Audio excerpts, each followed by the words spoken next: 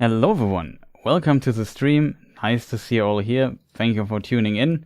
And yeah, after quite some time, interestingly, because I lost basically time out of my eye as always, we have finally another lore Q&A stream here on the YouTube channel. I currently streamed quite a lot on my Twitch channel, and we played Resident Evil 4 remake there quite a bit, and I completed like my Elden Ring level 1 challenge and stuff like that.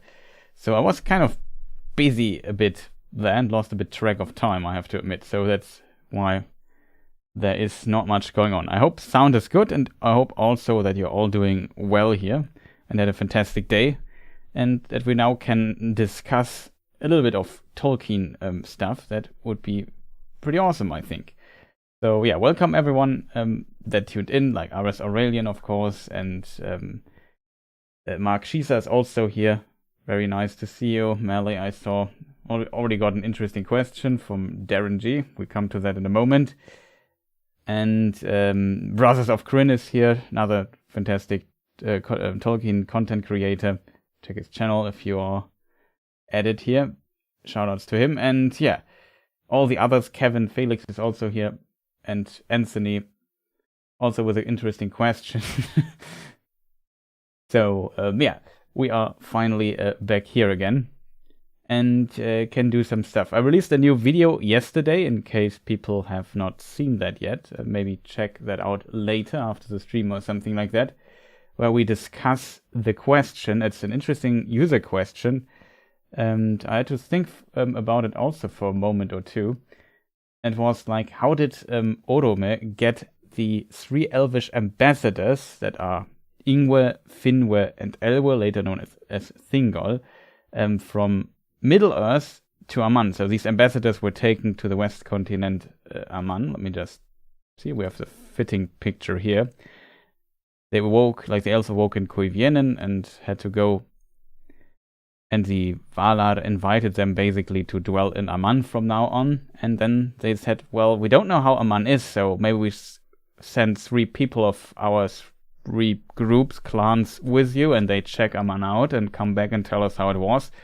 And these people were called ambassadors, and they were sent there. Tolkien interestingly never mentions how they got to Aman exactly, on which route, however it's pronounced, and that we discuss in a bit of detail in this video. Spoiler already, there is no real answer to it, just a bit of speculation and hints in the texts, and it's kind of interesting though.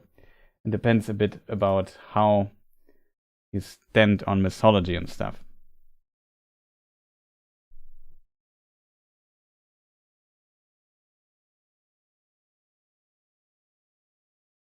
So, Fifi Trixible is also here. Welcome, nice to see you. Thanks for the shoutouts, Chris. Always love to be able to find my way here to support my friend. Yeah, much appreciated, Brothers of Kryn. Very nice that you always tune in here to our little lore stream. RS Aurelian, how are you? Didn't see your brother in the latest videos. Are you guys okay? What? Brothers? Maybe you wanted to direct it to the Brothers of Kryn. That's potentially not a question directed to me. Okay, that might make sense. We're okay, just latest to Solos with Dan worked on his Weekend DL, Warcraft and Conan videos. Okay. Destination Lyra, I mean, it's an explainable issue. You can for sure explain it, but Tolkien at least didn't put it. We will discuss this in the video. I don't want to spoil it. People would appreciate when people watch the video if they are interested in this particular topic. So it exists. And it's on this channel, upload yesterday. It's interesting. I'm not sure, Chad, what is if you have seen the video, what is your stance on this particular issue? Like, how do you think Orome brought the 3 ambassadors to Aman? Like, I personally think though the, as Christopher Tolkien suggests, the way over, let me just move my arrows here around a bit. Like, they could have went over Helcaraxe. I think that's the most plausible, and Christopher Tolkien also suggests it. But in my opinion, the coolest one would be if they would just on Nahar they don't care, and from Cuivienen, which is I don't know where exactly. Let's say pretends roundabout here. Let me just go to out of Studio Boat. They would go all the way over the ocean with a horse and just go here. And then, I don't know where they had to go. Valinor is here in the west of Aman. So that would be the coolest way, in my opinion, to do it. But who knows? There was also something direct there. Question, what are your thoughts on the ambassadors? What are your thoughts on the... Okay, I basically answered it by accident already.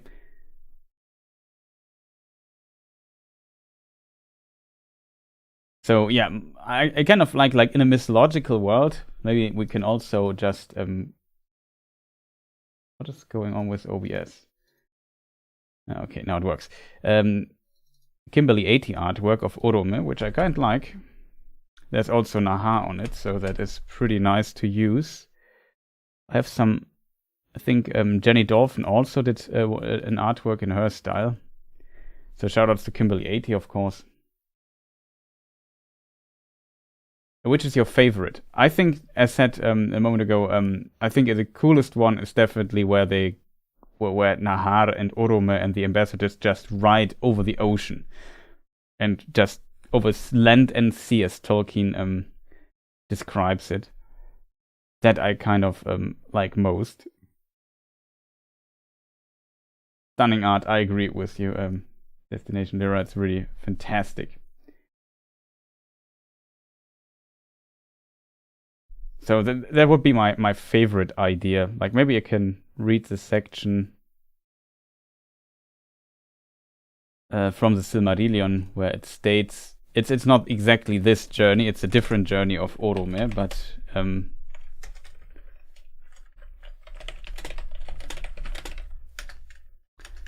over land, there should only be one.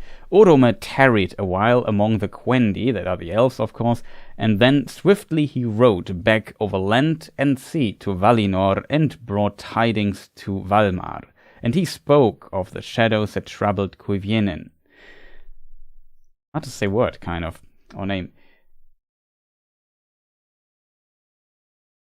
So yeah,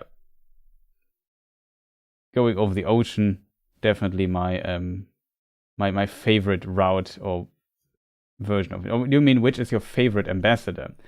If your favorite ambassador, that's a tough one. I kind of have to go with Elwe Thingol because he's a very interesting character and we know a lot about him. We know very little about Finwë, which would come in my opinion second, because we also know at least a little bit about Finwë. And about Ingwe we know almost nothing. So he's just this very pure elven Vanyar king. It's also king of all the elves at the same time. And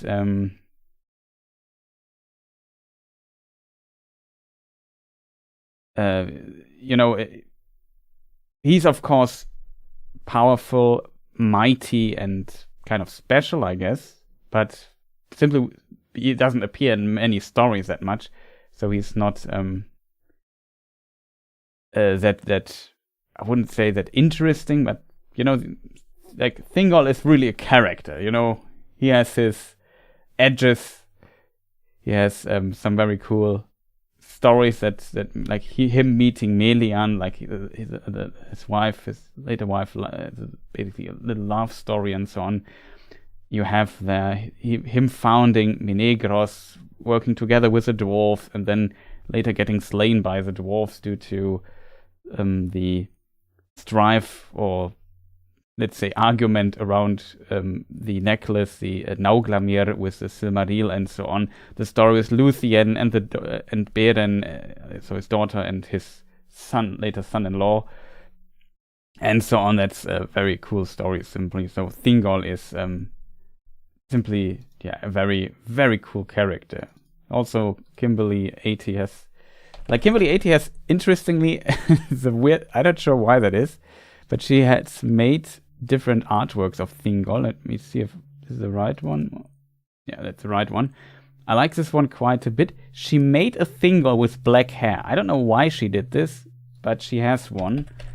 And I never use it because he had no black hair. I also don't have it without a watermark, unfortunately. But I have to say, from the style, I kind of like it. This artwork quite a bit, though the hair is not fitting. So still shoutouts to her.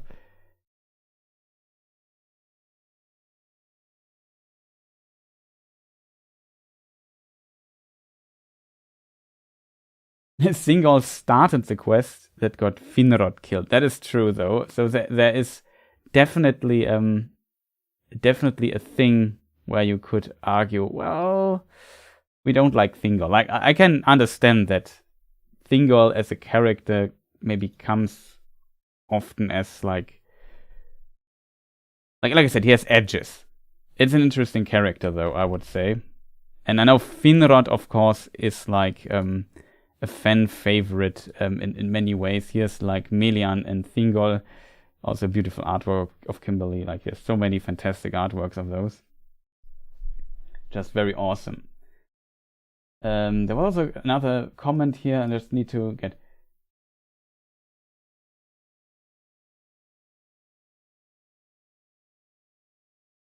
Thingol started the quest. We just have to agree to disagree in far more civil manner than Thingol and the dwarves did. Nobody found the Silmaril, did they? Beren and Luthien stole one of the... It depends on what date you mean, basically, but in the First Age story, the daughter of Beren and the daughter of Melian, if we see here, and Thingol, Luthien, and her to-be husband, I should say. Let me just get the artwork in. Beren, also really cool artwork of both of them, I have to admit. So we just bring this here on. They went to Morgoth and stole one of the Silmarilli out of his crown. It's one of my favorite artworks of Kimberly, I think. So,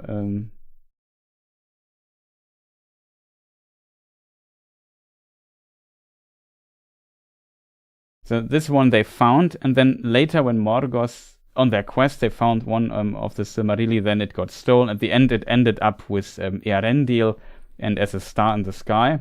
And then the other two Silmarilli were later retrieved by basically Eonwë, the leader of the Maiar, in the War of Ras when Morgoth was defeated, and he stored them in his camp. And then the remaining last two sons of Feanor, which are Maedhros and Maglor, and maybe, I'm not sure if they were alone or had some men with them, they sneaked into the camp, slew the guards, which I assume were also elves, and then they stole the two Silmarilli. But they couldn't hold them because the terrible oaths made them kind of part of the, like, they became crazy evil. I'm not sure how to describe it. I wouldn't say they were flat out evil. They were driven, but they did many evil deeds, let's put it that way, and they couldn't hold them. The Silmaril would burn them, and then at the end they threw, like, Maglor threw his Silmaril in the ocean, and Maedhros jumped into like a fiery pit and basically killed himself with the Silmaril. And so one Silmaril was in the earth, in the fire of the earth, one in the ocean, and one in the sky, in the form of father of Elrond, Eärendil. So if you mean that, it's a very cool story. Like, the story about the Silmaril is such a cool story and so poetic in many ways. It's really cool.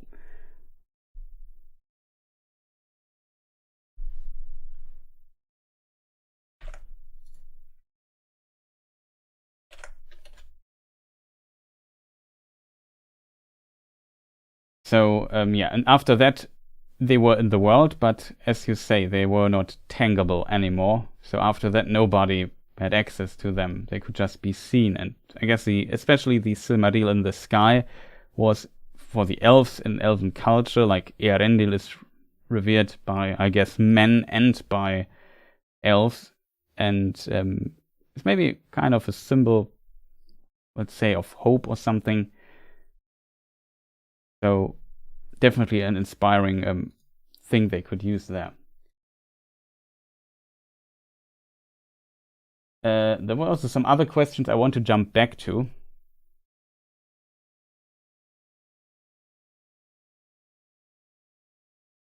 Also, Silmarillion says, coming back to the question of who crossed what, who crossed the place here. He says, I believe it can be interpreted that they rode and dismounted for ship transport and then rode again. That is also, I guess, a possibility, though it's hard to tell if the Valar themselves built ships. I think that would not a very Valar thing to do, in a way. So in theory, it is possible, but I think it is, at least from my perspective, a version that definitely not my favorite. I like the more mythological, they just went over the sea on a horse, like that's kind of cool in my opinion. I mean, or they just went over Helcaraxe, that would also be kind of pun not intended cool, but I guess with Orome it would be safe for the elves to go there and cross it. It would not be a peril as it was for the Noldor, simply because Orome is with them. Like, you have to keep in mind, these Valar are so powerful entities, they can change the world, like how it works. They can shape it with their will and power, and that is like something to always keep in mind when you talk about the Valar, like Manwë, for example, here. Another artwork I really like, of Kimberly. Like the bird sitting on his shoulder. I'm not sure if it's an eagle, right? A hawk. There are different animal names in English that sometimes in my mind, I'm not 100% sure, and I have no clue about animals anyway. But yeah, it's I like this one quite a bit.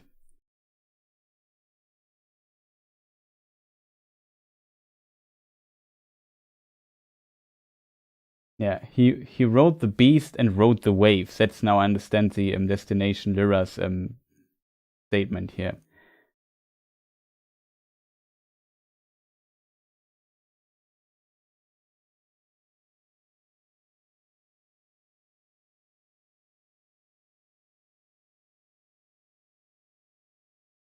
To an extent, but I would say it's not. Let me just see. Thingol doesn't know how to deal with dwarves in contrast to Finrod, who clearly does. To an extent, but I would argue that the dwarves were semi-possessed by the Silmaril/Nauglamir, so not his fault, not entirely, and not entirely theirs. That might be true. Thingol is a victim of being invented in the 1910s and 1920s, when the elves were a lot more questionable. Same with Orodres and Turgon and others, the other two elf lords in the Lost Tales. Yeah, it is. That is true. Though I wouldn't say that is necessarily a bad thing. In my opinion, these early writing elves often have these edges, and it makes them very interesting because you can. I don't know, it gives just interesting mythologic stories, in my opinion, and that is what makes those so popular in many ways, I think. At least for me. You can, of course, dislike what they do sometimes, but you have to admit they are interesting characters often. And when they get like more pure, they become a little bit less interesting, if that makes sense. Like I had Clueless Fangirl Helen as a guest here on some stream, I don't know, I think over several months ago, last year, in the summer or something like that, maybe a year ago.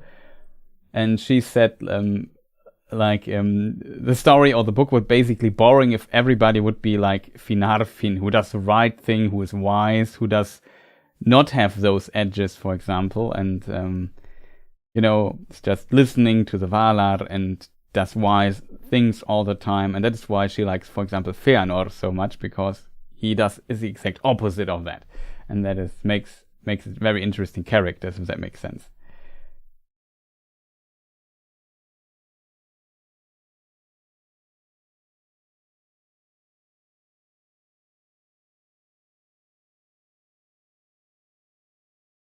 So that explanation of the Silmaril, does that not seem like it belonged with Morgoth? Yeah, I should have maybe added Morgoth stole it first from Feanor. So technically they belong to Feanor. He invented them, and then he stored them in Forminos. That is, let me just see if I can get you an Aman map really quick here on the screen, that we know what we're talking about.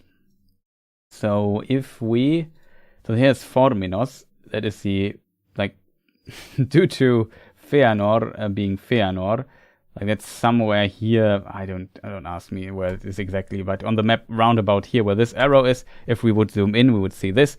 And yeah, I'm not 100% sure, and I forgot to get my Atlas of Middle-earth out actually, but can get it if we need it. However, originally Feanor lived here in Tirion. The position of Tirion is very questionable. The marker, maybe Tirion is more here. Something like that. I'm not sure why I put the marker for that here. I never updated the map, though. Luckily, I didn't write Tirion on it because it was a bit too little space there. Doesn't matter too much. He lived originally there as well, and then he got in trouble with the other elves, and then he said, yeah, I'm out. And then he moved here with his father, Finwë. And yeah, Finwë got slain. The Silmaril stolen by Morgoth, and then Feanor was kind of angry.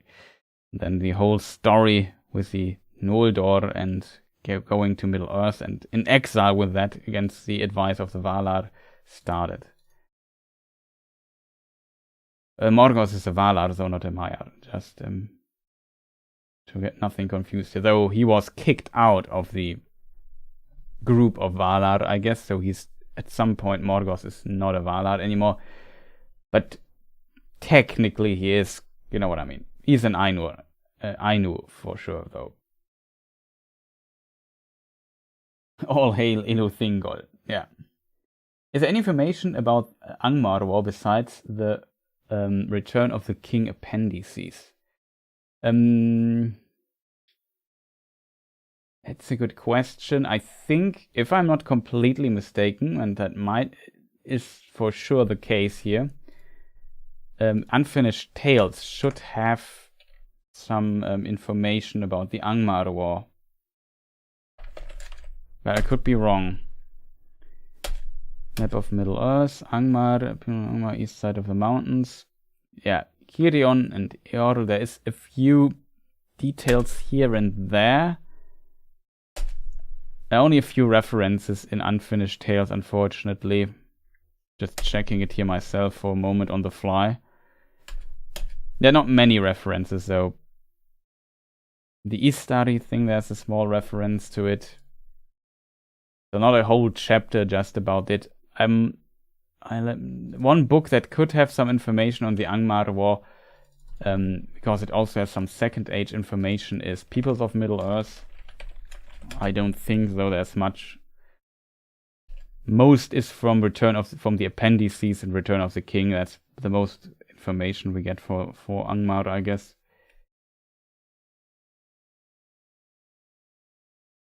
Yeah, there's a little bit in. No, I wouldn't say a little bit. There's definitely a few, because the Appendix B, where we have some information in parts of Appendix A. There are some versions of this basically also in Peoples of Middle-earth. So we find some timelines and so on. For example, Arvilek, the firstborn, 1309, lived 100 years plus slain 1409. The Witch King of Angmar, taking advantage of war among the Numenoreans or Dunedain. The Dunedain comes down out of the north. He overruns Cardolan and Rhudaur. Cardolan is ravaged and destroyed and becomes desolate. The tower of Amon-Sul is razed, and the Palantir is broken. Evil spirits come and take up their abode in the mounds of the hills of Cardolan, that is the Barrow Downs, in Rhudaur, and evil folk Workers, that's interesting because I think this might be not in the other version from the Lord of the Rings. Workers of sorcery, subjects of Angmar, slay the remnants of the Dunedain and build dark forts in the hills. When Frodo goes in the chapter fly to the fort in the direction of further into the direction of Rivendell, he also sees these dark towers there, so here's a reference to them again, where they came from when they cross Rhodour in a Fellowship of the Ring. Yeah, and just continues. It's kind of interesting to read here, actually. In spite of the death of their king, hold out and repel the forces of Angmar with the help of Círdan of Lindon. That's also interesting. So Círdan also helped them a little bit, and then they were managed to repel according to this version. Kind of cool.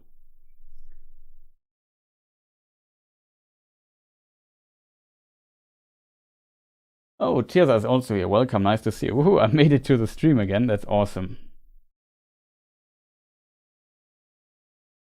Well, interestingly, Morgoth, I'm jumping through several topics here back and forth, but because we talked briefly about it and I don't want to go over Destination Era, but he still held the Silmaril. Morgoth could not touch the Silmaril. They would also burn him because he's evil, and the Silmarilli were hollowed by Varda, or Elbereth, as she's called in Sindarin, and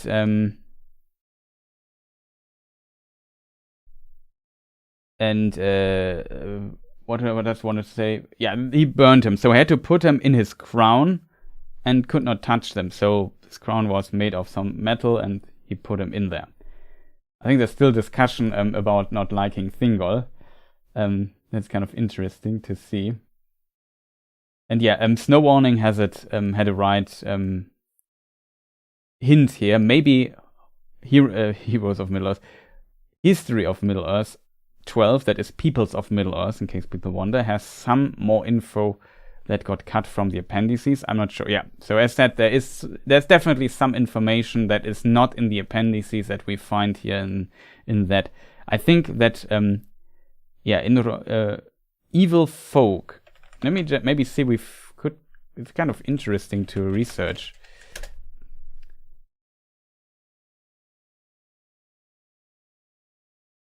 Yeah, then Círdan summoned all who would come from Lindon, and so on and so forth. He has now dwelling, it is set, in Fornost, which he had filled with evil folk, usurping the house and the rule of the kings.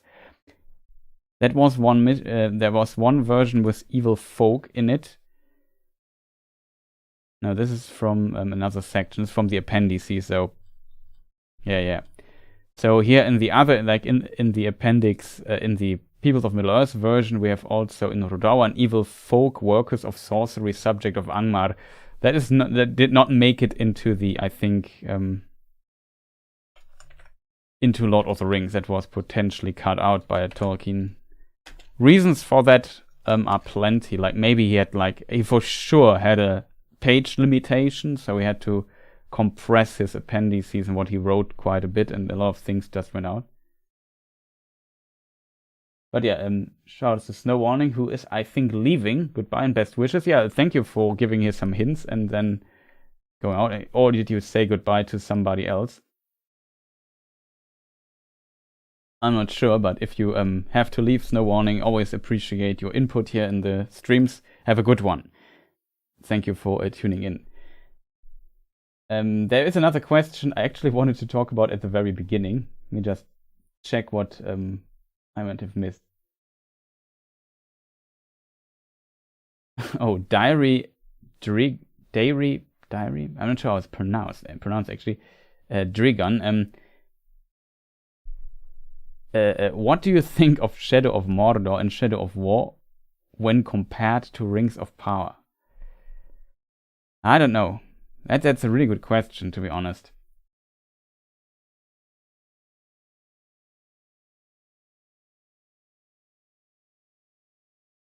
That's a really good question. I'm not sure. Like, I think Shadow of War especially, but also already Shadow of Mordor takes so many liberties already that just from my lore perspective, as somebody who really likes what Tolkien wrote, these games can kind of already hurt quite a bit, especially Shadow of War, when you see that, like, the idea that, spoiler, Helm Hammerhand becomes one of the Nazgul. It makes no sense in any way, in my opinion. Or Isildur becomes one of the Nazgul. Makes no sense.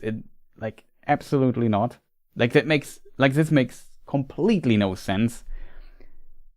Then just from a lore perspective, I would maybe even say, well, Rings of Power isn't that bad, though there's also nonsensical stuff in Rings of Power. And I had some comments on the recent video uploaded, just in case people tuned in. New video on lore video on the channel, just a very short one. We discussed discussed the content of it a bit at the beginning of the stream. And where Galadriel swimming through the ocean for I don't know how long makes, oh boy, it's just very nonsensical.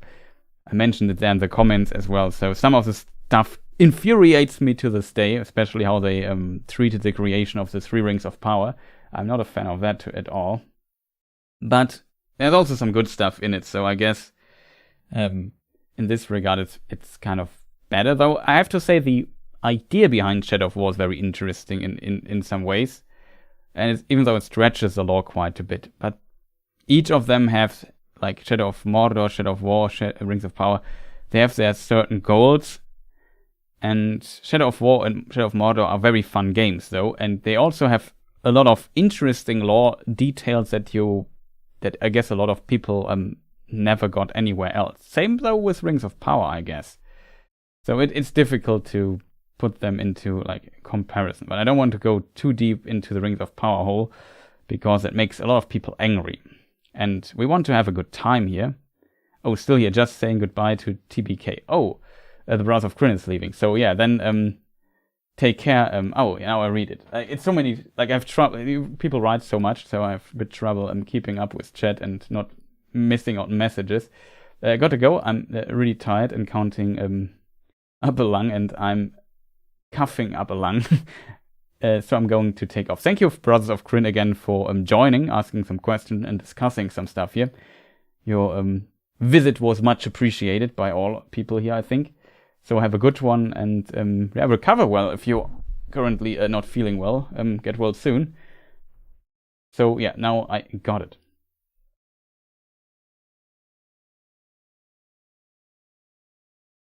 And that's a good question, if Gandalf helped in the Angmar War. I think he's not mentioned. I always wondered why that is. Why Gandalf is not mentioned there. I can't remember, because in context of the Elrond video, I potentially would have mentioned Gandalf in this context, where we talked quite a bit. But I think, to my knowledge, he's not referenced at all anywhere.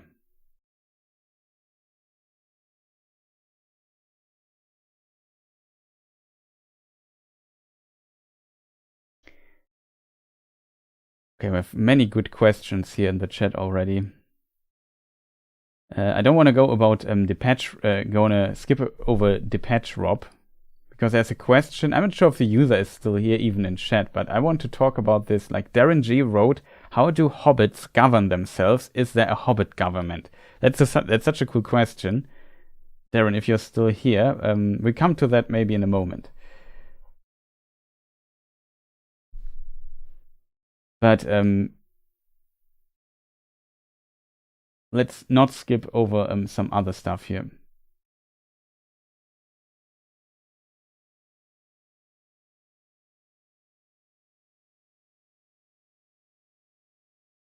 It's rainy and cold here. Perfect day for LotR. Today it's in here. It's very it rained today. The sun came out today, then it rained again. It was weather-wise switching quite a bit.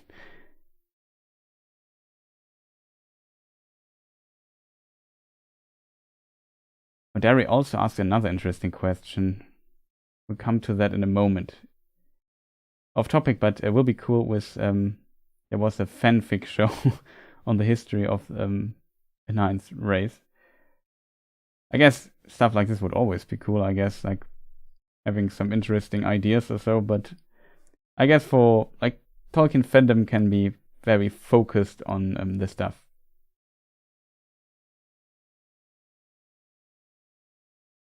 But yeah,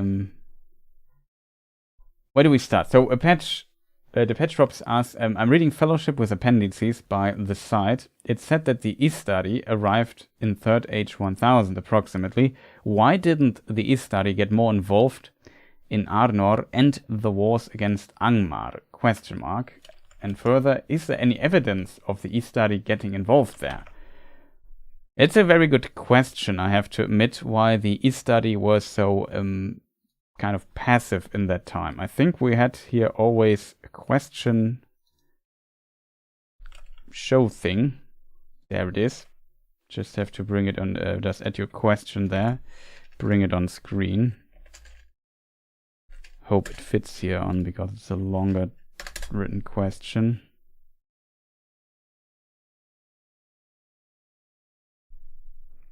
So,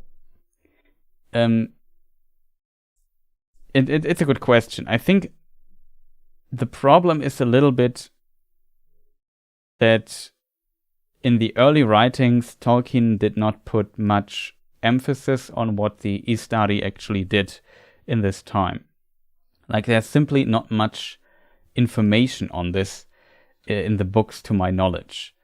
The problem is, I mean, this is unfortunately I would love to tell you this in more detail. I could imagine it has to do with the writing process of when Tolkien thought about adding the Istari and when he added certain other story beats in the story, and then I assume Tolkien at some point had to retroactively add the Istari to some stories or write the stories with the Istari in mind, and that potentially the early stories in that time Tolkien wrote with having them far less in mind.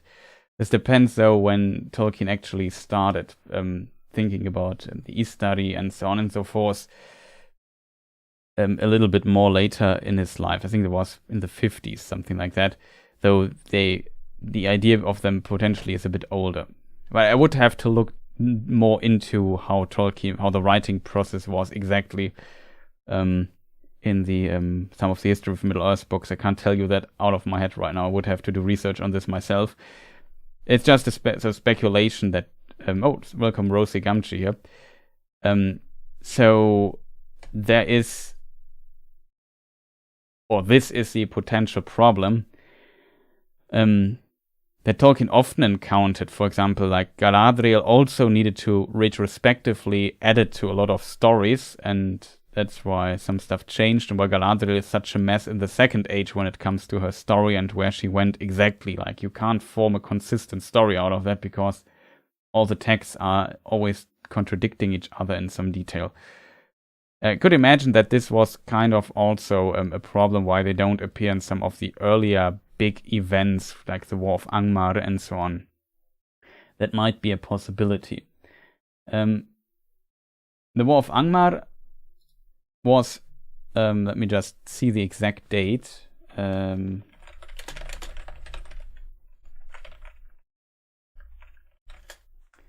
me just see if I find it. Yeah, it was founded in 3rd Age 1300 and destroyed 1975. When the Istari, according to the Lord, to Appendix B, which I of course have not opened here because I'm a moron. Yeah. Let me see.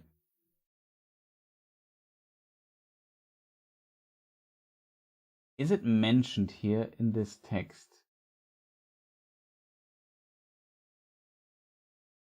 Potentially not.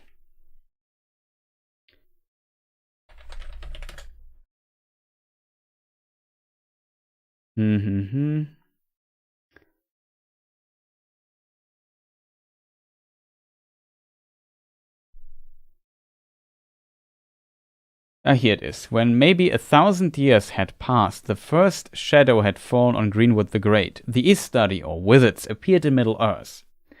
I think that's not mentioned here in the timetable exactly, but only around 1,000 years into the 3rd Age this passed. And then the first mention of the Istari is then it's 1050. I don't read the complete thing here, but basically Gondor is attacked or it's not attacked, but Gondor conquers Harad and reaches the heights of its power. And about this time, a shadow falls on Greenwood, and men begin to call it Mirkwood. The Perianas, that are the halflings, are first mentioned in records with the coming of the Harfoots to Eriador. And then the next year, the Wise, the Istari, that's the first mention of them, and the chief Eldar discover that an evil power has made a stronghold at Dol Guldur, that's Sauron. It is, or that's the place where Sauron hides. It is thought to be one of the Nazgul, though. So it is, in this context, interesting that at this time their focus was on maybe finding what is going on there exactly. It's a bit strange. I agree with Rob there, or that it seems so weird in many details, because I guess it's an immortal thing that things take so long for them. Like, they notice, oh, there is evil in Dol Guldur, and then they do nothing for several hundred years, basically. And then, the War of Angmar appears and stuff like this. There's a lot of interesting things happening. Like, this year, 1050, such a fateful year in the story of the Third Age of Middle-earth, that 1050 really interesting to see. Like, when Sauron returns, the Hobbits first appear in records and so on. Like, it's a pretty cool year in my opinion. And it's just interesting to see that they notice, but they don't do anything for a long time. And I think that is kind of the thing of Gandalf and the other Istari, that they are only there to appear here and there and basically support those who oppose Sauron in many ways, but they can't fight wars. Like, the war just happened there. I can imagine that maybe Gandalf went there to Rudawar or something and said, no, you have to be careful, you can't just trust this Witch King guy. You can think about it, but it's unfortunately never really mentioned, because it's potentially a time where they started to gain the trust of men, making allies, networking, if you want to call it like that, and finding allies, finding out what is going on, observing, I guess, a lot. We also know that at the very first, Saruman was for a time in the east, potentially visiting the Blue Wizards. The Blue Wizards, in the last version from Peoples of Middle-earth, also arrived in Middle-earth already in the Second Age. Oh, Kevin Felix, thank you for your membership, much appreciated. And welcome to the Club of the Philosophers, I guess. Very nice of you, much appreciated. Thank you for your support. The Istari, the two Blue Wizards, which we also have fantastic artwork by Ted Naismith. Maybe I should do some production here while talking. I'm currently absorbed in thought and the text here. The they went in this. They already arrived in the Second Age, and the Second Age, at the very end, they tried to find Sauron when he was hiding after Isildur cut off the ring. The spirit of Sauron hid in the east, and that is where the Blue Wizards here were, and tried to find him already. So they were kind of active, and I think you have to keep in mind the idea of the Blue Wizards. Maybe this is just me interpreting here a little bit. The idea of the Blue Wizards, if we read into the unfinished tale, let me just read it so we know what we are talking about. Let me just see if I find the quote really quick. I do, because I know what's the phrase. So the original question, basically, let me just read this here. Most of the remaining writing about the Istari as a group are unhappily no more than very rapid jottings, often illegible. Of major interest, however, is a brief and very hasty sketch of a narrative telling of a council of the Valar, summoned, it seems, by Manwë, and maybe he called upon Eru for counsel, ? At which it was resolved to send out 3 emissaries to Middle-earth. Who would go? Quote now, who would go? This was a summary of Christopher Tolkien. Now Tolkien's writings. Who would go? For they must be mighty, peers of Sauron, but must forgo might and clothe themselves in flesh, so as to treat on equality and win the trust of elves and men. So I always read this here as kind of mission, like the description of the mission of the Istari, if that makes sense. What they have to do, what is their purpose, what is their actual mission. And there is a very important, like the beginning basically tells us it. They must be mighty, peers of Sauron. So Sauron is an important one. Why do they have to be peers of Sauron? Because that is the one they have to keep an eye on, and that is like what they want to do is like form a rebellion against Sauron. Let me just see. Tolkien wrote this much better than I can put it into words. I just have to find this special phrasing here.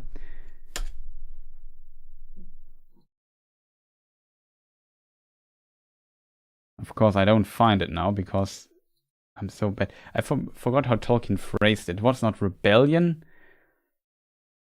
Maybe it was something like free people.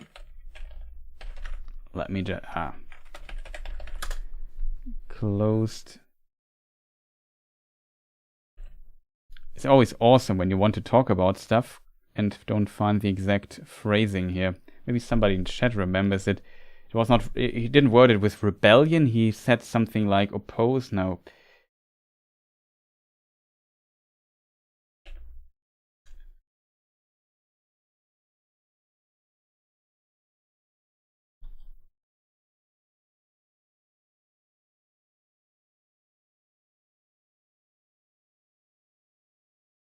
In Sauron's final overthrow, the elves achieved at least 9 walkers.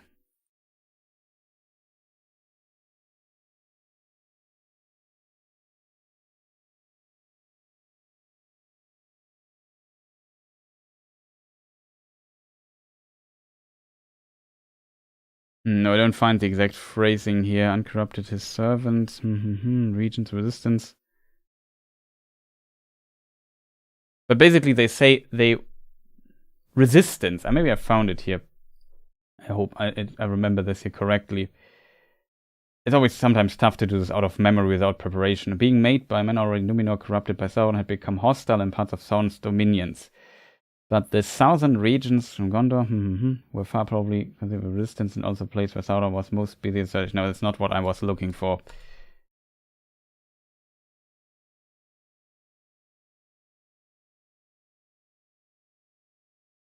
But I think he called it also something like a resistance to Sauron, and they wanted to change, like the Valar wanted to change their approach, if that makes sense.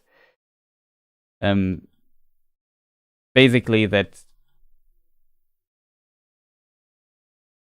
Yeah, when maybe 1,000 years had passed and the first shadow of fall on the Greenwood the Great, the Istari or the wizards appeared in Middle-earth, it was afterwards said that they came out of the far west and were messengers sent to contest the power of Sauron and unite all those who had the will to resist him, but they were forbidden to match his power with power or to seek to dominate elves or men by force of fear.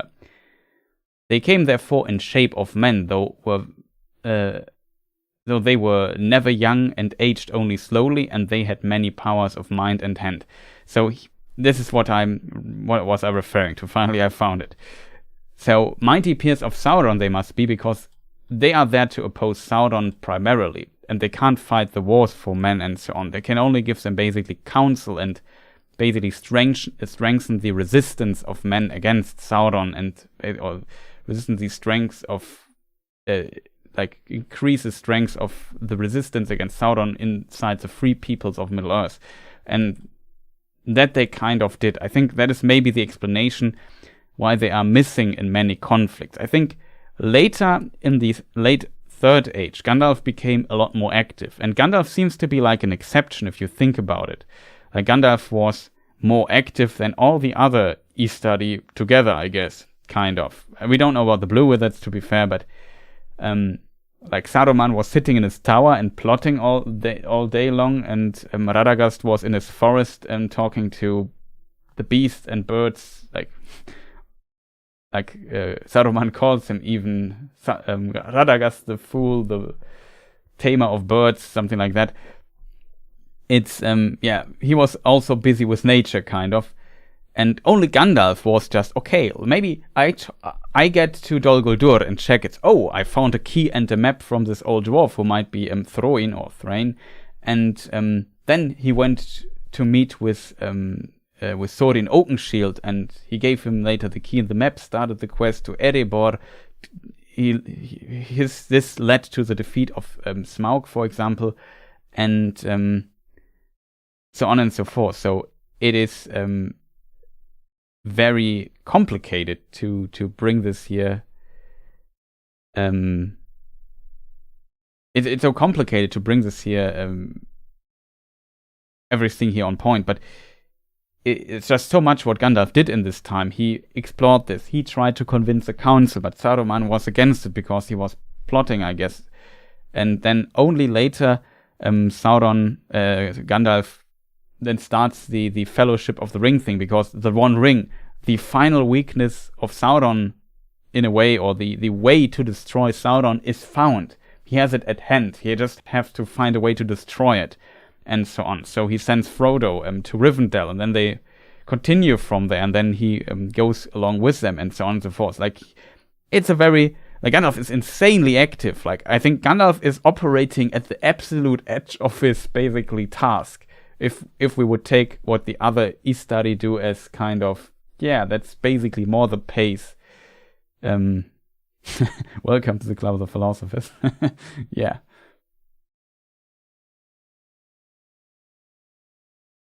Monty Python philosopher sketch sprang on my mind. I can see that. But probably Gandalf is more on the edge when it comes to exactly this. And Peers of Sauron, because Sauron is their main focus. It's not necessarily the Witch King, even though he's a servant of Sauron. He has maybe to keep an eye on him. I think at the beginning, when they come to Middle-earth, the main, in the Third Age, is finding out what is with Sauron. He escaped to the east. We have no clue where he is, what he's doing, what he's plotting even. People think he's dead. We know he's not. Else we would not have been sent to Middle-earth. And he just re-emerges 1,000 years into the Third Age. The Istari come, and also the Hobbits appear the first time. What a coincidence. Such a cool moment, I think, in the timetable here. A very cool year. 1050 in this time. It's really interesting to see that everything appears here, and from here, the battle against Sauron is going. And I think at the beginning, they didn't even know where Sauron was, so their task was a lot more vague, because let's find out what's going on with Sauron. And going in a war zone where people fight every day and are besieged and so on is probably not a good place, I guess, for Gandalf and the others to get the information, to get the information where Sauron is. That's not the right place, of course. He can't just go to the Witch King and ask, "Hey, Mr. Witch King, what's going on with Sauron?" But Gandalf has to really find what's going on, and it seems 50 years later, roundabout, the wise, including the Istari, discover that an evil power has made a stronghold at Dol Guldur.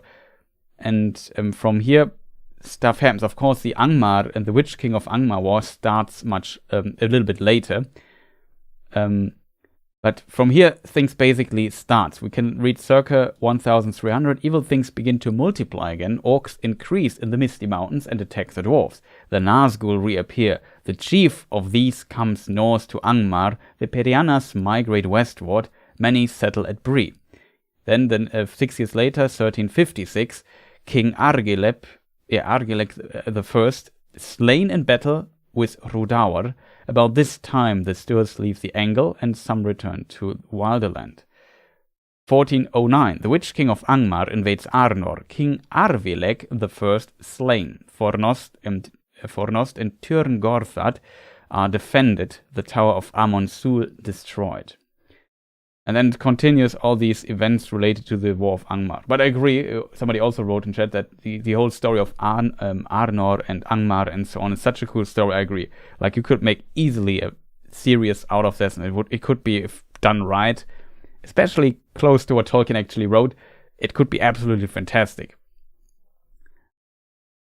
So, yeah.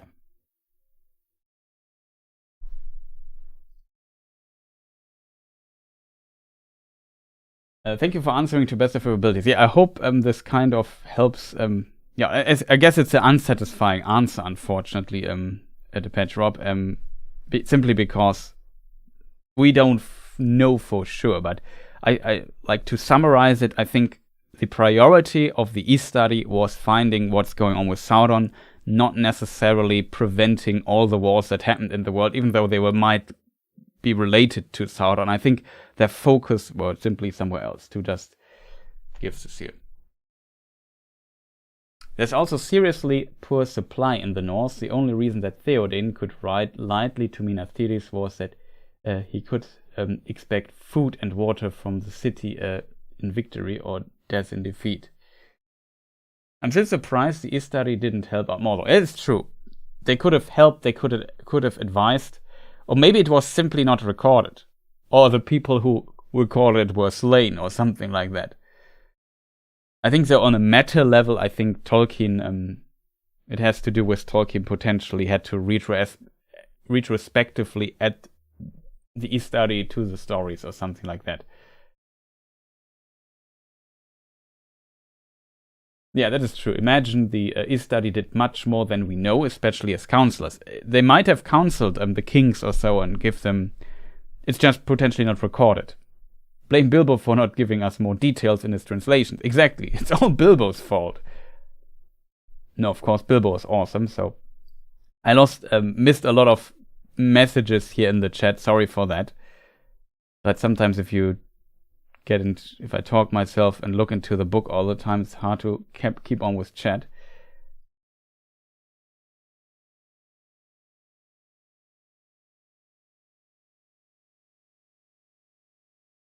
In a way, delaying Sauron's return might be a bad thing if you consider it inevitable. The later it happens, the weaker men and elves will be. Yeah, that's an interesting point.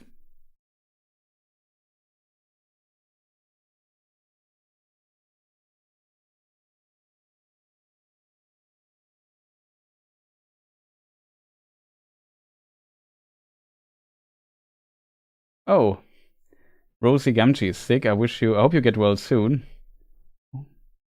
And welcome, I said, nice to see you here.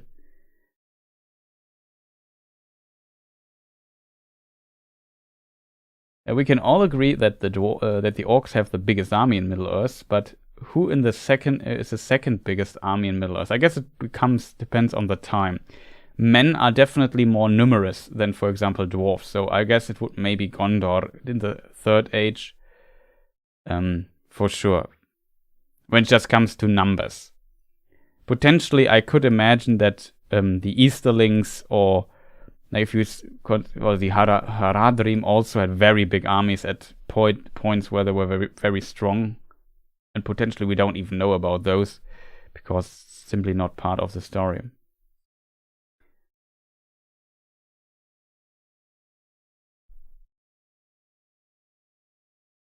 Also, Jarkai says, yeah, I just am saying personally, I don't accept any video game of any IP to be canon. That nothing can be canon that Tolkien hasn't written. And Tolkien is not alive anymore, so nothing can become canon anymore, I guess. So yeah, I agree with you there. Even inside Tolkien's own writings, canon is a very thing that is often fluctuating, let's put it that way. It depends on your personal opinion, interpretation, what texts you see as canon, what not. Some, for example, say as long as it doesn't contradict, let's say, Lord of the Rings, it could be canon or so, but it is, even that has limitations. It's such a complicated topic, unfortunately, because a lot of stuff is still work in progress and not published into a book by Tolkien himself and saying, yeah, this is how I want it to play out at the end. That is unfortunately that we only have with Lord of the Rings, and the Hobbit, I guess. And maybe the lore notes in The Road Goes Ever On, and that's basically it. And maybe the poem collection, The Adventures of Tom Bombadil, and so on. But yeah, that's basically it. Rosie Gamgee also asked, because we talked about the Witch King of Angmar, she had a follow-up question. So did the Witch King of Angmar know about the Shire or not? There is some overlap. The Shire was interestingly founded. Yeah, that's the correct grammatical term, I think. Always sounds strange because found is the past form of it. And but if you found a city, then the past form is founded, I think. Whatever, it's it's just something that confuses me as a not native speaker.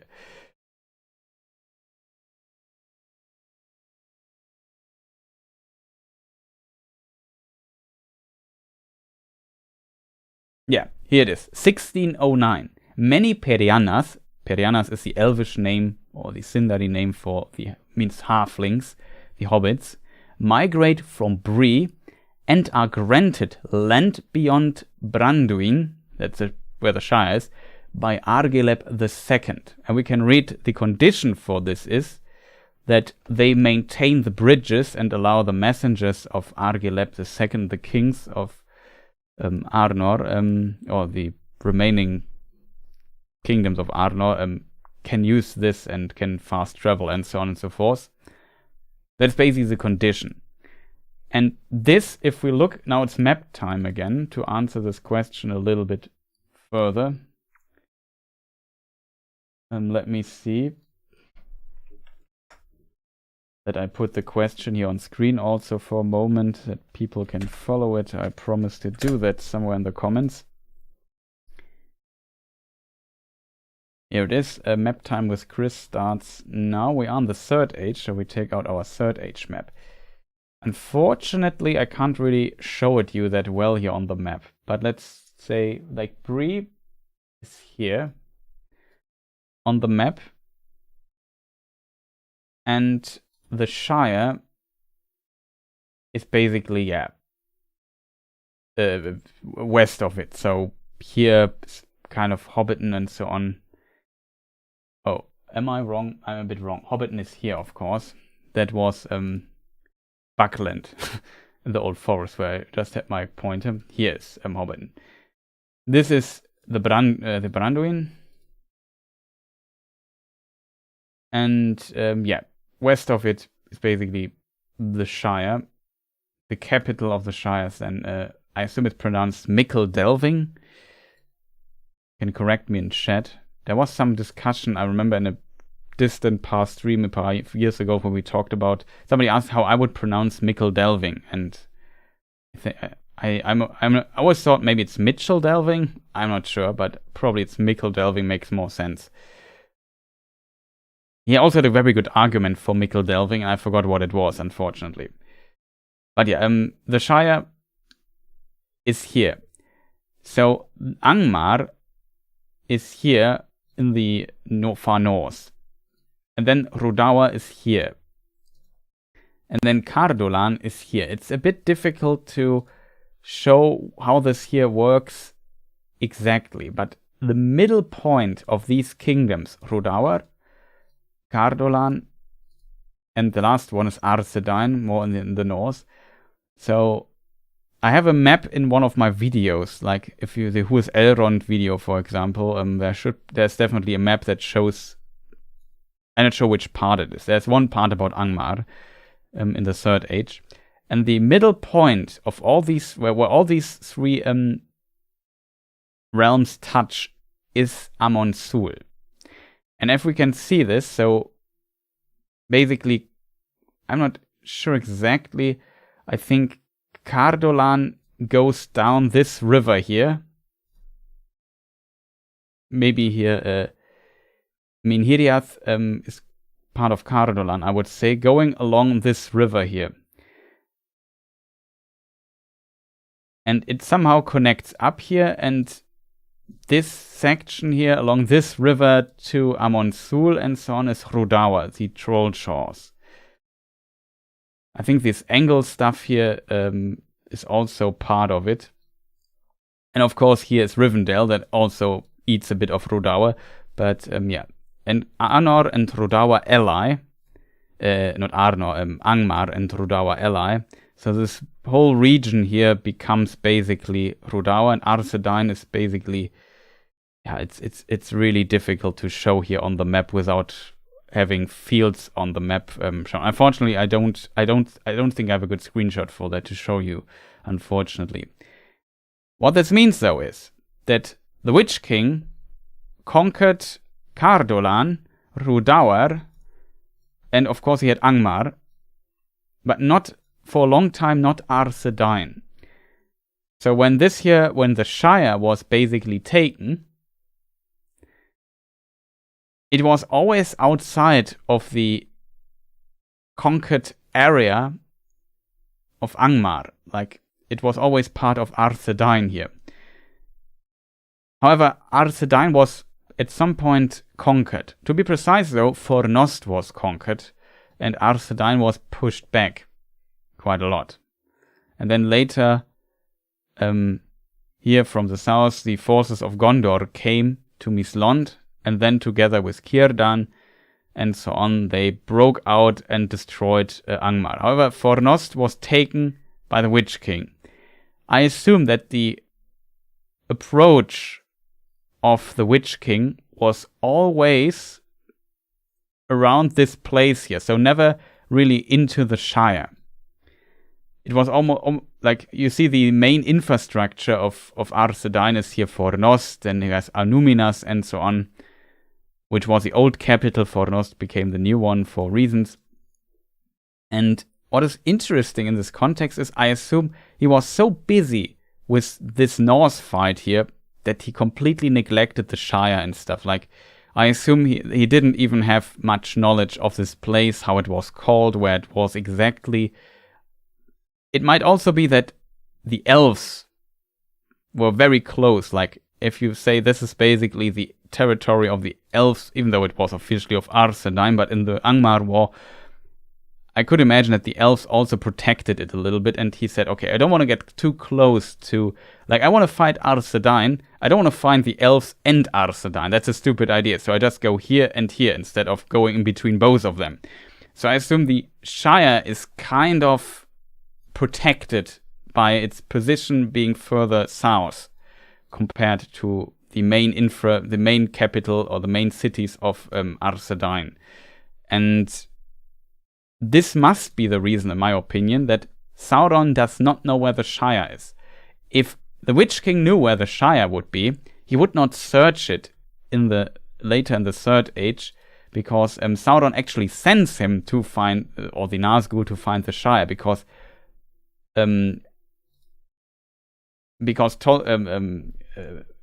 Gollum is captured later by Sauron and his servants, and then is tormented, and he tells him Baggins and Shire. And then the Nazgul are sent out. And in the Unfinished Tales, in the Hunt for the Ring chapter, we can read some details about this, but also, I think at least, if I remember correctly, but also in the appendix, in Lord of the Rings itself, the appendices, we also find some details, I think. And that's explained that they did not know. It's interesting that the Witch King even went to Isengard, however it's pronounced, which is down here, and asked Saruman where the Shire is. And he said, no, I have no idea. And because his voice is so powerful and convincing, they went away again, the Nazgul. They even sent, like, he sent the Nazgul in the wrong direction. Like, he didn't even send them here. I think they sent them in the direction of Rohan or something like that. Maybe go somewhere there and ask there, I don't know. I forgot where Saruman sent them. Maybe somebody in chat knows. And from here, on their way, they met Grima Wormtongue, and he was so afraid that he told the Nazgul what they want to know, where the Shire is, because he knew from Saruman, because Saruman also knew that the Shire is here. And as, like, the Nazgul we can read in, I also think Unfinished Tales, even went up here to the Gladden Fields, where the Stir Hobbits had once villages, and I think they were abandoned at this time. I think there might be a version where they are not abandoned, though. Complicated stuff. I haven't read this part in some time, so sorry when I mix up a few things. However, they didn't find the Hobbits they were looking for. Went to Isengard. He sent them away. I forgot where exactly. And on the way back, they met Grima. Grima told them, and only then they went all the way up to Erior, in the north of Eriador, to the Shire, because now they knew where it is.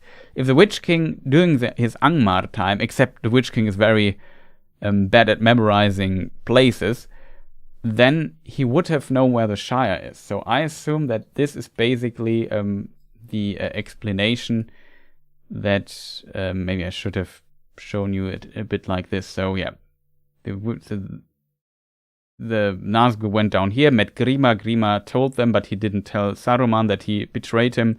And then the Nazgul knew where the Shire is, and then went up to Bree, over the bridge into the Shire. Frodo escaped through the wood. We know the story from the Fellowship, basically, and so on and so forth.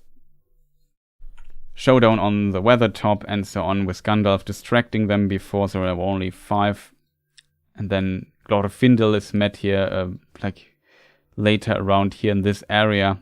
Like Aragorn finds this gem, this jewel thing. No, it's not a jewel. I don't know what the word is.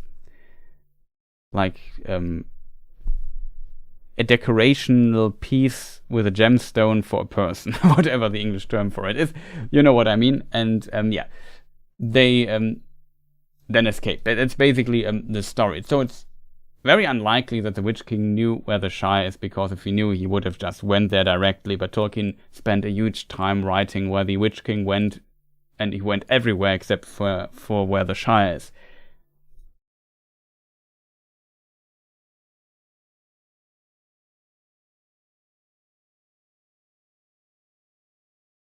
Yeah, Snow Warning. That's an interesting point, actually. It's an interesting question, actually, how the Nazgul adapted to their extreme lifespan, especially in terms of memory. Could the Witch King remember everything? They are only men, after all. That is true. Maybe because he is a man, or he is, let's use the Latin term, human. He forgot simply. Also a possibility. But, yeah, I don't know. I could imagine they might have had some knowledge of this.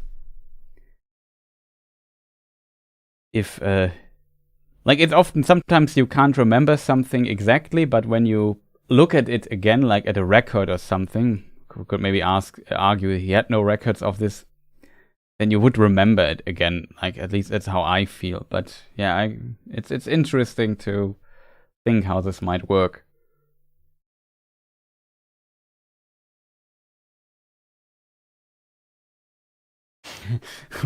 He could have seen them and wondered, who are these little people shooting arrows at my troops? In a scary voice, of course. Yeah. Chris, a company of Hobbit archers took part in the final battle. Yeah, that is also very true. There are multiple mentions of hobbits fighting. There was one time we had, if we go further north here, we have here Mount Gram. It's not clear where Mount Gram is exactly. Some speculate this might be Mount Gram. And there Golfimbul attacked the Shire at some point. That, though, was, if I'm not completely mistaken, much later. Forgot what the exact circumstance was. Yeah, 2747. That was with Bandobras took, and they invented golf and so on. I forgot what was in this time, though. It was in one of my last videos about the Who is Elrond videos. We talked about this recently. Birth of Thorin Oakenshield. Oh, that's maybe even the current one.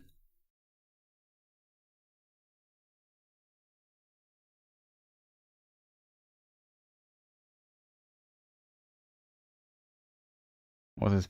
Wait. Helm's son. And son of Gram becomes 9th king of Rohan. It must be the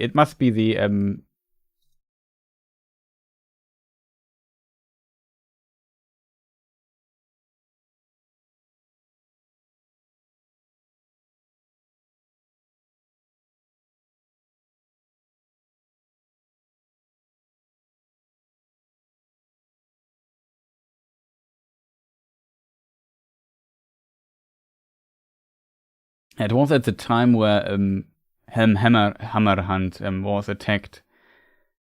Round about that time, that was.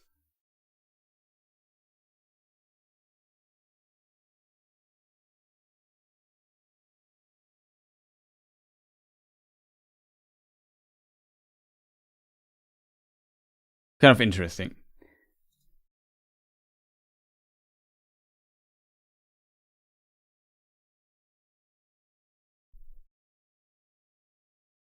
Maybe the Nazgul wrote diaries when they had time. That would definitely be smart, I think. I wonder how many hobbits Bulrowar's father called on against Golfimbur. The Shire has a population of 80,000 to 100,000, calling up 10%. For that would make for a strong force. That is true.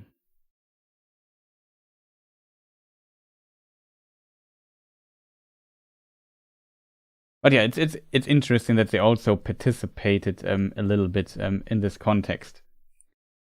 Sorry, got to go, Felix. I just missed your message here. Probably already gone, but thank you for staying and for your support. Had a question there about difference between Arnor and Gondor cultures, if any, before the break up into separate kingdoms and states in Arnor while ruled by High King. I think one of the biggest differences here in this context, they had different insignia for their king. That might be, I guess, important in this context. I think their banners were also slightly different. Like we have the scepter of Anuminas, and the people in Gondor had not the scepter. And originally also Elendil was a high king, so he was technically also the king of Gondor. But this, of course, changed when Isildur became king of Arnor, and Mineldil became, I think, was it Mineldil? Yeah, I think the son of Anarion became then the king of Gondor. And yeah, so that potentially changed a little bit. I would also say another big difference, I think, culturally must be tied to ships, because Gondor was known at several points in their history to have like great ship fleets and were powerful on sea as well. Again, that was different for Arnor, which was more like a land kingdom very far in the north. So they for sure also had maybe some ship capabilities, but not on the level of Gondor, I would argue. So I could imagine, like, I'm not sure if there are that many in-depth descriptions of Tolkien about these cultures, how they are different, but I could imagine that Tolkien would have, if he would ever write something down, he would potentially go into this direction, that one was maybe more focused on water to some degree and some other details. I guess one other detail is you have basically the enemy right next door, like Mordor is directly next to the capital of Osgiliath, the capital of Gondor, and yeah, it's that for sure also has an impact on them. Then this mountain stuff in the middle that basically separates like South Gondor from North Gondor, like Anorion and so on. So Gondor for sure also needed like Arnor had not that many enemies. Like they came from the mountains and they split apart. That was basically their problem, that Arnor could not have this unity inside their people, and they split up, and then Rhodour was basically taken over by these hillmen and by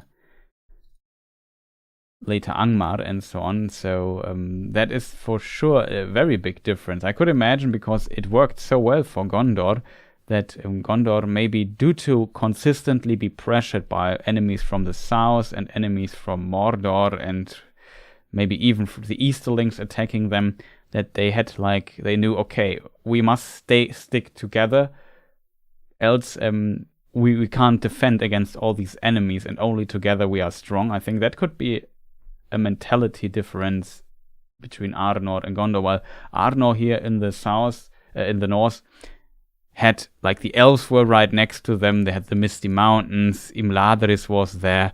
They were basically in between. Yeah, there were maybe a few dune landings here and there, whatever. I don't care, But the big enemies like Haradrim, Easterlings, Sauron, they were relatively far away for a long time, and I think that is why they were not so.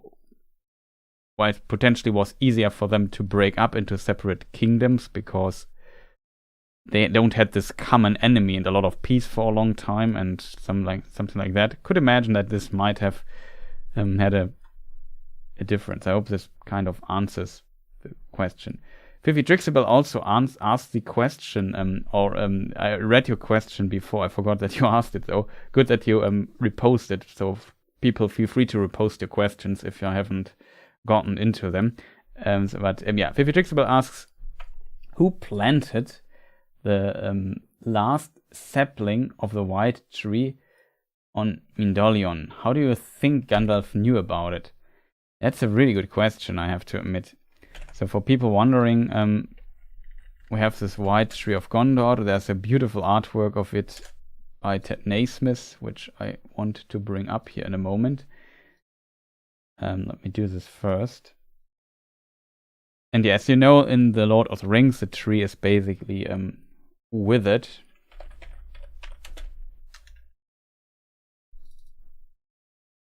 Here it is not withered anymore. And it is then later after the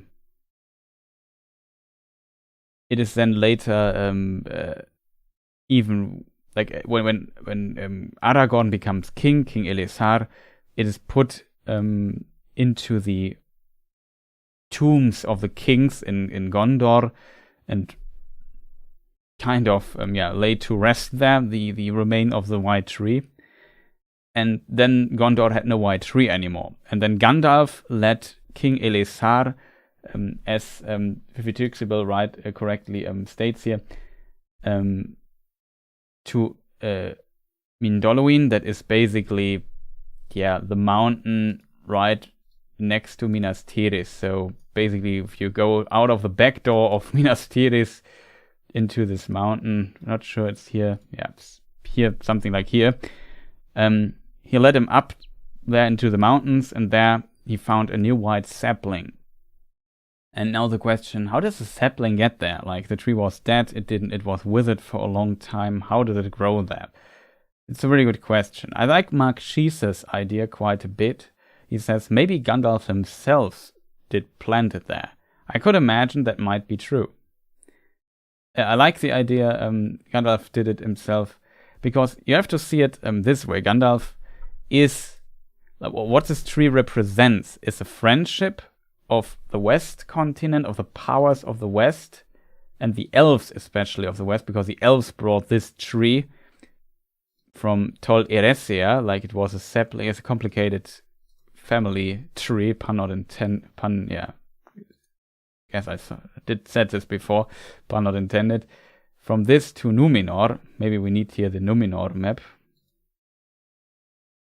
From here to Numenor, and it survived through other saplings, and at the end landed here in Minas Tirith. And it is a symbol of the friendship between elves and men in the story of Tolkien. And Gandalf now, after Sauron is defeated, wants to basically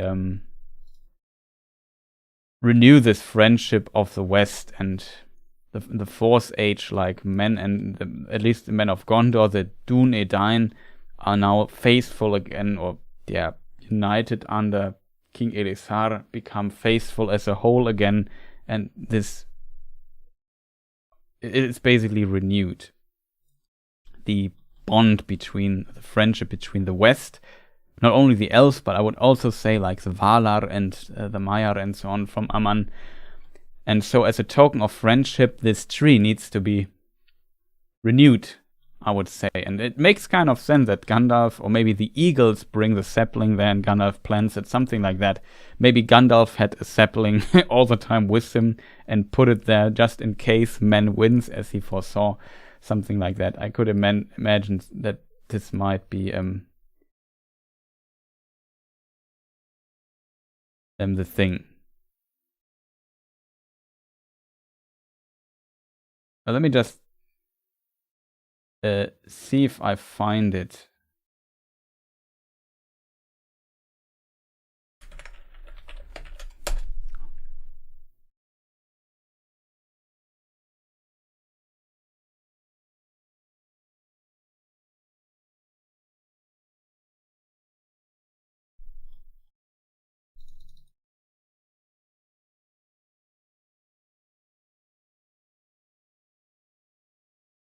Let me see which chapter it is really quick. The steward and the king in the chapter of Return of the King. We can read. And before the... I hope it's the right section. I really hope it is. Else I have to find another one. I'm a mistake. And before the sun had fallen, far from the noon, out of the east there came a great eagle flying, and he bore tidings beyond hope from the lords of the west. So he brought tidings from the lords of the west. Who are the lords of the west? That are the Valar. Crying, "Sing now, ye people of the Tower of Arnor, for the realm of Sauron is ended forever, and the Dark Tower is thrown down. Sing and rejoice, ye people of the Tower of God, for your watch has been in vain, and the Black Gate is broken, and your king has passed through, and he is victorious." I have to scroll down. He is victorious. "Sing and be glad, all ye children of the West, for your king shall come again, and he shall dwell among you all the days of your life. And the tree," now comes the important part, "and the tree that was withered shall be renewed, and he shall plant it in the high places, and the city shall be blessed. Sing all ye people." So, yeah, the great eagle basically came and proclaimed the message, like not something he was feeling, or I don't know, he was proclaiming the message of the lords of the West. And of course, in this message, he also mentions the tree, that it shall be planted again and be renewed. And currently in this state, Gandalf the White is the person of authority, basically the ambassador of the West. Of course, the eagle is a messenger of the West, he's the ambassador, and it would make sense, like Gandalf planting it there would make kind of sense. Maybe it was also planted there by Yavanna. Like, we can read also, that is maybe, if you have seen my last video, there is a mention of the Valar, if they could appear where they want. In Peoples of Middle-earth, we in the chapter, no, it's not 7, oh, I made a mistake. In my quote, I just noticed I said 7, it's 14, whatever. It's very small detail, nobody noticed so far. But yeah, I also read the same text, interestingly. So there's a text in Nature of Middle-earth called "The Visible Forms of the Valar and Maiar." And here we have the quote at the very end of the first text part. But it is often mentioned in the legends that certain of the Valar and occasionally of the Maiar passed over the sea and appeared in Middle-earth, notably Orome, Ulmo, and Yavanna. The Valar and Maiar were essentially spirits, according to Elvish tradition, given being before the making of Ea. Ea is, in very simple terms, the universe, but that's not 100% correct, because there are other aspects of the universe that are not part of air, if that makes sense. You could maybe say it's a visible universe or something like that. Or whatever, you know what I mean. They could go where they willed, that is, could be present at once at any point in air where they desire to be. And in the footnote 5, we can read, subject only to special limitations voluntarily taken, like the Istari, upon themselves, or decreed by Eru. Thus, after the final establishment of Arda, when the Valar, the spirits destined to be most concerned with this chosen stage of combat with Melkor, took up their abode in Middle-earth, they no longer passed beyond its confines. That is, according to Elvish tradition, they remained, usually clad in their fanar, that is their physical residence on Earth as its guardians. So, I think there's even a further explanation of this in this particular text, which I now have scrolled up and don't find anymore because I'm stupid. Here it is. Yeah, I think there's also some more description of how this might work in this text. Maybe in the next part here, I forgot where it is.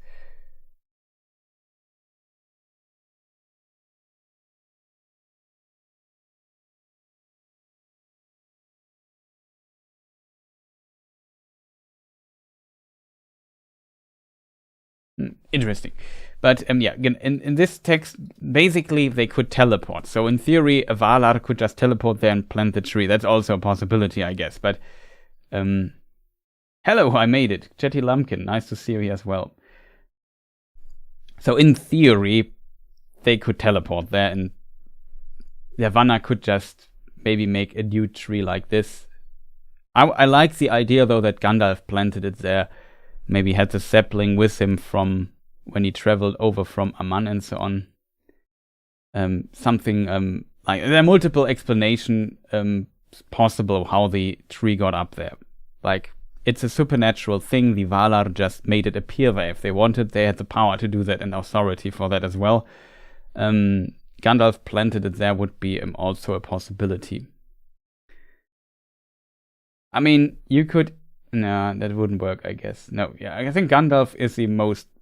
Maybe, like, because they brought the message of the Valar, I don't think the eagles planted the tree, but maybe the eagles brought the sapling from the West Continent and Gandalf planted it there. Something like that. There are multiple possibilities for it.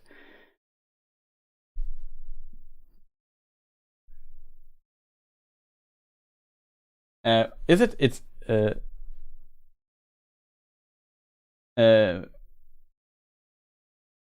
I'm sure how the first part, is it possible, I assume. Was Gandalf already in Middle-earth when the earlier tree died? Yes, I think so. I think when did the tree die? Wasn't it after the Great Plague, chat? I think it was after the Great Plague it died. Great Plague was around about 1600, I think, 1700. Third Age, he should have been in Middle-earth already, yes. So maybe he took, even at this time, you mean maybe Corona means for potentially that he basically took a sapling when it was still alive. Well, because Gandalf was there in Middle-earth already, before the tree died. That's definitely a possibility too, I guess. But I like the more divine, mythological connection to this.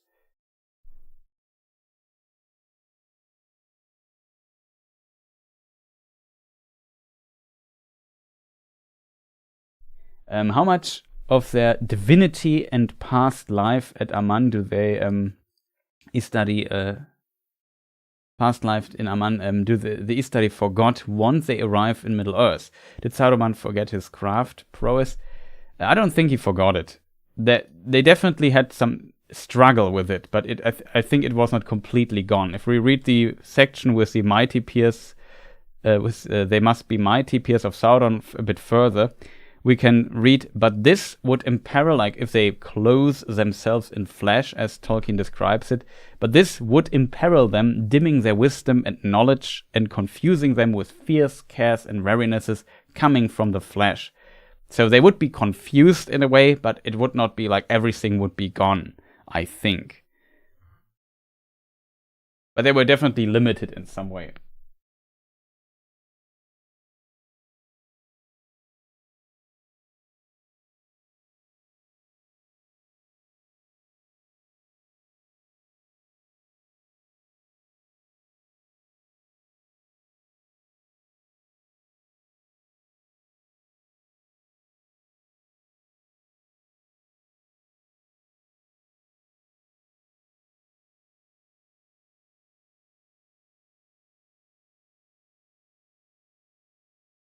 Would you agree Eol was a man who loved his son, friendly with the dwarven people, and only wanted to enjoy his life in Nan Elmos, but the evil Noldor, king of Gondolin, slew him? I don't know. Eol is a strange character. I think he's also a very old character. Mark Harris, wie geht's? Yeah, doing well. I hope you're doing well as well. Like, I don't want to go into this particular topic too much, but it was naughty as hell. Yeah, you can interpret, let's say, how he treated Aridel, the sister of Turgon, in quite a few ways. So, just say that the Noldor or the Noldor king was evil and slew him and so on. Like, it's more complicated than that. He was kind of also crazy. Like, he tried to kill his own son.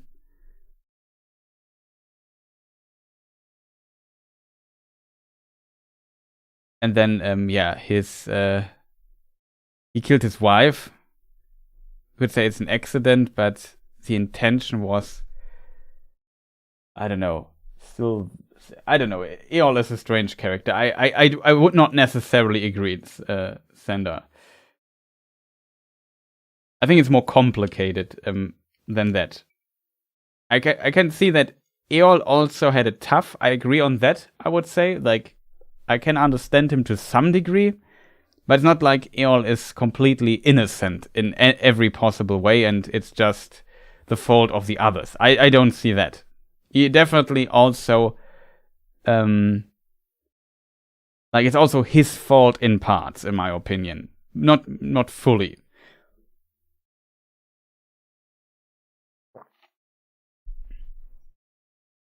It also brings me to get another cup of tea.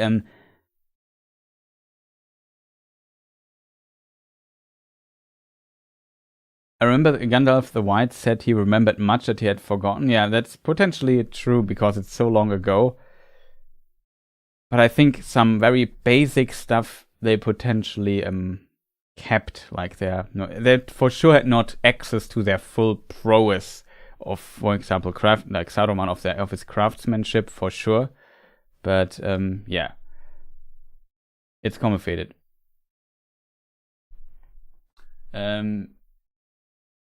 The Abionical fan, I hope I read the name right, was the whole continent of Aman removed from Arda, or just its inhabitants and dwellings? This is always confusing me. This is a complicated question. I would need some research on. It seems like the whole continent was actually removed, yes. However, there was a continent left or newly created, and some could interpret this continent as America, which might, like, Arda, the world of Tolkien, is a mythological version of our world in a strange way. It's definitely connected, though. It's not that it becomes, if you just read Lord of the Rings, not that apparent, but originally Tolkien had the idea for the Silmarillion that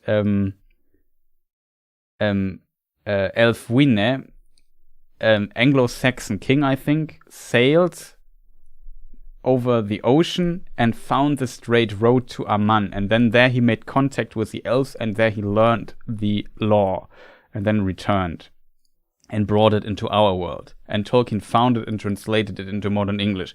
It's basically the short version of one idea Tolkien had with his writing stuff. And I'm not too deep into this late metaphorical shaping of Arda in the world and connection. Like, this is a complex meta topic, let's call it. As a result, I can't give you a really good answer to that, but it is complicated.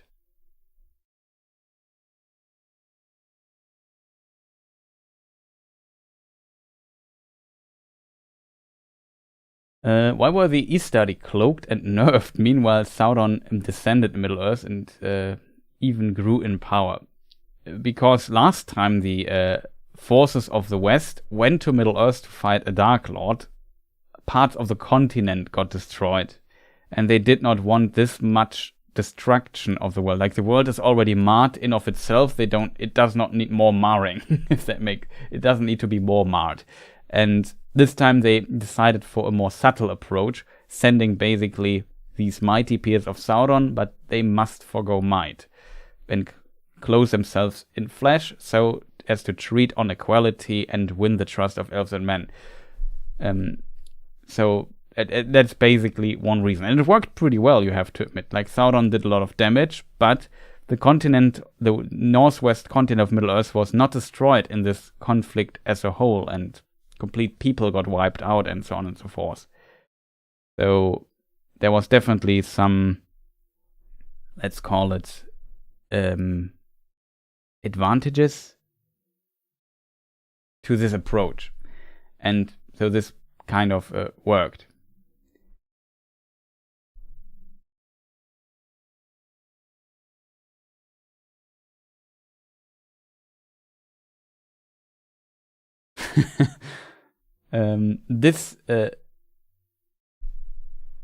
This name is fake. Okay. And just read Nemesis for a moment.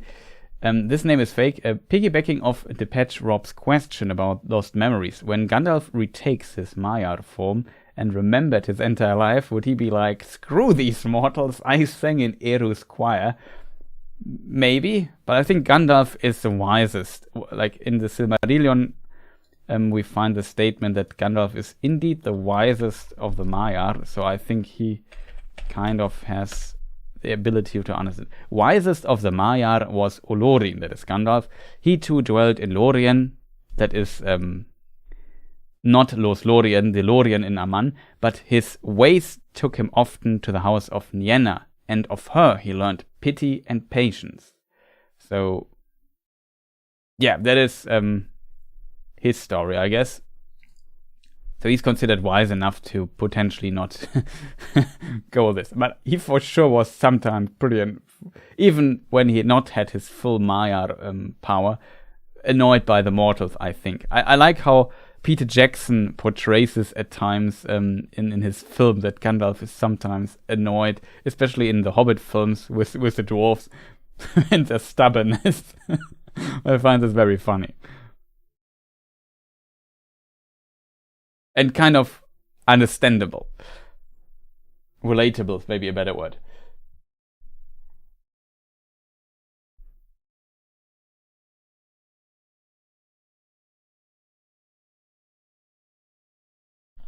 Why were the Eldar so stupid when it came to Morgoth? He had to betray them twice before they realized he was evil.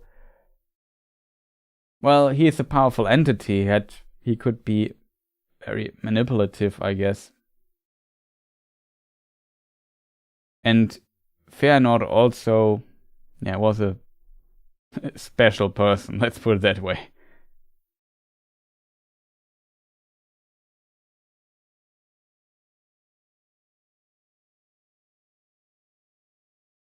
It's not fake name, but best of luck with your channel. Not sure if it's directed to me or somebody else, but if it's to me, thank you.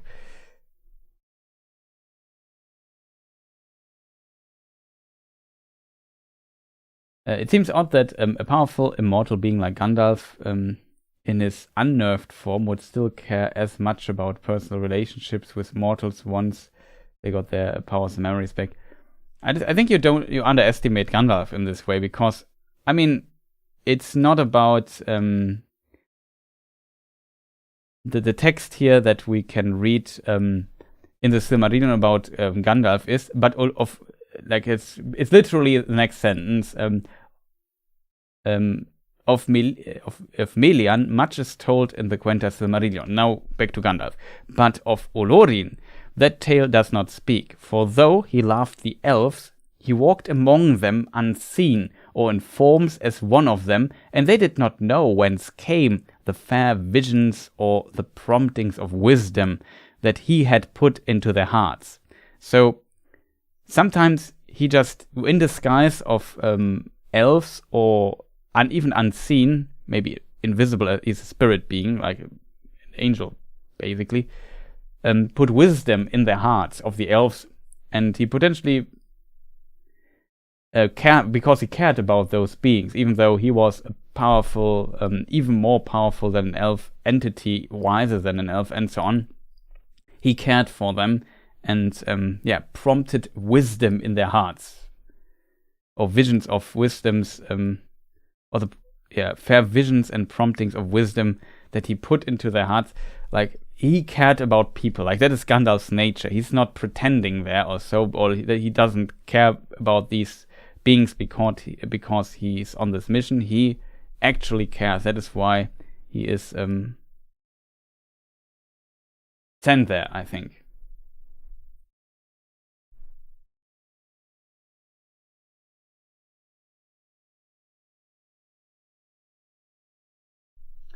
Yeah, that's a good point by Snow Warning. That's the exceptional virtue of Gandalf, right? He is far above the people he wants to help, but he keeps at it without dominating them. All thanks to Nienna's lessons. Exactly. Like Nienna, often, like, so there was a question, who's your favorite Valar, a while ago. Who asked that?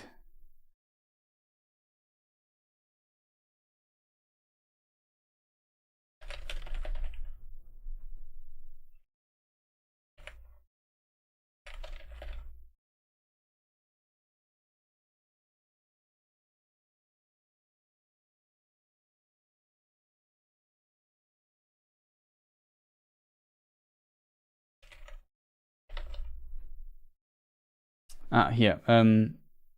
Java87. Quite some time ago, an hour ago, he asks. That's unfortunate. I hope he's still there, or she. Hey, which is your favorite Valar? Like, I would say Nienna is potentially my favorite Valar.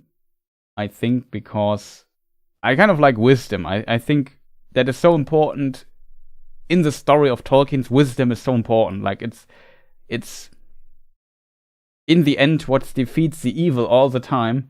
Like Saruman tries it with power, and at the end Saruman fails. And I don't know, let's say Radagast tries it with nature, and he also fails in a way. But Gandalf tries it with wisdom, and he wins in the end, and Sauron can be defeated. That kind of shows it. Like, when the two trees are destroyed, it's the tears of wisdom of Nienna that wash away the evil remains, the filth or whatever of Ungoliant and Morgoth. And it doesn't win, but it's always, in my opinion, so important. It's such a key important element to a lot of solutions and problems. Like, so many conflicts and things could have been not have happened if people would have been just a little bit wiser. And that is interesting. Above, according to Nature of Middle-earth, and with Melian as their chief. Let me see. Would this be when Olorin and the other Maiar, who would counted among the Istari, were placed as guardians over the elves before the Great Journey? Or potentially during the Great Journey? It's hard to tell. That's a tough to answer question, because I don't know when the text in the Silmarillion was written exactly. I would assume, wait, let me see, Nature of Middle-earth. I think it's also from the 50s, so it might have existed in parallel. I can't spell guardians, though. Guardians. Got it. Oh man, Chris. The Valar sent 5 guardians, great spirits of the Maya, with Melian the only woman, but the chief. These make 6. The others were Tarindor, later Saruman, Olorin, Gandalf. Oh, that is an interesting one. Ravandil. It's difficult to pronounce because it's not Ravandil, it's Ravandil. It's a voiceless, strange sound. Radagast, and then we also have the names Palakendo and Hymenar. Some speculate there is a footnote by not by Tolkien himself, but by Mr. Hofstadter.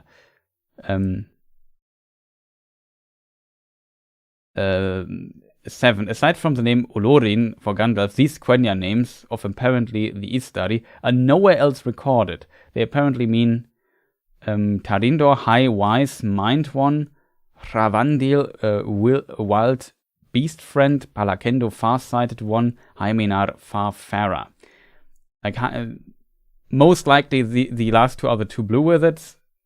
It's not clear though, in my opinion. Could be also other characters. Though the assumption that there is Melian and the 5 Istari is the most likely one. It would be a very strange coincidence though, so I would take this with a grain of salt. However, Tolkien wrote these key dates down. Provided the reuse of 2 engagement calendar pages from the 8th to 14th February and 1st to 7th March 1959. So it's from 59, almost 60s. It's a very late potentially addition with the Guardians to the texts. So the problem with the Silmarillion is maybe somebody in chat knows when this particular section here was written. I would assume this section here was written in the 50s. So time-wise, it could have fitted. So maybe he had these Guardians, as Otaku Senpai, also welcome, asked here in his question. The text could have coexisted, and the idea could have been present when Tolkien wrote this. So maybe, yes, you might be right.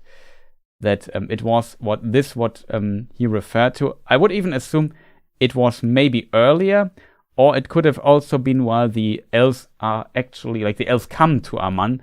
He could also be among the elves in Aman. It doesn't have to be Middle Earth. Like the sentence here, if I remember correctly, does not state, but of Olorin the tale does not speak, for though he loved the elves, he walked among them unseen. It doesn't tell when he did this. It could be in the Second Age. It could be in the First Age. It could be it could be while the elves are in Beleriand. It could be while the elves are in Aman. It could even be while the elves are in Cuivienen or something like that. That would be maybe too early, but during the Great Journey or after it. However, considering that the other text kind of states, in my opinion, let me just see. Orome remains for 12 years and then is summoned to return to the councils of war preparation. That's the war for sake of the elves, basically. Manwë has decided that the Quendi, the elves, should come to Valinor, but on urgent advice of Varda, they are only to be invited and are to be given free choice. The Valar sent 5 guardians. Let me see. Orome, Tulkas, Valar sent 5 guardians with special power.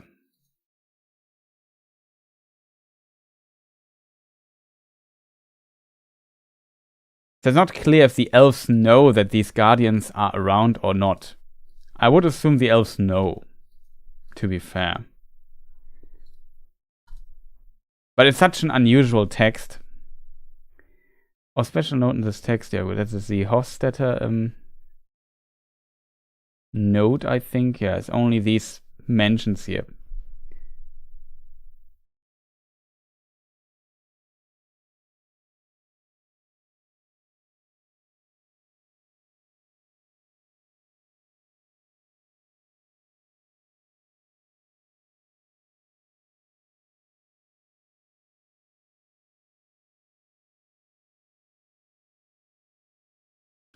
It's an interesting section here. Sorry for getting his time, just scanning through the text here a little bit. It doesn't say if the Quendi know or not. We all know that there are 5 guardians. Maybe they were invisible, and this is what Tolkien is referencing in the text. Maybe this text is much older than the other text, then it's hard to tell.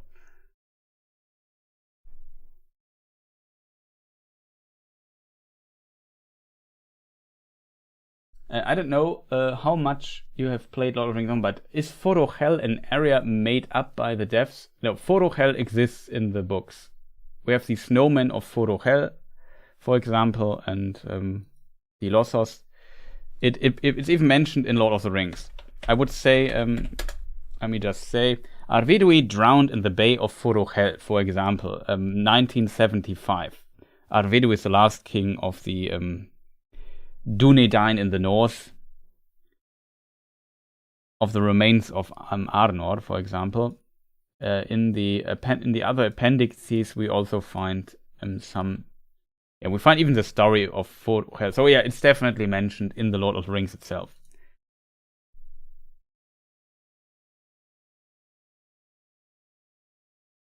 Also, should maybe switch here my stuff here back to the main picture here. Sorry for that. Let me just catch up with Otaku Senpai. Yeah, exactly. Your speculation is definitely right that that these are the Blue Wizards, I assume. The names never appear anywhere else, which is very unusual. Tolkien had multiple names for the Blue Wizards. In one, I'm not sure if it's in the letter, though. No, I think in the letter they are not named. I could check really fast if it's in the letter. The Blue Wizards are first mentioned, I think, ever in a writing in a letter to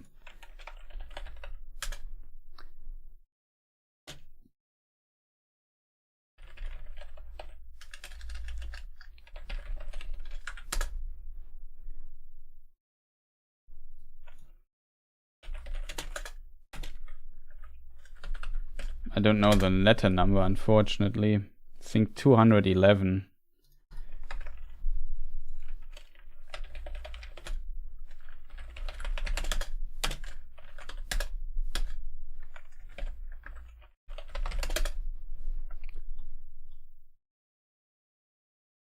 Yeah, it's like a fan letter, I think, from Rona. I'm not sure how its name is pronounced. Bear, something like this. And Rona wrote, asking a number of questions so that she could pass on Tolkien's answers to a meeting of fellow enthusiasts for Lord of the Rings. So it's a nice fan question. I give her huge shout-outs for giving us one of the few sources of Blue Wizard stuff. Question 3 is about the Blue Wizards. I have not named the colors because I do not know them. Note 3.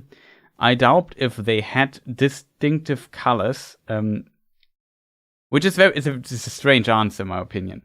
Distinction was only required in the case of the 3 who remained in the relatively small area of the northwest. On the names, see question 5. I really do not know anything clearly about the other 2. Let me see if question 5 he put in names.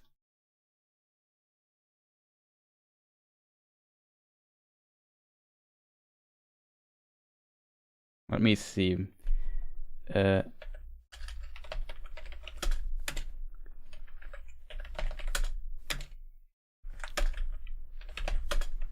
the names, one of the first names that shows up, like, there's no name in the letter. In Unfinished Tales, there's a text published that is older than this letter, interestingly. So this letter is from 1950, is dated 1958, but Tolkien wrote the Istari text around about 1954, I think, or 56, 54, I think. A very bad date memory. And there he calls them Alatar and Palando for the first time. I said this text is from the mid-50s. And in the last text from Peoples of Middle-earth, they get renamed again. Though we have to keep in mind that all these names are Quenya names and not like Gandalf is not Quenya, Saruman and Radagast neither. So these are their potentially names in Aman in a way, which is kind of unusual.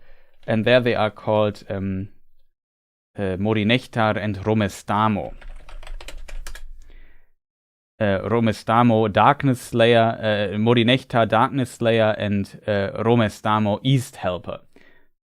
The name Palando and Alatar doesn't appear here, and the text from Nature of Middle-earth, Hymenar and Palakendo, is also not appearing anywhere. That's kind of interesting, this context. But yeah, you could assume they are potentially meant to be the same characters.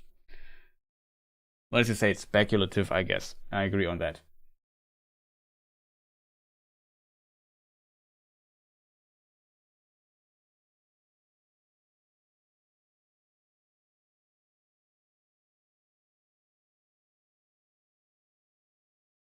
I could maybe show you the map, Forochel on the map, right? Because there was a question. So this here is the Bay of Forochel. This is the area of it on the map. Not sure if you know the map, how well you know the map. The Bree, you can see, I mean, Bree is on the map. It's pretty much in the middle, close to the Shire. Old capital, Anuminas, here of Arthedain, or of one of Arnor, when Arnor broke into 3 kingdoms, Fornost, I think, became the capital of Arthedain, and I'm not sure what was going on with Anuminas at this time. But yeah, just to give you an idea roundabout where it is, Mislons, the Grey Havens are here. Here in the very far north. It's interesting because some speculate that somewhere here might be the Utumno, or Udun, the first fortress of Melkor or Morgoth, was here somewhere in the north, and this part was sunk into the ocean later as well. It's a theory. It could also be further north, though. It's hard to tell. My map ends here, though, so there's not much more going on. Kind of interesting. But I hope this answers some of the questions here.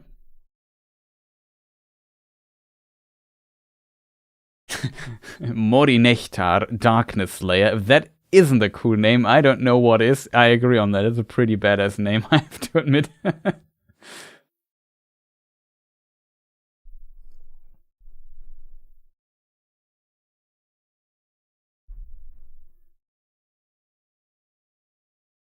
I mean, you come into, I know, he comes to men and elves, and so on. This is the new guy sent from the west. They call him Darkness Slayer.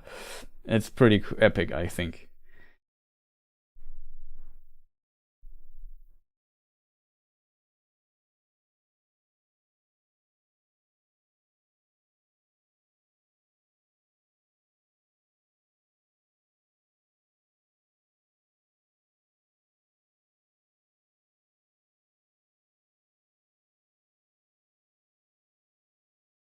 Yeah, that is true, Snow Warning. Also, it's very fitting to your name, I have to admit. The men living in Forodwise. Forodwise is, yeah, here, Forochel, Forodwise, the northern wastelands, and so on. The Lossos also live here in this bay area. Forodwise, you see, is further here. But I guess you could see that this here, Forochel, is also part of Forodwise, maybe. But hard to tell. I mean, it's northern, it's cold there. Who knows? Yeah, interesting, especially in their beliefs about the weather and the survival in that harsh environment created by evil. That's a very interesting point.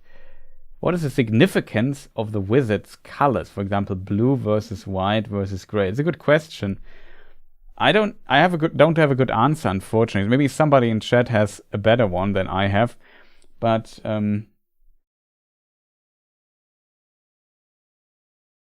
I mean, maybe, I'm not sure what was there first. There's a very cool dialogue in Lord of the Rings between Gandalf and Saruman. I hope I find it, because I'm not sure where the Gandalf tells the story. Either it's in the council or in many meetings.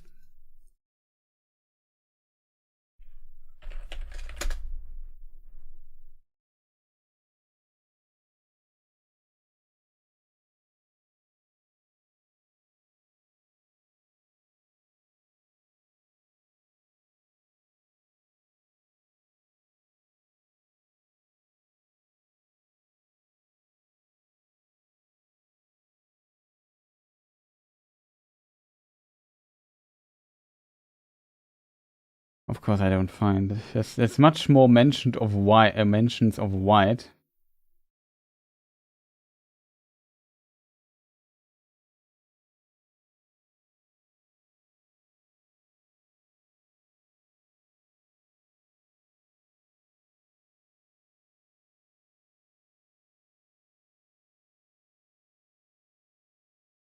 So Saruman basically, maybe I'm not sure if the color idea springs from this cool dialogue or was existed before and he wrote the dialogue because of the colors. I'm not sure.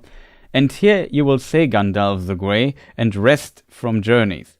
Will stay Gandalf the Grey and rest from journeys. That's what Saruman says. For I am Saruman the Wise, Saruman Ringmaker, Saruman of many colors.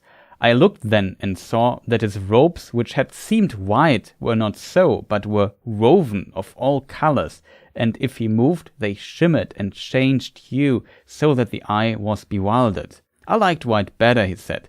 White, he sneered, it serves as a beginning. White cloth may be dyed, the white page can be overwritten, and the white light can be broken, for example with a prism. In which, and then Gandalf makes such a cool answer, in my opinion. In which case, it is no longer white, said I. And he that breaks a thing to find out what it is has left the path of wisdom.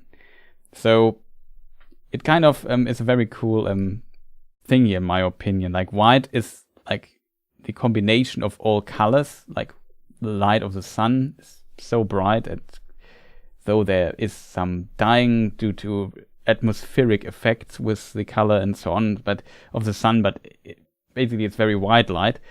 And yeah, you can split it into other colors, which is a very interesting point here that Gandalf makes. And I think that basically the combination or the splitting into these different colors is that like the leader has to be white because he contains all the colors of the others, kind of. I think also white is like on a symbolic way a color of being like pure, if that makes sense. And gray, I mean, Gandalf was not completely, was called Gandalf the Grey. He had grey robes and grey beard, but his head, for example, was also more bluish. So there's that as well. And if you see some early portrayals of, for example, we have to keep in mind Tolkien had always mythology in mind. Gandalf, as we see him here in the title screen, for example, in his robes, except for he has both eyes, but just imagine he had one eye left, then you could think he's like Odin or something like this. So there's definitely inspiration of that as well, I think. And yeah, Tolkien had that always, maybe the idea with different colors for things, I guess.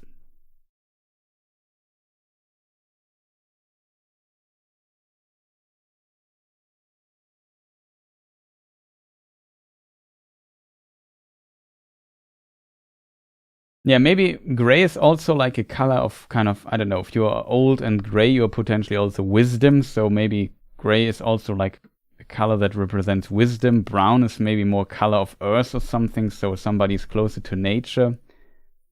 And white is like the color of the leader. And blue is usually like a color of the sea, or I don't know what other properties the color of blue represents.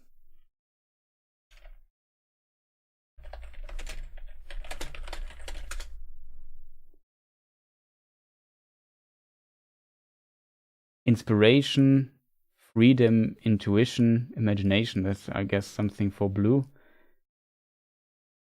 Maybe also loyalty, trust, depth, but also wisdom. There are like a lot of attributes to blue, I think.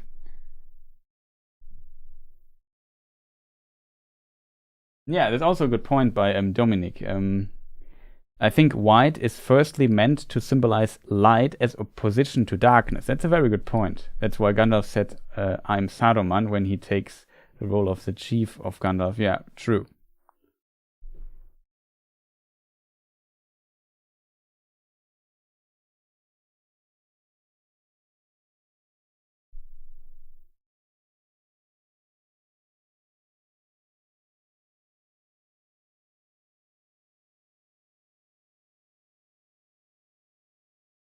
Yeah, Mark Sheets, I agree with that. That's also the Odin-like element.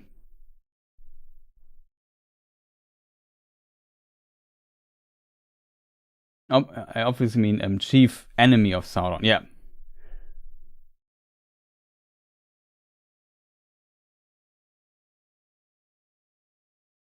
I also need to drink something really quick. Mute myself for a moment.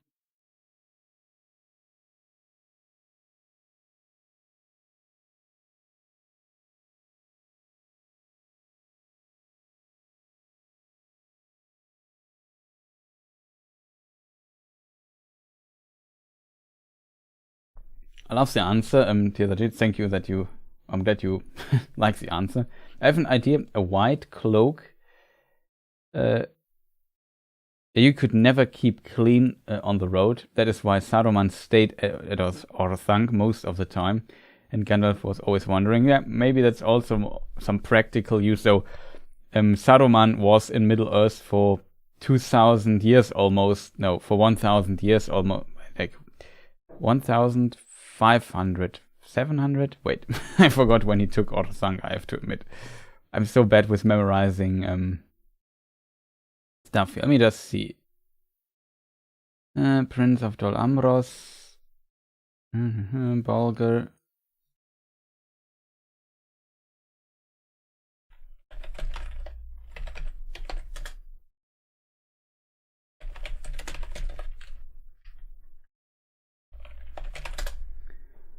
Helm Hammerhand. When did you die? 2,795. So 1,750 something years. Yeah, Saruman takes his abode in Isengard in this same year when Helm Hammerhand dies. So he had to walk in white through Middle Earth for 1,000 years. But he potentially studied a lot. We can also, I think there's some hints that he was often among men. For example, also I think in Gondor, and did and studied the archives and stuff for knowledge about the rings and so on. I have to put dinner on. I will have to check back later. Cheers. Yeah, have a good one. Have a nice meal. Guten Appetit, we would say in German. So have that. Yeah, Grey Wanderer is the title, name, description of Odin. I don't think Tolkien thought deeper about its meaning when creating all the versions of Hobbit. I wouldn't necessarily say that, because Gandalf has many different similarities to Odin. I think, Norse mythology, and he knew the text well. Considering that the name Gandalf is literally taken from the Poetic Edda, where Odin is also appearing multiple times, so it's an Old Norse name. As a result, yeah, for sure there is some connection to that. Gandalfr, it's called in the Edda, with an R at the end. Same with all the dwarf names.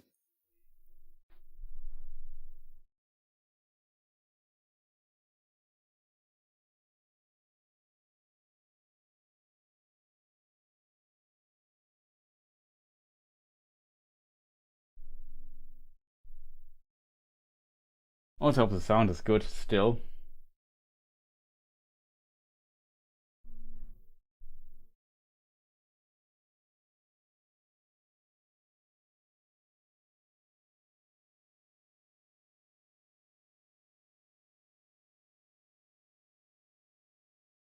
The map has a lot of Finnish place names. So that's interesting. I mean, the names often on the map we see here are Sindarin, so they should be more similar to Welsh, while the Quenya names are more Finnish. But I guess, like Tolkien, Finnish was for sure inspiration for Tolkien inventing his languages. So there's definitely a connection.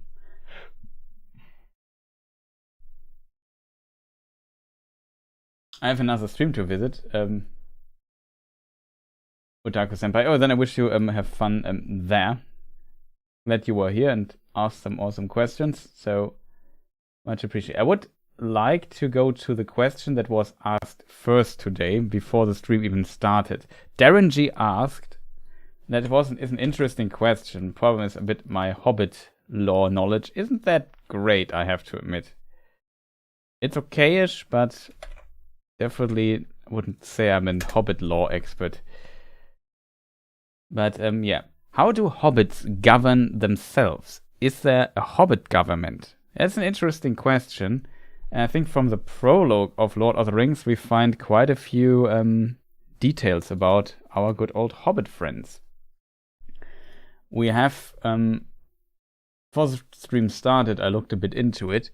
So the hobbits always, like for example, Mickle Delving has a mayor. So the mayor already indicates that there is some hierarchy, I guess I would call it, in the way. They had a mayor. They had a mayor in Mickle Delving. Then not only that, there were like multiple instances of that. Like the mayor, for example, besides the mayor, there was also the first sheriff, and there were these sheriffs, the Shire Reefs. That's where the word comes from. And I think they were connected to the mayor, basically. There was like one first sheriff. He was the head of the watch, and the other sheriffs, I guess. And that was, of course, important for that. There was also the postmaster, because they had a post or a mail system already in the Shire. So a messenger service in the Shire that was also connected. So some fundamental organizatorical... I love what we know of Hobbit bureaucracy, yeah. So that's basically one of the parts. Besides those, there existed also the so-called Thine, I think it's pronounced. Maybe it's Thane, I would say Thine, because it is...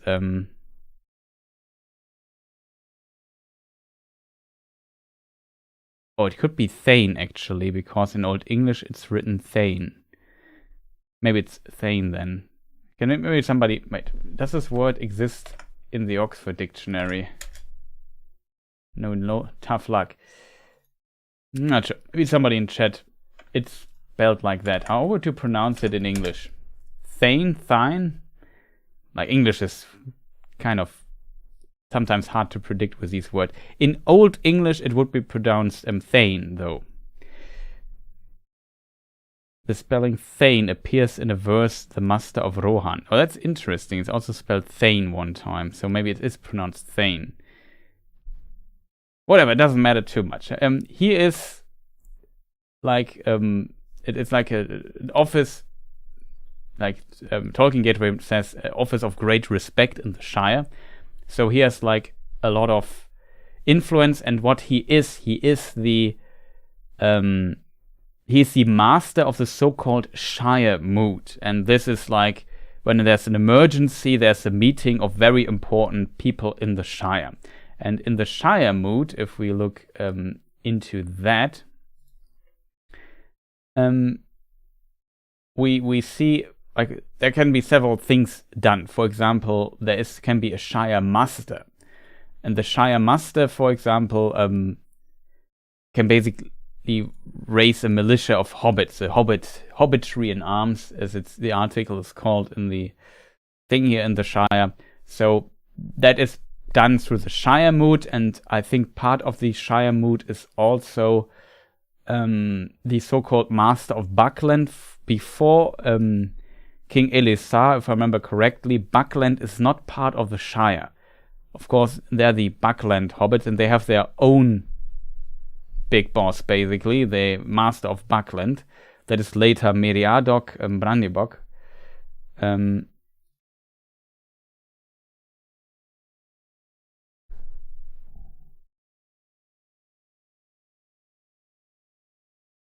And he's the father of Saradoc Brandybuck, is the father of Meriadoc Brandybuck, what we know from Lord of the Rings.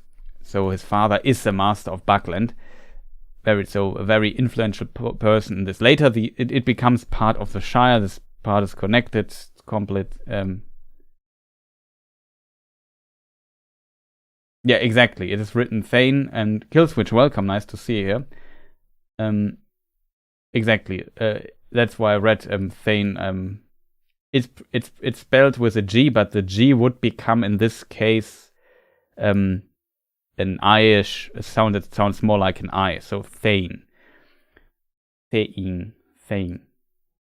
I would pronounce it Thane.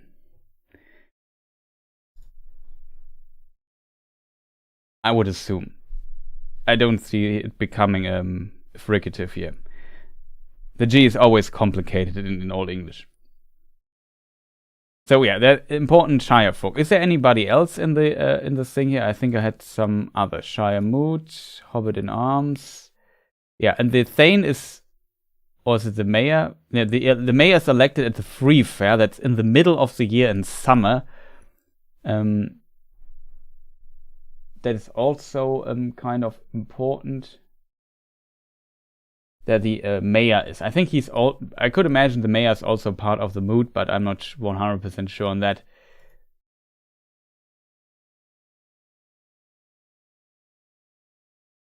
Let me see. Did I forget anybody? Michael Delvin's Rain. Thane. Shire Mood, Emergency. Yeah, that's basically how the government works. Like the Thane is elected. I think the Master of Buckland, though, is not elected. I think he gives basically the title to the next generation. It was traditional for each of the Masters to have everything attached to their names. No, that's not what I want to know. At most, do they get Master of Thane of Buckland Shire moved? The holder of the title was accepted as a leader of Buckland and several farms of the Marish as well.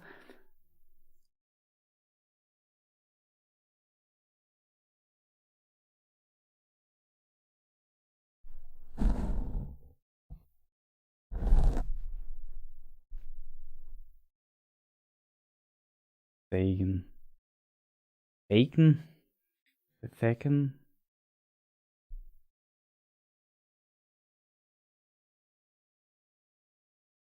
That's strange. My Victionary might be right with the pronunciation, but I'm not 100% sure if the G is not a Y sound. Like Thane would make much more sense to pronounce it instead of Thaken. That the G becomes the K sound is very unusual. Oh, sorry, that was Nordic. I misread. Oh, okay. Thane, yeah. Then that's exactly how I would pronounce it, Thane. Though I'm not sure. Yeah, it must be a Thane then. The other was Old English. Okay. Yeah, the mayor is elected. The Thane, I'm not sure if he's also elected. Like I said, it's a bit difficult to make this on the fly here.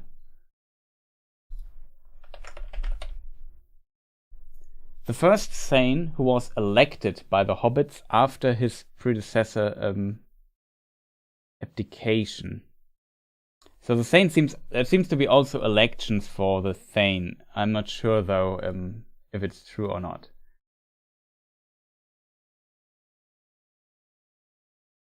Like the Thane and Warden of Westmarch. There's the other one. There's also the Warden of Westmarch.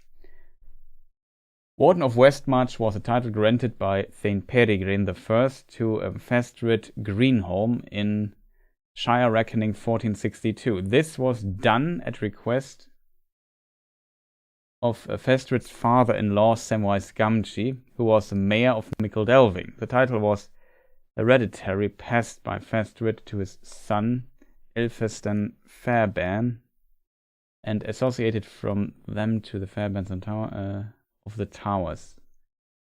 They held the heirloom of the Red Book. It is unknown if the warden was just a title or had any official responsibilities.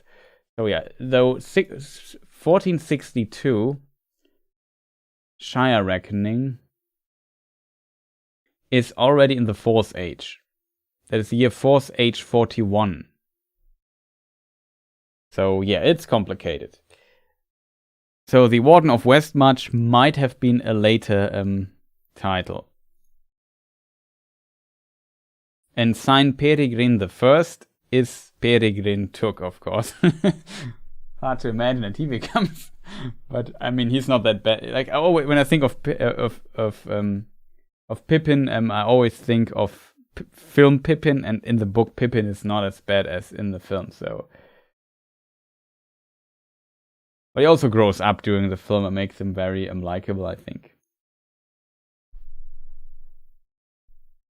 Yeah, that is true. The very first Thane was elected to replace the King of Arnor, but after that it passed through the male line. Yeah, I think it was passed in the line.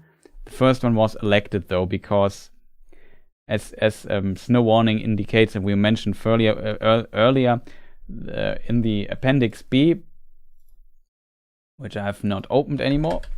I have to find it really quick. In the Appendix B, there is the mention of that, how the Shire was founded, and we find also in Appendix A a more elaborate explanation on that, or in the prologue, I forgot. But yeah, 1601, in the Third Age, many Perianas, that means the Elvish name for the Hobbits, means halflings, migrate from Bree and are granted land beyond Branduin by Argileb II. And this is basically, they were citizens of Argileb II. They got the land for it, and Argileb II was their king. So basically, they were under the king of Arnor, but Arnor doesn't exist anymore, so they needed like a new authority leader kind of thing, and then the Thane became a thing.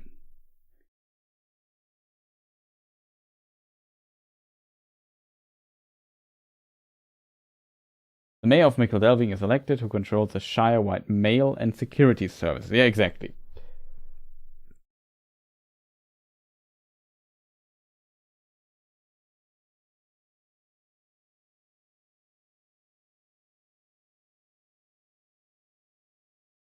Well, the male part is interesting because the Thane Ferumbras the third wasn't actually the head of the Took clan.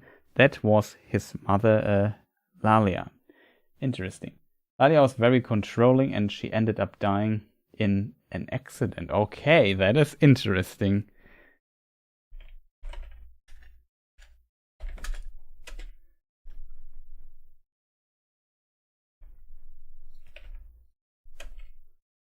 I'm not even sure where this might be mentioned, to be fair.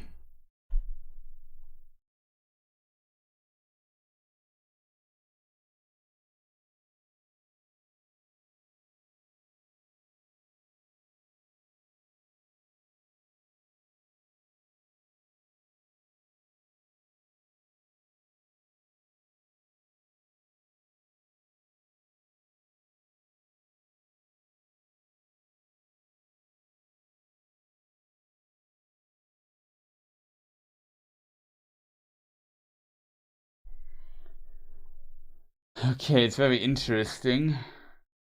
It's from letter 214?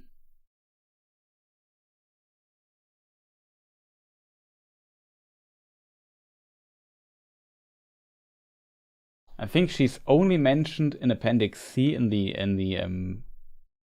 family trees, and maybe in a letter. So we get into territory I'm not that familiar with. I know the letters, but this is just very obscure little detail. Okay, Tolkien actually writes something, letter 214. It's a draft, it's never sent though, so we can argue how canon this letter actually is. A reply to a reader who pointed out that an apparent contradiction Lord of the Rings, that in the chapter A Long Expected Party, it stated that hobbits give presents to other people on their own birthday, yet Gollum refers to the ring as his birthday present. Okay, that's very thing.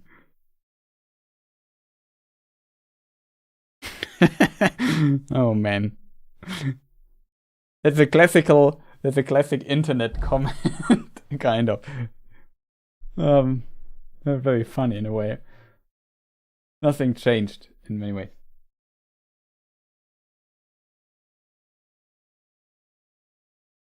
Yeah, but let's not dive too deep into away from this original question. So I tried to outline the Hobbit government, if that makes sense. So yes, there is actually a governmental structure for the Hobbits. Originally, it was a king of men, of the Dúnedain of the north, like the kingdom of Arnor, Arthedain to be precise. Under this king they were, in his land they had the Shire and had to basically repair the bridges so that his messengers could pass through fast and so on. So there were some conditions, but they could live there in peace and protection of the king and so on. And but they were so isolated in a way that they could just do whatever they want, I guess, as long as the bridges and streets were working. And yeah, then later with the death of the king and the downfall of Arnor, which was shortly after the foundation of the Shire, there was no king of Arnor left, of Arthedain, that was ruling, and they needed a new one. Then they had this Thane, and then was the mayor of Mickledelving and stuff like this. So, yeah, there is definitely the Shire is a conservative paradise. I guess it is, yes.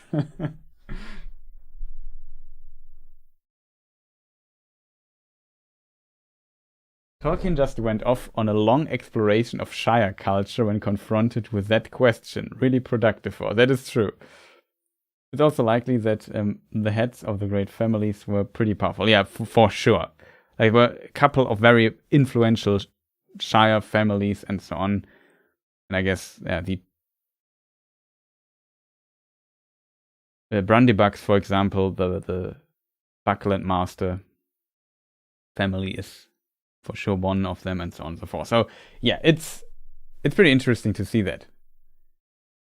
Was the Baggins lines important enough to be considered powerful? He came back rich from an adventure, but he seemed to become more infamous and gossiped about due to his secrecy. I mean, he is from the high society, if you think about it. Like, Bilbo has this, you could call it like a mansion, like a back end. That was a pretty impressive home already for somebody. And what did he do like for a living? I often get this asked in chat. And I assume he simply possessed some land or something like this, and that he basically, what is the word? Could imagine that he had some land that he leased to other hobbits or so, and that was where his income came from.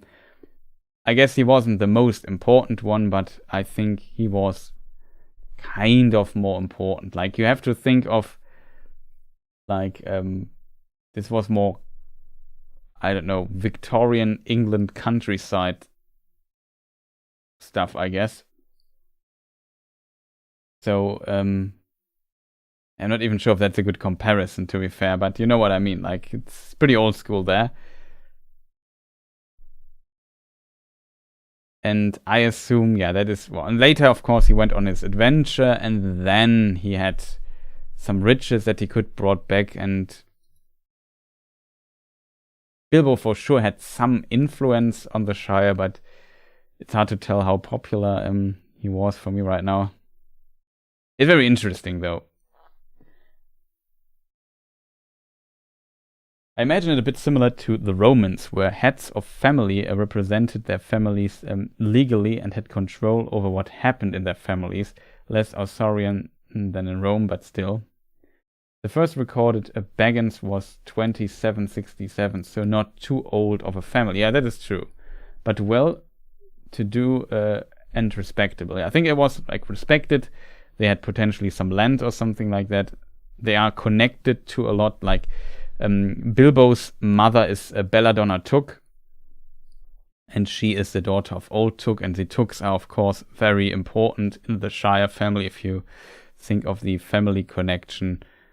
But if you look at the family tree, there are just a lot of families connected in the Shire. Like, it's insanely complex family trees there. And I don't know them out of my head, I have to admit.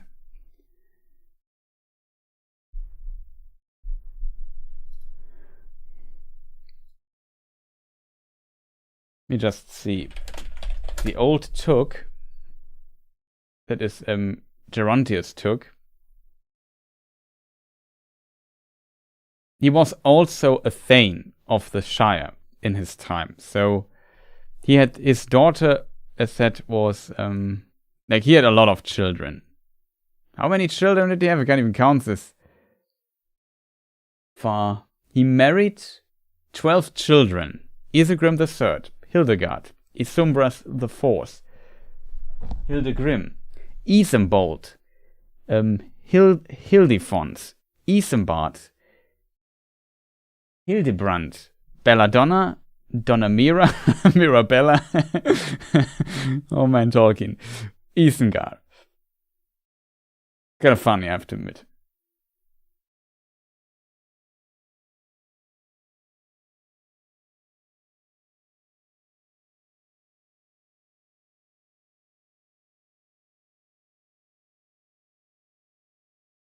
But yeah, Belladonna became then Belladonna Baggins, because she married Bungo Baggins, and their son was Bilbo. They only had one child, right? Yeah.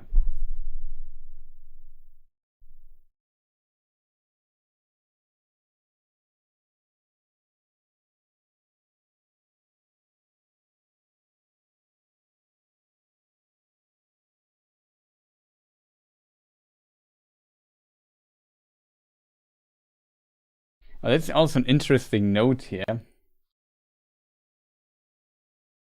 Potentially from The Hobbit.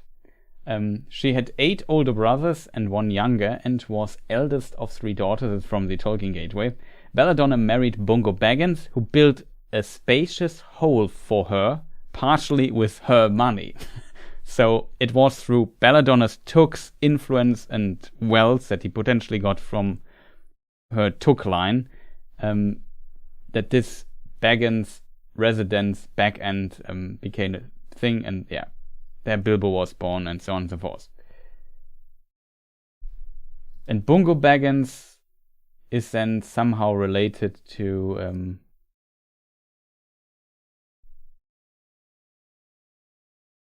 that is insanely funny. Not because Laura Grubb is the mother of Bungo Baggins. That is insanely funny, because the German translation of Laura Grubb is Laura Gruber. That's kind of funny, and it seems so out of place. I guess it's maybe similar in English, because you have all these weird names, and then she's called Laura. This is like actually a normal name. It's kind of funny.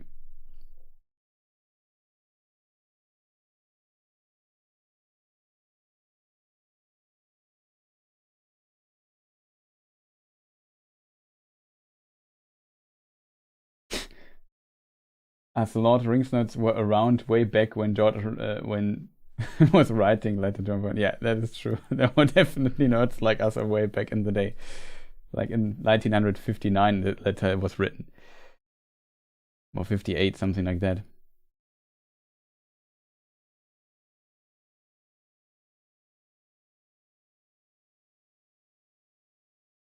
Why aren't there any children in the movies besides the little hobbits, the humans? I assume it has to do with production, because potentially working with children is always a bit complicated on big sets and so on. So I assume it has to do with that.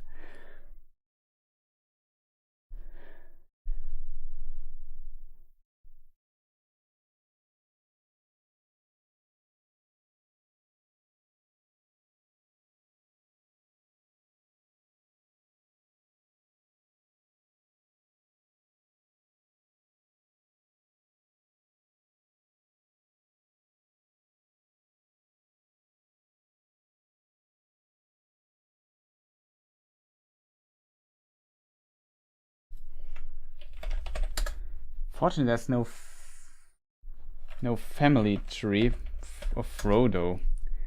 So Frodo's father... Is there a family tree of Frodo? Oh yeah, there is one.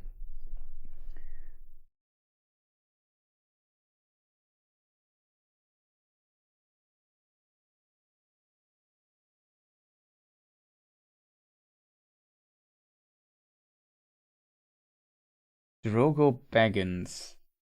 How is Drogo related to Bilbo, though?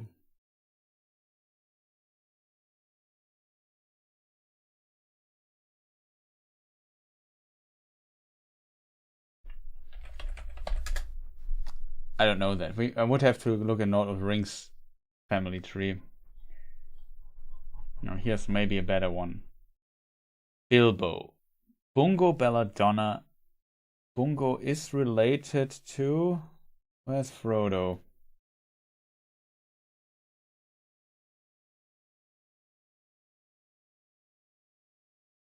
Oh god, no, it's more complicated. The grandmother of Bilbo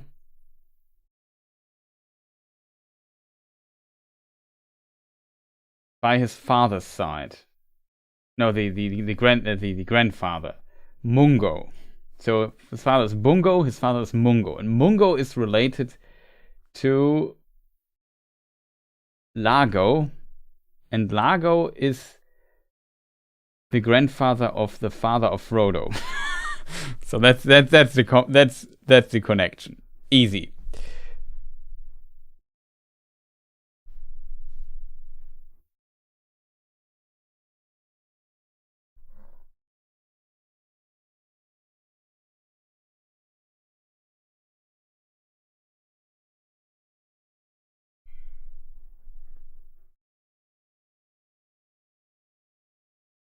The Baggins family was definitely on the rise, but Bilbo ruined their reputation. Yeah, that's definitely a possibility, I think. But in a way, he might have also elevated it a bit. But neither Frodo nor Bilbo had children, so in this regard, the line kind of ends there. From at least their side. There are, of course, tons of other things. There are the Sackville Bagginses and so on. A lot of other.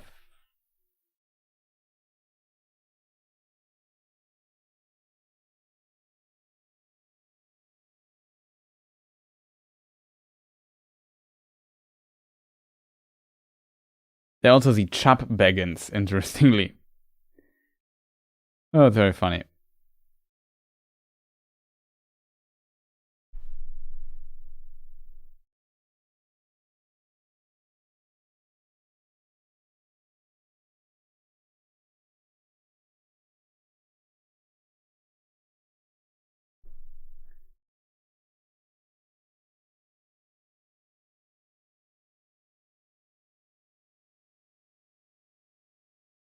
Yeah, that's true. Maybe the Ponto's line might be the line to go.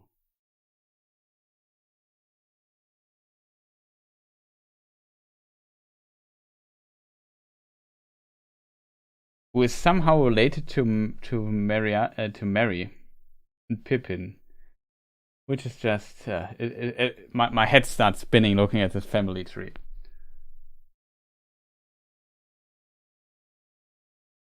But yeah, I hope this kind of answers the question though, because it is really complicated to stuff going on there.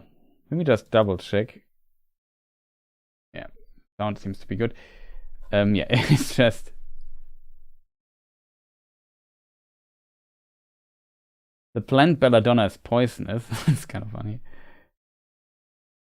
Yeah, that the a lot of people are named after flowers and stuff.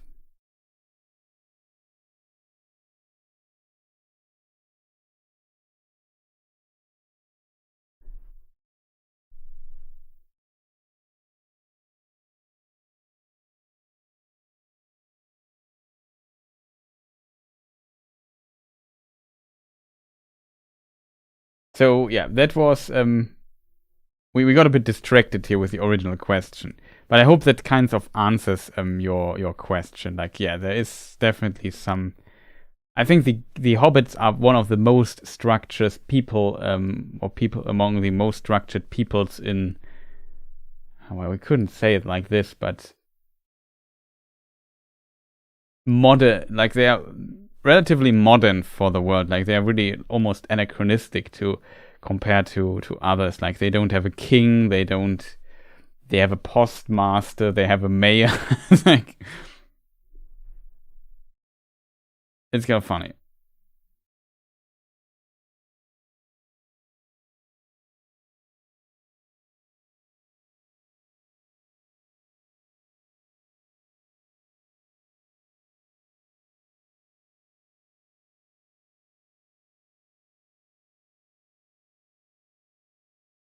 Belladonna means beautiful woman, though. That's true. It's what I find cool about the extended Hobbit film edition of the first film, that we see Belladonna and Old Took in it, and Gandalf making fireworks for them in ancient, like a long time ago. I think we see a very young Bilbo there in the in a flashback. That I found very cool. Let me see if I find the screenshot. Unfortunately, there she runs, so I don't have a really sharp screenshot where you just a good portray screenshot of her. You just see her running. It's a bit unfortunate, I have to admit, but that's all I have. Let me see if I find it. I read our extended editions view here some time ago. I have multiple screenshots of her. And which one does she look? Which one is the best? Where you can, well, there's no blur in it.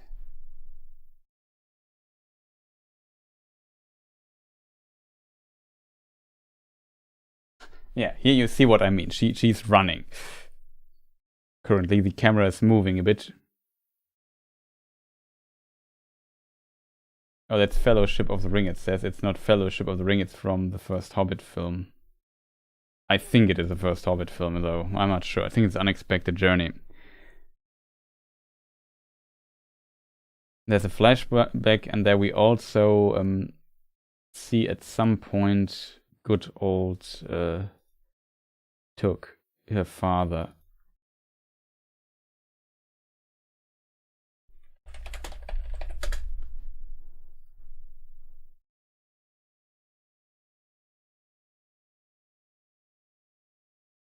And funnily enough, I think the woman right of him is the daughter of Peter Jackson, but I'm not 100% sure. I think that's could be his daughter.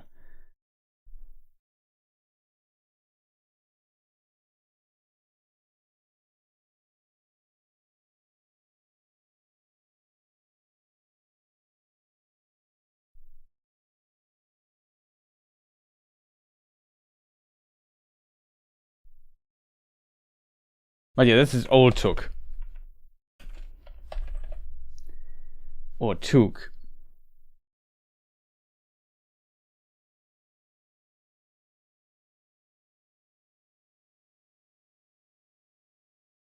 My favorite scene in The Hobbit gets me teary-eyed. You have another screenshot. That's all I have. Pipe and pinned. Exactly.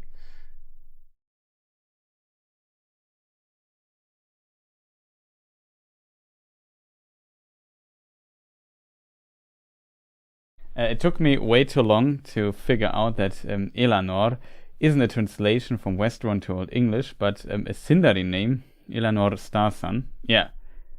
Elanor is a flower, also a flower, yeah, in the world. Is it also in our world? Like, I'm not sure. Maybe Tolkien took multiple level inspirations.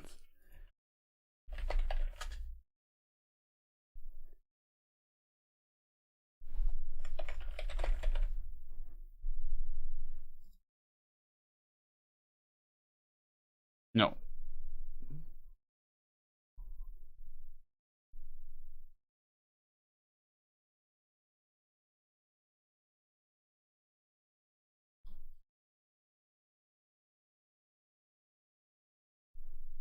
I also hope the stream is still running, because YouTube sometimes tells me that something is not right there.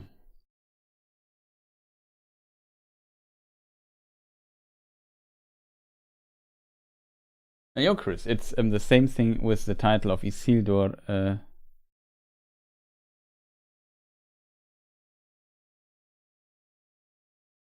The same thing with the title of the Isildur video title. Remember the comment I wrote? You mean that I wrote, instead of get, I wrote God or something like that?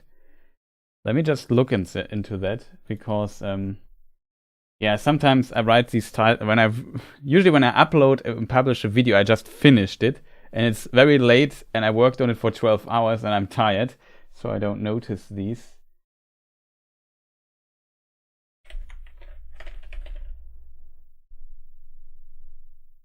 Yo, you are right. How did Isildur get to Rivendell? I didn't notice that. Thank you for the hint, though. Much appreciated. Just corrected it.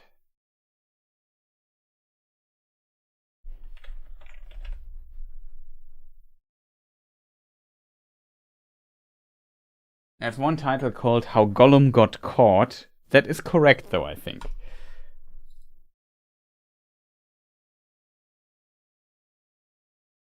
As stream is still up. Okay. Thank you for the hint.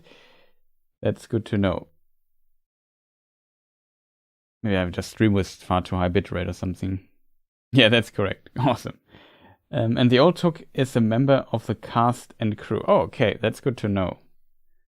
I mean, we often have that kind of stuff in the films, that some cast members, like all the kings in the in the prologue of Lord of the Rings, or not the kings, the 9 men, because they technically are not all kings.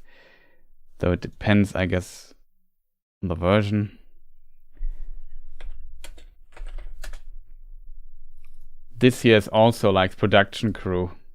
Interestingly, such an iconic screenshot or scene, I feel. It's one of my favorite also prologues. I mean, a lot of cool scenes in the prologue, I have to admit, but I always found this scene especially fascinating. You ask yourself, okay, who are these 9 men, these kings or whatever they are? You can also say, how was it that Orome got, if you want to use God? Oh, okay. And I wanted to write get, it just got me here confused a little bit. Or I just didn't notice, I don't know, potentially phrased it differently and then edit the title a few times, and then sometimes mistakes like this happens.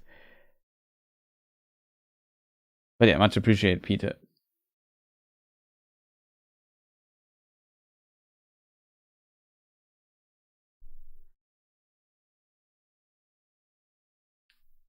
There were some other questions, I think. Somebody asked about killing a Balrog or something like that very early on. Okay, 2 hours and 40 minutes. Augustus asked, might the Earth Silmaril be at the base of the power of Mount Doom? No, I don't think so, because Mount Doom existed before the Silmarilli were sunk into the oceans. We can read that they were created by Melkor in the First Age, and the Silmaril only got into the fire or the earth after Morgoth was defeated. So that can't be the reason for Mount Doom, because Mount Doom must be older than that. According to, I think, Unfinished Tales, if I remember correctly, Tolkien mentions that that Mount Doom was even created by Melkor first. So that is the story behind that entity. Let me just see. Do I have a nice Mount Doom screenshot? There's one from Lord of the Rings, which I often use and I really like.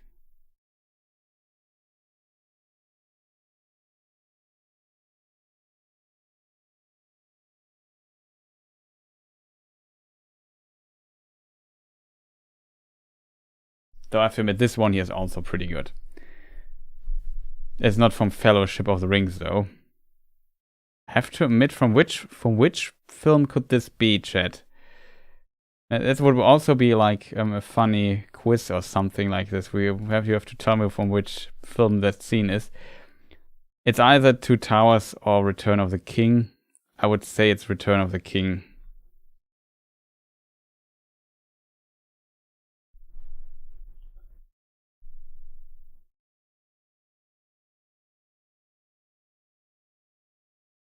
Oh, Marley Tenuvial is here. Welcome. Nice to see you here. I was the only one sitting here wondering how Orodruin would stack up the peaks of Thangorodrim. That's a good question. Like, how tall Thangorodrim was, or these 3 mountains, it's really tough to say, if I'm honest. Like there are some hints that they were more like chimneys and less like actual mountains. But yeah, I don't know. Oh, difficult to say. Well, you know German a lot better than me. That might be true.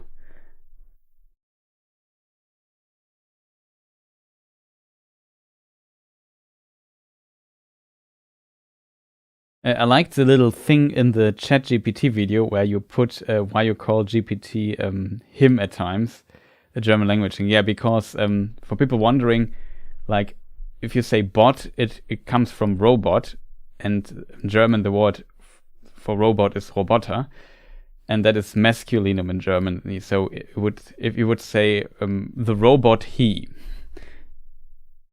because in German we have a grammar gender for words, grammatical gender for words.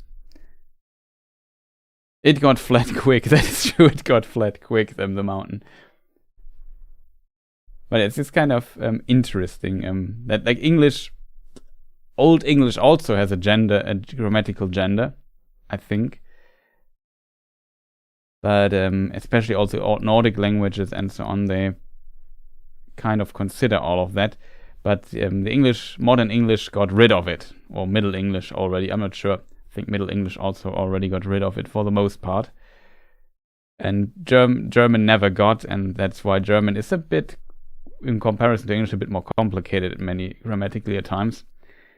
Though there are more complicated languages, far more complicated languages than German. All the Slavic languages are much more complicated, I think. Or Icelandic. Latin, also very complicated language. I heard an interesting story once that there was like in somewhere told from his school, from his time in school, and they got a new pupil, like somebody got new to school and in the class, and he lived, what is the English word for it? For a time in a monastery, this person, and there they spoke Latin, so he could speak fluently Latin. So as a result, he was like, the teachers thought he was cheating because he could just translate on the fly every Latin text and so on and so forth. But he told, no, I grew up in a monastery. They just speak Latin on a daily basis, so I can speak Latin fluently. It's kind of funny. I can't even imagine how it's possible to speak Latin fluently because it's such a complicated language.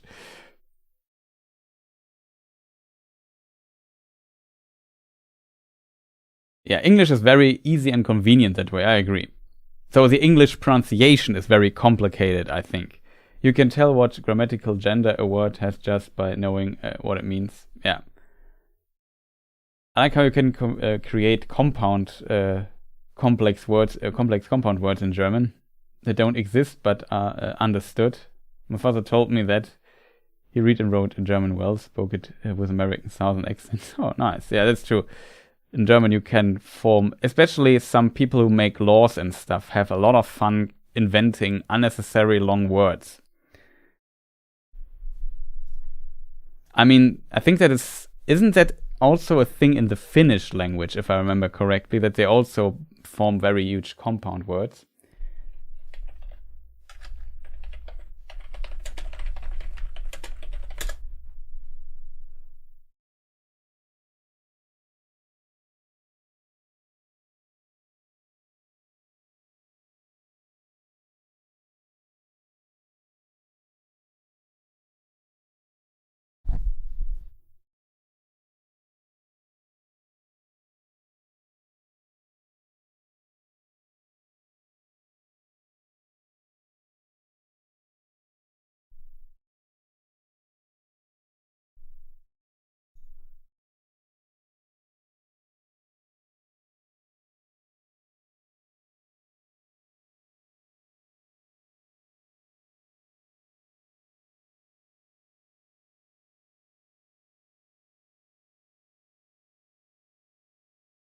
Let me see if I find it.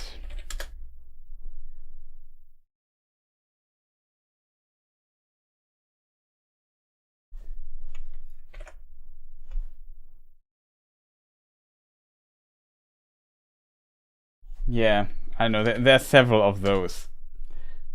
Donaudampfschifffahrtsgesellschaftskapitän. It's not even the longest. There are longer one. Donaudampfschifffahrts-Elektrizitäten Hauptbetriebswerk Bau Unterbeamtengesellschaft. Also appears in like some law stuff. Like it becomes kind of ridiculous.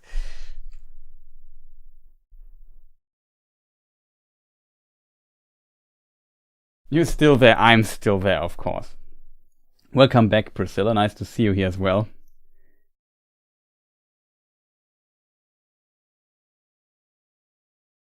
Well, you can make the word longer by referring to something. That's true. Like you can just, in theory, do it infinitive. Also, yeah.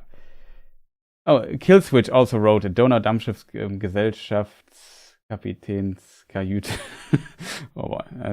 I just got like it becomes difficult to read those words though. I'm a bit drunk. Maybe I will pass out.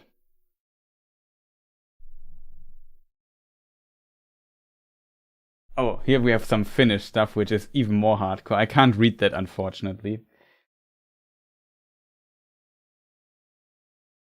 But yeah, it's crazy what you can do in some other languages with word lengths. Doesn't help to be being able to be read then anymore, but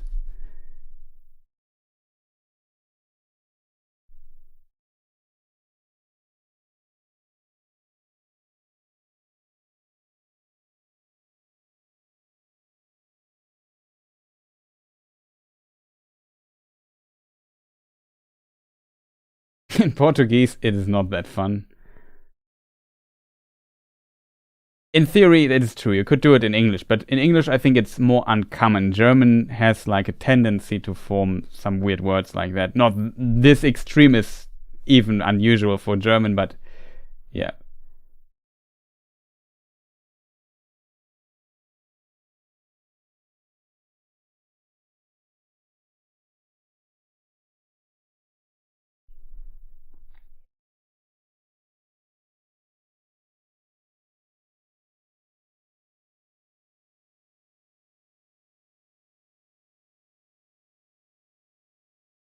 Yeah, Dutch is an interesting language as well.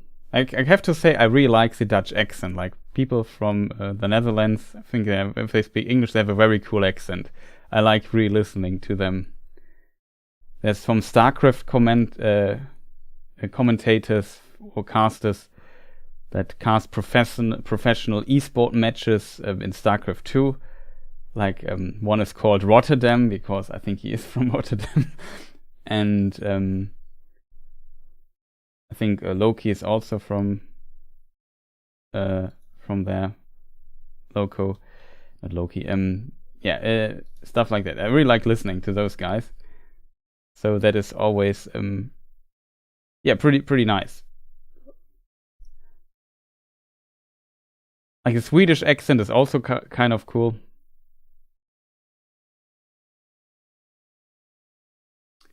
What would Tolkien community be without language nerdery? Yeah, that is true.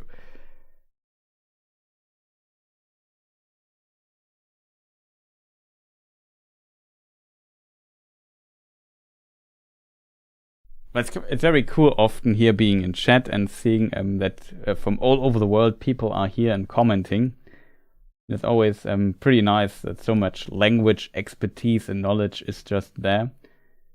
And that everybody like is connected through the Tolkien books and fandom and yeah, nerding a little bit around his books and stuff.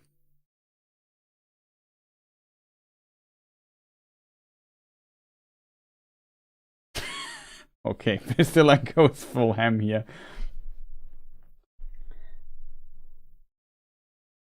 I want to read one. Oh man.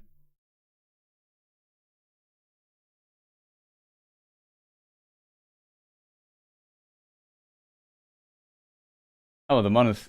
Okay, let me. This word I only know from Age of Empires, and only there I build it. I never say it though. Let me just look up how it's pronounced. Monastery.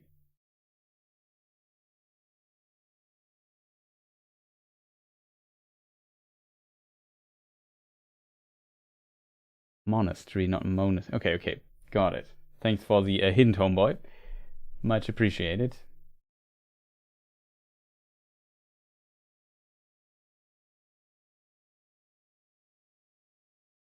I'm learning Persian, Farsi, right now. I could imagine it's also a quite complex language. I knew root words in Yiddish. It's interesting. Kinderkennzeichnungs-, Fleisch-, Etikettierungs-, Überwachungs-, Aufgabenübertragungsgesetz. That's another fun one, yeah. I can read at least the German long ones. I had to look closely, though, I have to admit. You pronounce it right now, yeah. The problem could be that next time I stream in a few weeks, I forgot again and pronounce it wrong again. So let's celebrate it while it lasts.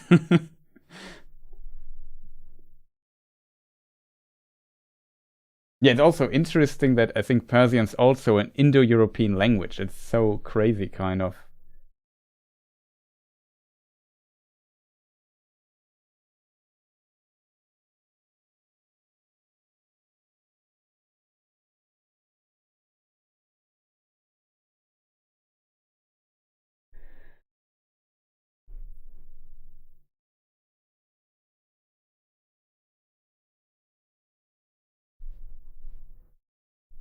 But yeah, weird language stuff. We should slowly move to the end or to more Tolkien stuff. There was a question about the Balrog, and we always like talking about the Balrog.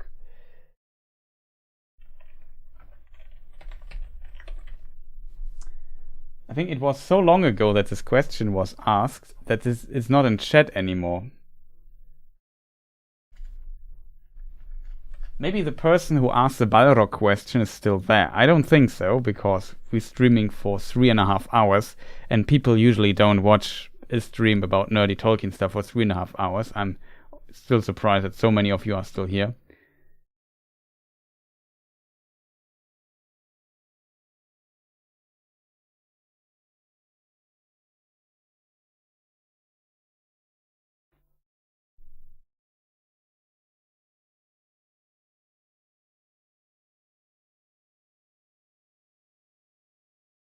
Yeah, these weird words that we were just read were just something like this.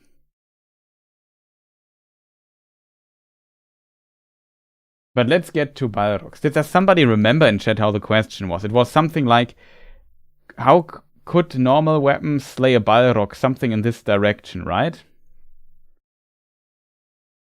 Maybe.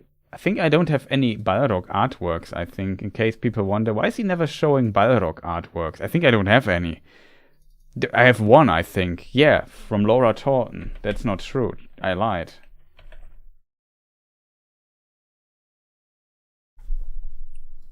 Let me just... Balrog.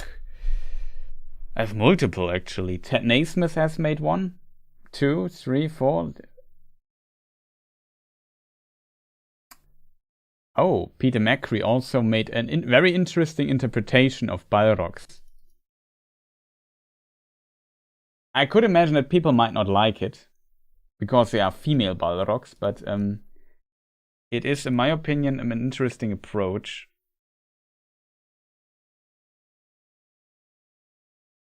The question is, where do I have the right thing here? So shoutouts to him. A very, very interesting one, I think.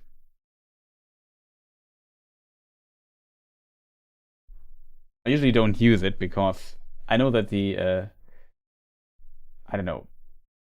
In theory, there could be female Balrogs.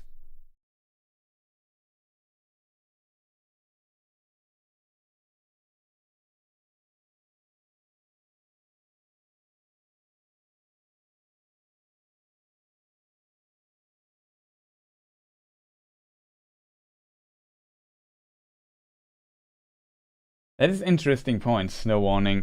Aryen was female and she was a spirit of fire as well. She just didn't serve Morgoth. However, in some versions, Morgoth tried to basically corrupt her. Let me see if I have an Aryan artwork. I think Jenny Dolphin made one. So she could also be Elwing, to be honest, but I think she's supposed to be Aryan. And she's in the sun has a vessel. The sun is in, and that is potentially what Jenny Dolphin tries to capture here in her beautiful illustration. She doesn't look like a Balrog though, but she's a Maya, and she guides the sun. And Tilion chases her, who guides the moon. Why can't... Of course, Balrogs can 100% be sure, but after the whole Rings of Power discussion I had to, let's say, enjoy for several months, I just know that some people get triggered easily in the Tolkien community. Let's put it diplomatically. About very unnecessary things, and yeah, it's just...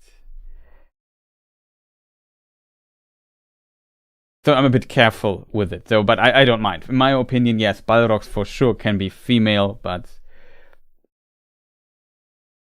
we only know male Balrogs, and in later versions, Tolkien reduced the number of Balrogs to like 5 or 7. Mein Beileid. Thank you.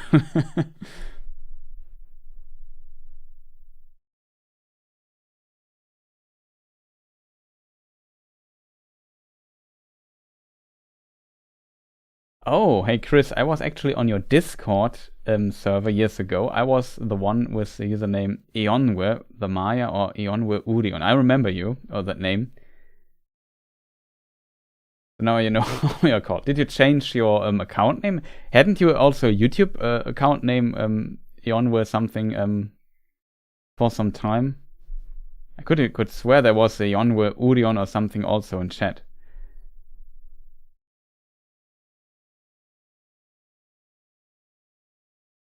Don't worry, it will come back season 2. It will come back for sure. I'm looking forward to that. Yes, correct. Oh, okay.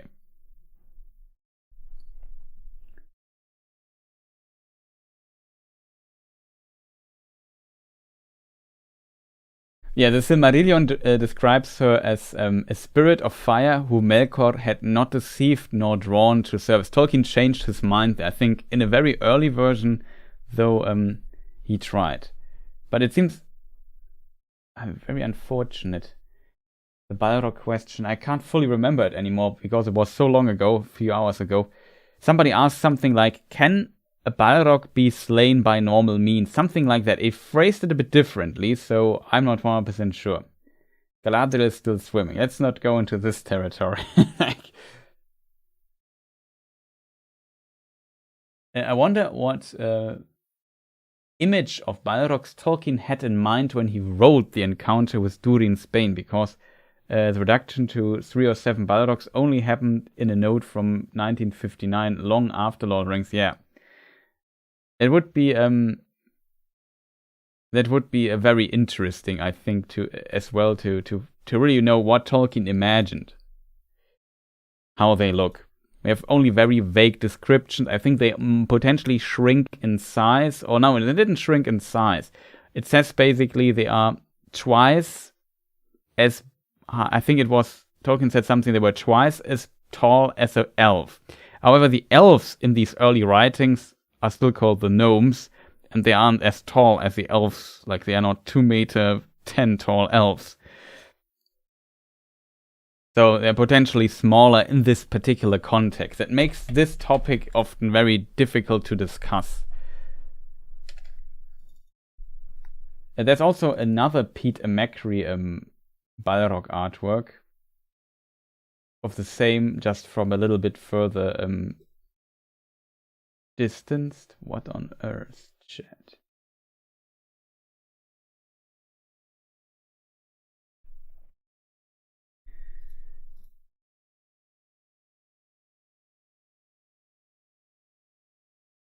Well, the shoutouts is on top of that.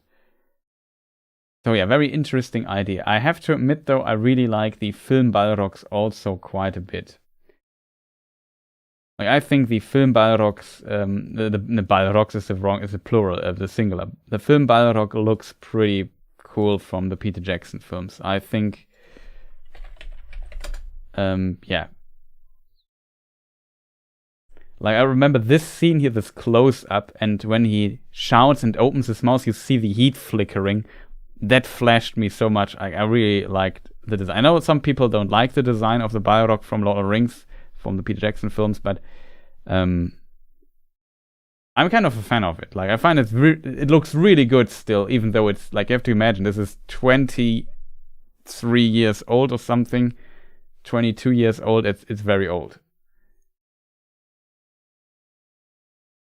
The film Balrog is based on the Hildebrand concept back in the 70s. Yeah, I think you are right. Peter Jackson and his team took some inspiration here. Yeah, first stories had cute tiny elves, but he disliked that later on, so the elves were taller than men ever after. Like, it's so complicated how this is. I was in a Discord server in 2020-21. We had some good conversation. It's still up. It's currently a bit quiet there, I have to admit. So if people want to join, !Discord in chat, then you get the link if the bot works. Also, in case people are interested in my gaming stuff, !Twitch brings you to my Twitch stuff. Let's see if the bot takes a moment or two to answer often. Nightbot, where are you? Need you now. Of course, Nightbot is not working. I'm failing here. Too much wine. Oh no. I have to go. Yeah, have a good one. Nice that you were still here, even with too much wine.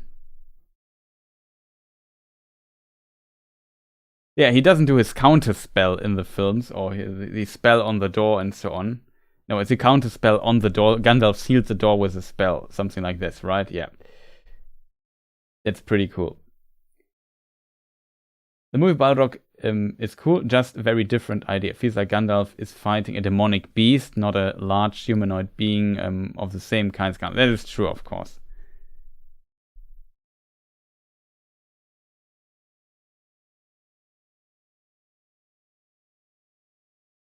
But yeah, to the question here, can you slay a Balrog by normal means? That is a tough to answer question. I guess it depends on when. I think the armies of Balrogs might be able to be slain by normal means. Like when the Fall of Gondolin Balrogs, for example. There, at this point, Tolkien still had when he originally wrote it in the 1910s, 1920s, he still had the idea of there being a lot of Balrogs, like armies of them. But they were less powerful. Then later Tolkien decided to reduce their numbers to 5 or 7, something along these lines. And then he made them, though, a lot more powerful. So now one Balrog was basically an army in of its own. And that made them very cool and interesting, and Maiar and spirit beings that were serving Morgoth and so on and so forth. And there was I remember one part of the question that user asked, I forgot how he was named though, and that was, can, for example, Balrogs drown? And interestingly, yeah, we know of one Balrog, Gosmog, the leader of the Balrogs, who drowns. Because the person killing him, a person called Exelion, let me just get the Exelion artwork off.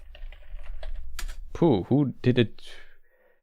I have one of Sara Morello and one of Jenny Dolphin. I would go maybe with Sara Morello's artwork, because we haven't presented her here yet, and I like her as an artist quite a bit. And one of her earlier artworks you have also to keep in mind.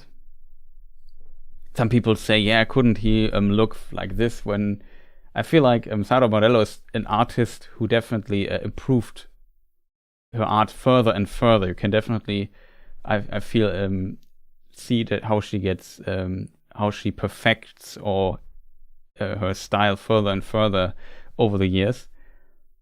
And it's an older one of her. I really like it.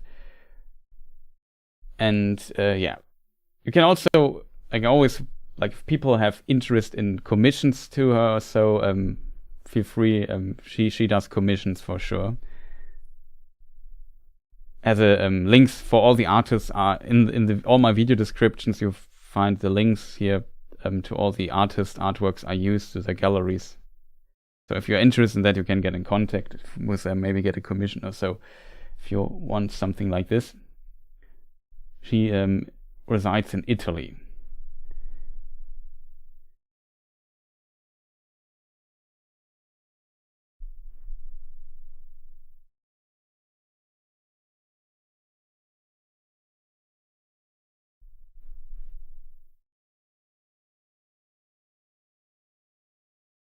Yeah, and back to the actual question. So Ixelion fights Gosmog, and he pushes him down into a well, and both drown.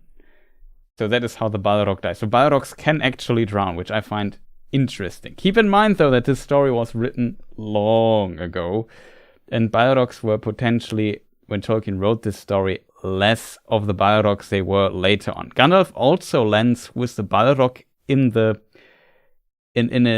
underground lake, and then some weird stuff happens to the Balrog. Like, there's a weird description which I always find strange. I don't know if I will find it though, chat. Okay, task for somebody in chat if he knows the passage. Like, I know there's a description that the Balrog's flames are basically, he's not burning anymore when they fall into the lake. And something happens, like, there's a weird description. Somebody know the exact, or like one sentence, so I can find the section here? It would be much appreciated.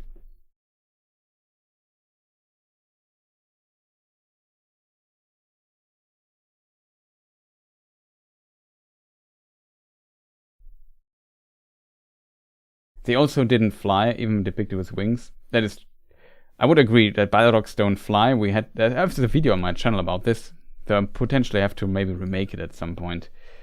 The discussion needs to be taken a bit further. There's one hint in, I think, War of the Jewls or so, where we find a older or a different version than that is published in the Silmarillion, where they come to the aid of Morgoth over Hithlum with winged speed. But it doesn't say they fly to his aid or anything, just that they maybe use wings to... It could be just a phrase that they're very fast, or maybe they have actually wings. But yeah, it's a complicated topic. I don't want to get in. But Balrogs in some versions can drown. That works.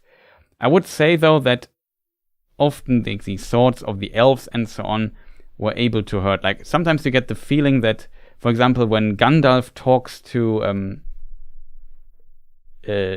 meets Gandalf the White, meets Aragorn, Gimli, and Legolas for the first time, and they think it's Saruman, kind of.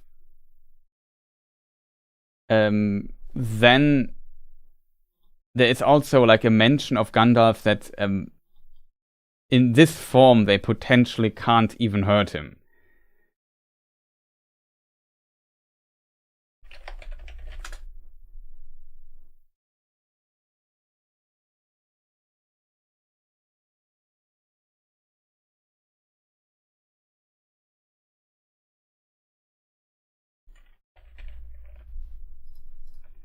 Let's see if I find it. The White Rider, is it?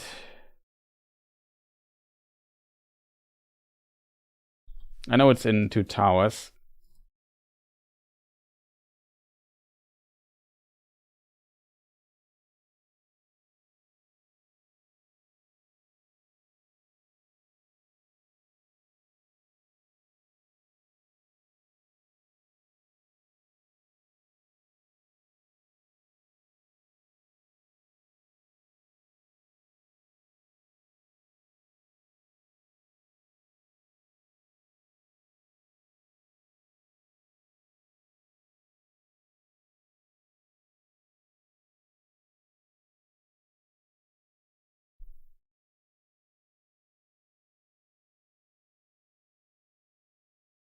Let me see. I'm just currently scanning through the chapter. It's in the White Rider chapter.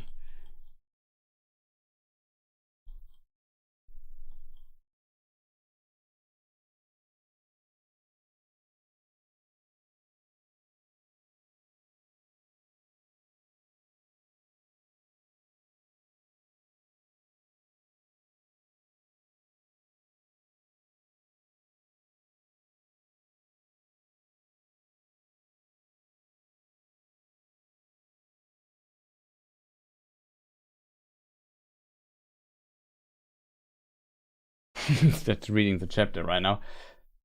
Shrouded Rex had been for an instant revealed. The intake of Gimli's breath could be heard, aloud his silence. Well met, I say again, said the old man, coming towards them.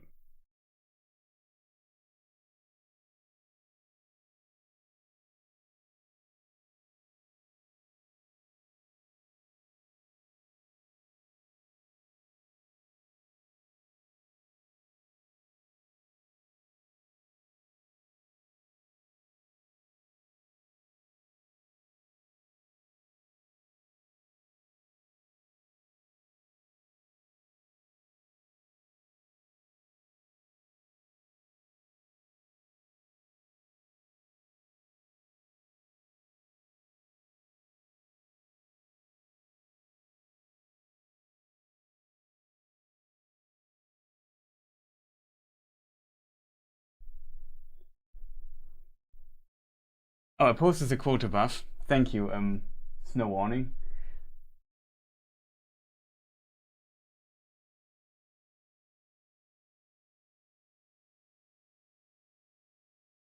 Get up, my good Gimli. No blame to you, and no harm done to me. Indeed, my friends, none of you have any weapon that could hurt me. Be merry. We meet again at the turn of the tide. I could... But thank you for being so fast. It must be here on this page. It's one page further. Okay, it was on page away. But yeah, it's pretty... Yeah, they cried, Misrande, it's down here. Now I found it itself. Awesome, thank you for posting it.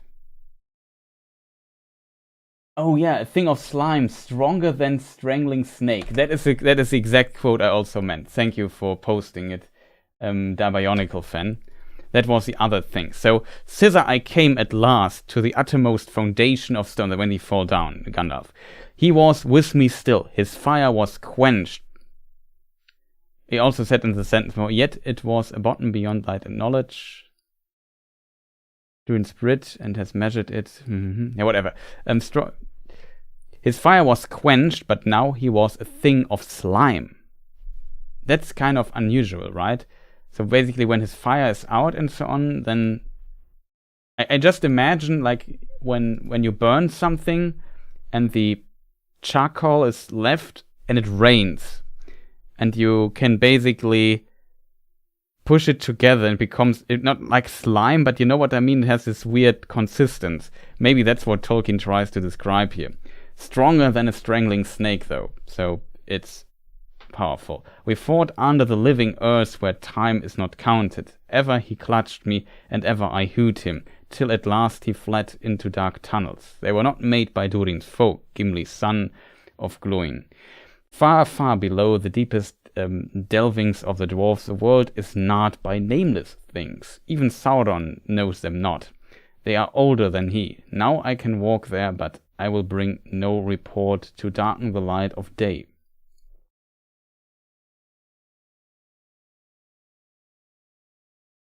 And that is where the enemy was my only hope, and I pursued him, clutching at his heel. Thus he brought me back at last to the secret ways of Khazad-dûm. Too well he knew them all. Ever up now we went until we came to the endless stair. Long has that been lost, said Gimli. Many have said that it was never made, save in legend, but others say that it was destroyed. It was made, and it had not been destroyed, said Gandalf. From the lowest dungeon to the highest peak it climbed, ascending in unbroken spiral in many thousand steps, until it issued at last in Durin's tower, carved in the living rock of Sirac-Sigil, the pinnacle of the Silvertine. And so on. It's a pretty cool section, by the way. It's pretty awesome. Thank you for posting that.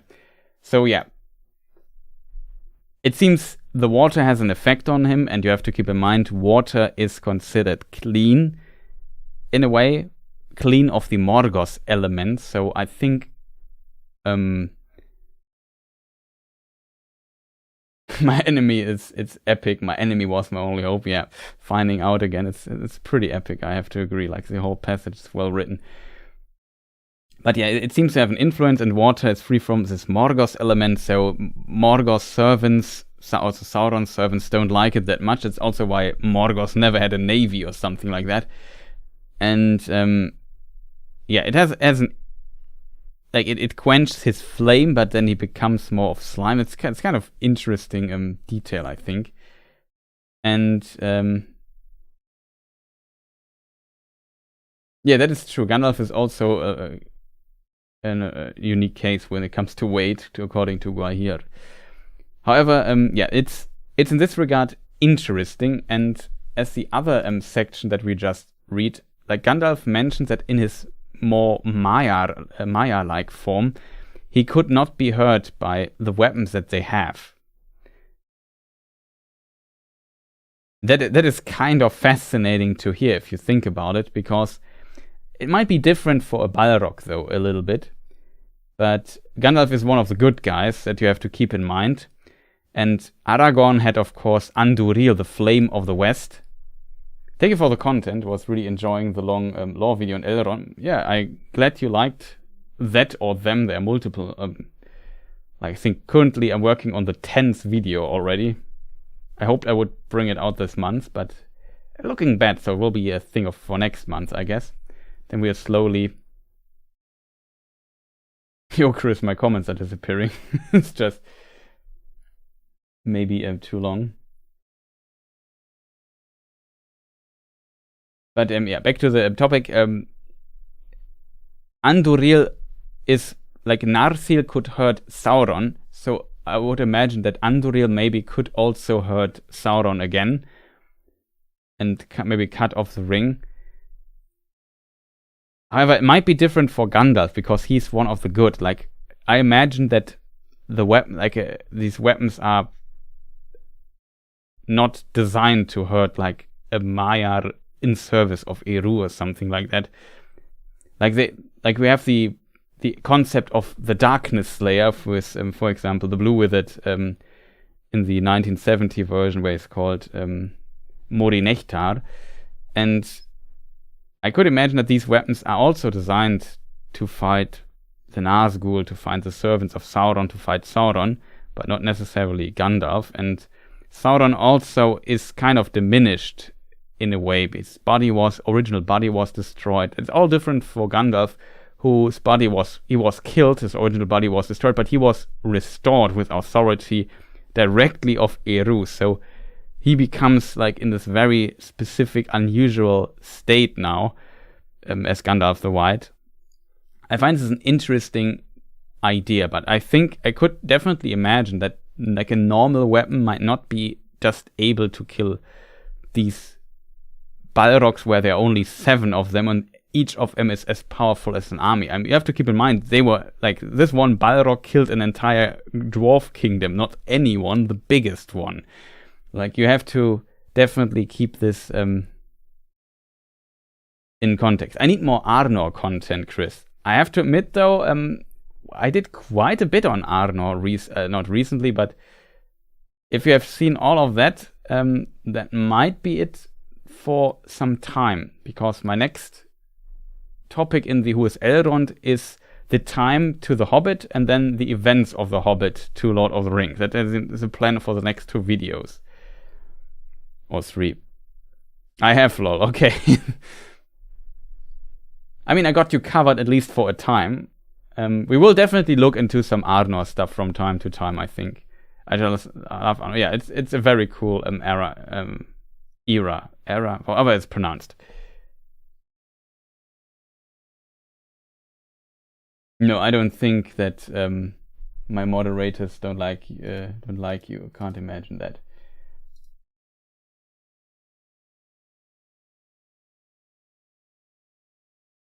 I'm not even sure that a mod. Currently, I have a mod here on my thing here.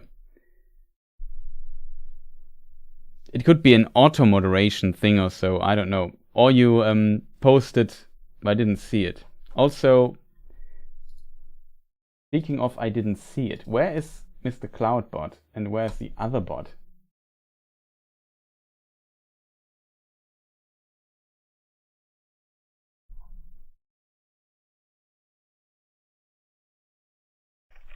Is Nightbot asleep? That is the biggest question I currently have. Mr. Nightbot, what is wrong there?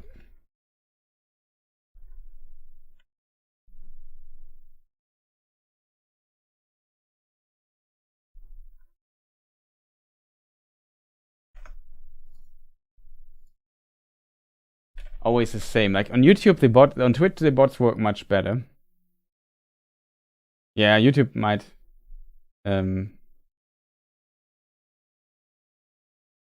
Nightbot, but only active in the day. Then why did somebody remove? I don't know. I don't see that your comments are removed though. Like, I don't know. Currently, if somebody would remove your comment, I could still see your comment. Strange. Like I said, I can't tell you what's going on exactly. Maybe it's a YouTube thing. I just blame YouTube. That's the easiest thing for me.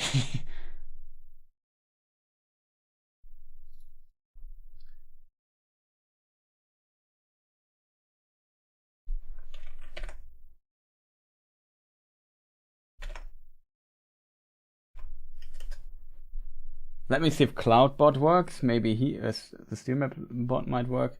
I'm not sure why the bot is not working. No guest today. Okay, the Streamlab bot is working. Problem is this now distracted me magnificently from actually answering questions. But yeah, to come back to the question, I think it's not that easy to kill a Balrog because the Scandal statement seems to me like these powerful spirit beings. Not everybody can just find. Oh, and Elfriend is also here. Nice to see you. Aren't you also doing Tolkien content? So then, if that is the case, shout out to you as well.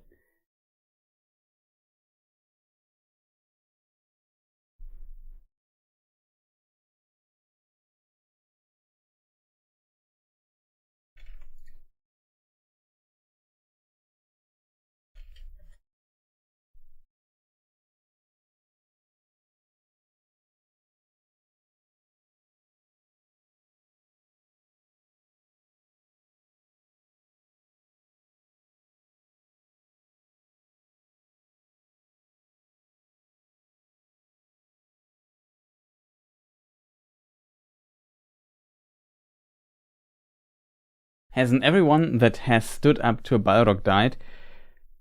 Yeah, interestingly, that is true. Like, I mean, no, it depends on the version, I think.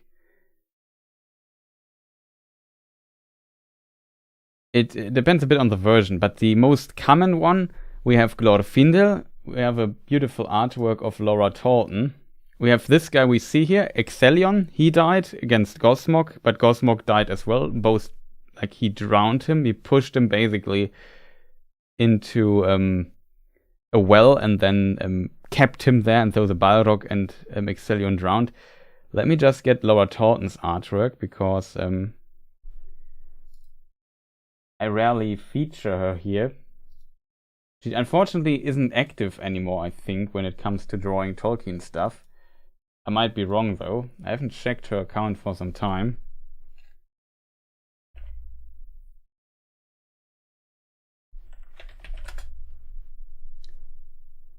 I have to admit, I kind of like this artwork as well, by Laura Talton. So we have Glorfindel fighting the Balrog, and he cuts off his arm, like Glorfindel, the arm of the Balrog, and then he falls down a cliff, but he grabs the hair of Glorfindel and pulls him down as well, and they fall to their death bows.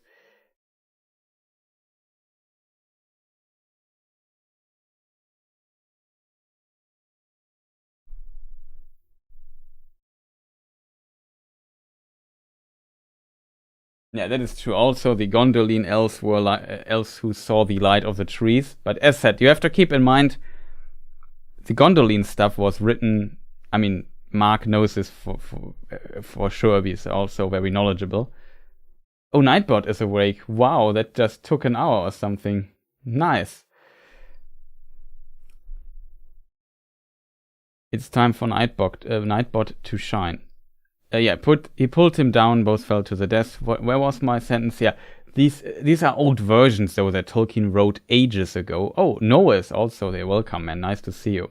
I recall that coming up on a previous stream, but both Gandalf and Aragorn passed through Moria, pre-Lord of the Rings. How did they evade Balrog noticing their presence?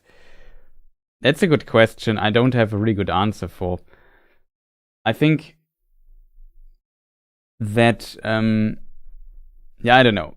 Potentially, like, Moria is very big, and the Balrog is not consistently patrolling. He's potentially just chilling there and watching, I don't know, Batflix or something like that, because he's one of the bad guys. I couldn't make up a better pun on the fly.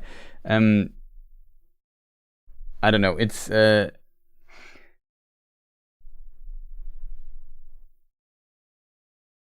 no, can't come up with a better one. Just was thinking, what other streaming service is there you can make a Lord of the Rings joke with? But yeah, he's potentially going on there. And in the case of when they sneaked through Moria, it was also that the orcs were alarmed of their presence and they had to flee. And this also alarmed the Balrog in a way. Like, I think the Balrog wasn't really looking for a conflict anyway. He was just sitting there doing his thing and just hiding, waiting for his master to return. And yeah, I think it was also not their fate to confront the Balrog yet there, because in Tolkien's books it's often a little bit about fate as well. Hi everyone, sorry I have been listening but couldn't chat before now. Oh, okay. But glad that you are here now.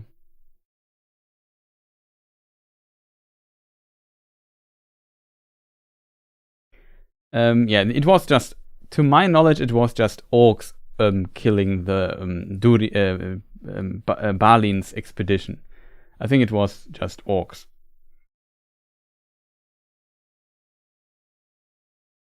Why did none of dwarves of Gimli's time know nothing about Durin's Bane?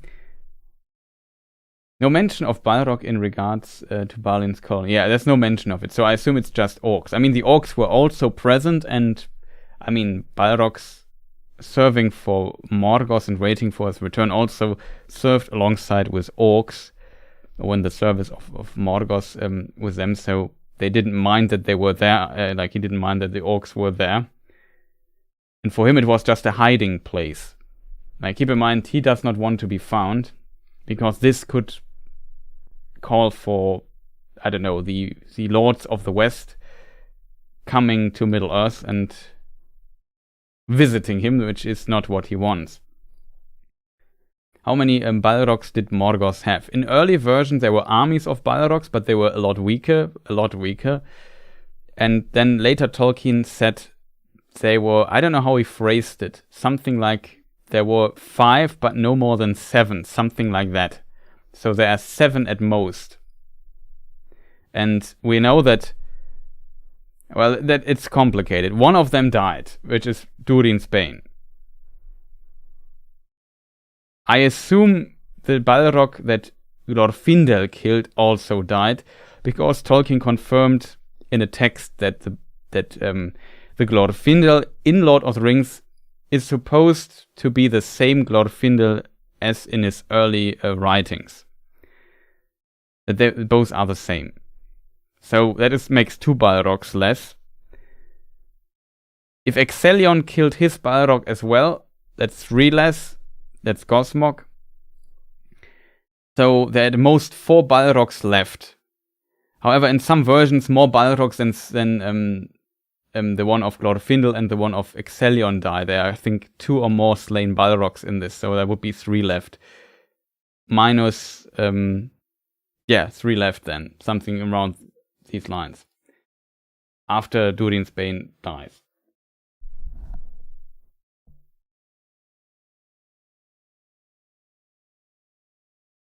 Yeah, I think he would have mentioned, it's also a good point by Norway, that if there would be more Balrogs in Moria, and he would have been attacked, or Balin would have been attacked by him or sighted one, he would have noted, it would have been written down in the book of Mazarbul.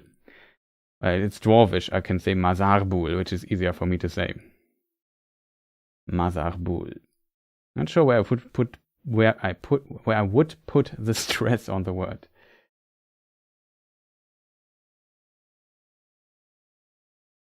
They did know about Durin's Bane. Somewhere there's a hint that Durin saw Durin's Bane during some battle in the mouth of Moria. Oh, that's interesting.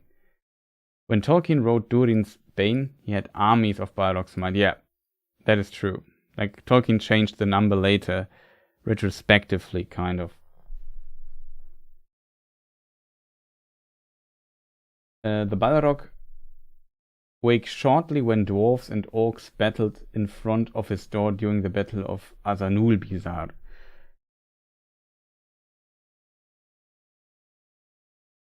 That's when Doin got a peep of him, I think.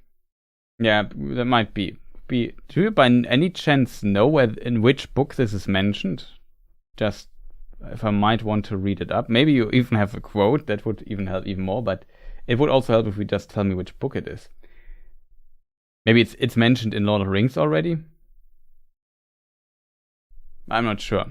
I also remember something like this, but I couldn't tell you where. Sometimes if you write a very long comment I can't post, it might seem like it disappears. Oh, that's interesting. That's of course also annoying, I have to admit. YouTube is sometimes a bit strange.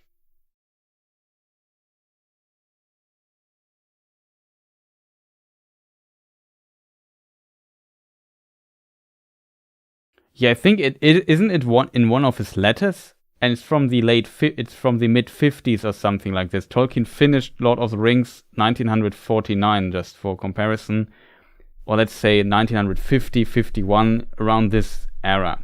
In 51 he also published the second edition of The Hobbit already, and so on. Yeah, in chat you have a 200 character limit on YouTube. In comments you should be able to post longer, but sometimes what can be, and I don't check it often, some comments are put to under review. The problem is I don't check under review comments often, I have to admit. So for obvious reasons. It's just, let's put it that way. Sometimes it makes sense that YouTube puts comments held for review. I mean, I could disable it completely, but it's sometimes, yeah.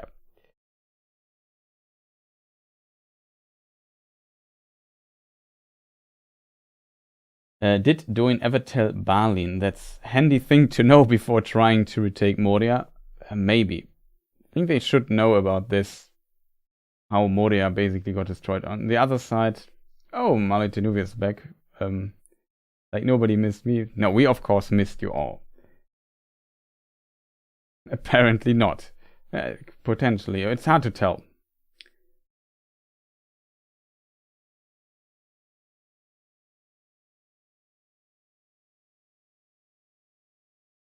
I'm back with wine.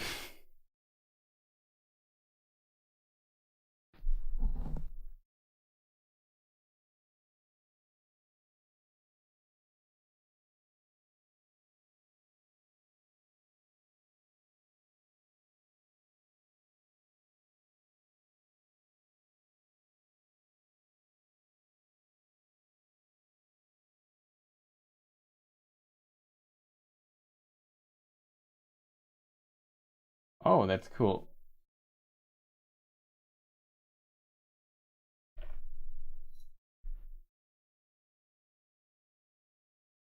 Thank you for posting the quote. It's from Lord of the Rings. It's from Appendix A, the third section of it, called Durin's Folk, in case people wonder. I can even tell you the page actually, because here on this version here I have the page number. Like if you have the 50 anniversaries version of the Hobbit of the Lord of the Rings, it's page 1075 at the bottom. Only I have looked through the shadow of the gate. Beyond the shadow it waits for you still. Durin's bait. The world bait. The world must change, and some other power than ours must come before Durin's folk walk again in Moria. And it came like that.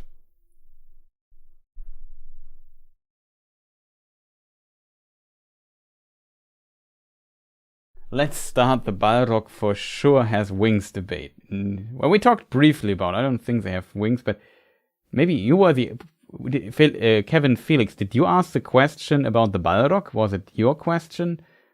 I remember somebody posting like a question about Balrog. I can't remember, but we're currently talking about it, that they could drown, and though that I'm not sure if normal weapons would actually have enough potential to hurt them.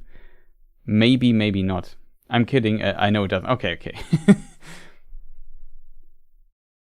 Heresy detected. Oh man. Scroll up. Homebody, I scroll up. Sorry for missing your theory. Here's a fun one. Theory, not fact. Maglor was hanging out somewhere with the aid of Elrond, perhaps even rocking a beard since he's old enough and is Machtan's grandson. Not my theory, but I love it.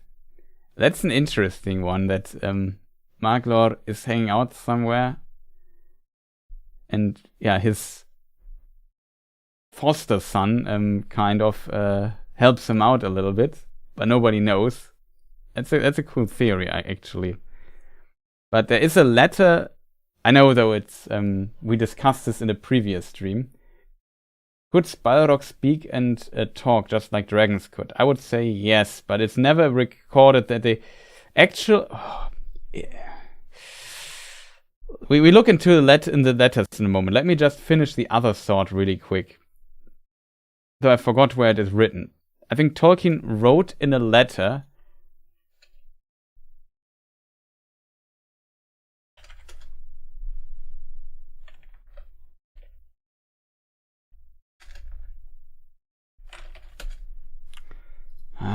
I don't remember the letter. I also don't remember which thing. I forgot how it's phrased.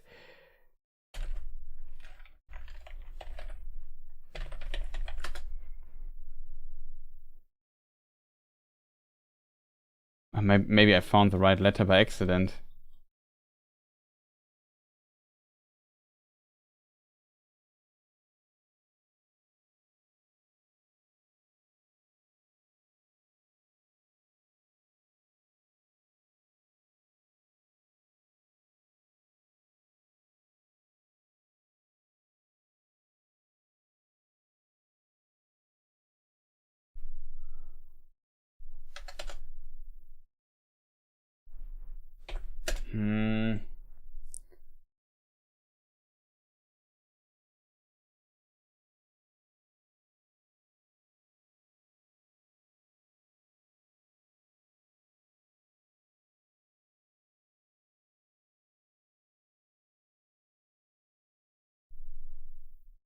Here it is, I think. It's letter.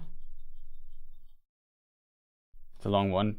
It is the Milton Waldman letter, 131. I was right. Lucky me. I wasn't even sure if it was a letter. The remaining 2 Silmarils are regained from the Iron Crown, only to be lost. The last 2 sons of Feanor, compelled by their oaths, steal them and are destroyed by them, casting themselves into the sea and the pits of the earth. So this letter indicates that Tolkien's intention was that also Maglor died in the sea. Some say he's wandering the coast until the end of time, lamenting what he did. But here Tolkien indicates, at least this letter was written in the 50s as well, 1951. Lord of the Rings was already finished.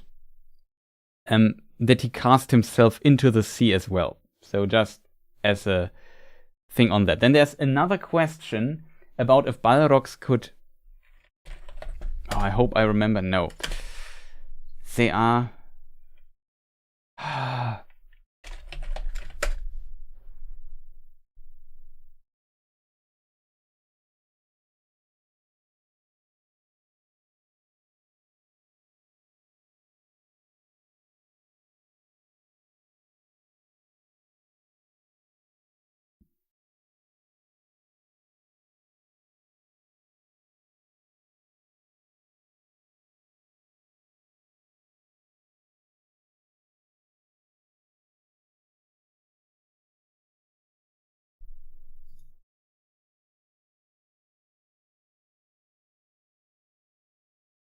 Okay, here's... I think I found it. It's in letter 210. There's a comment of Tolkien to a film treatment of The Lord of the Rings from 1958. And there's like a line in the script that says that the Balrogs, I don't know, speak or something. Tolkien writes to that. The Balrog, at least Durin Spain, never speaks or makes any vocal sound at all. Above all, he does not laugh or sneer.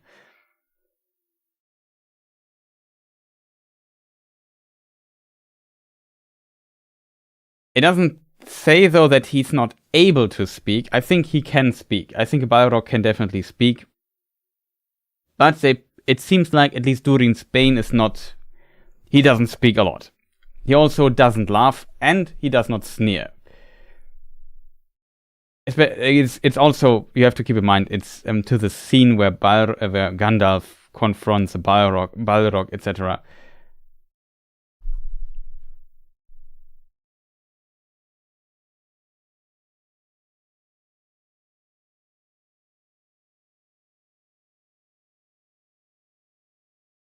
But yeah. Yeah, Balrog. Shy, sleepy, quiet critters, just don't poke him. That's basically the thing. Maybe vestigial wings. Maybe they have wings. I've got to read the Waldman letter. It's a really good letter. Tolkien summarizes in the letter a lot of his mythology, what he wrote, and so on, and gives some interesting details you only find in this letter. Like that, for example, the 3 rings of power make you not invisible, while the others do, and stuff like that. That's a pretty cool letter.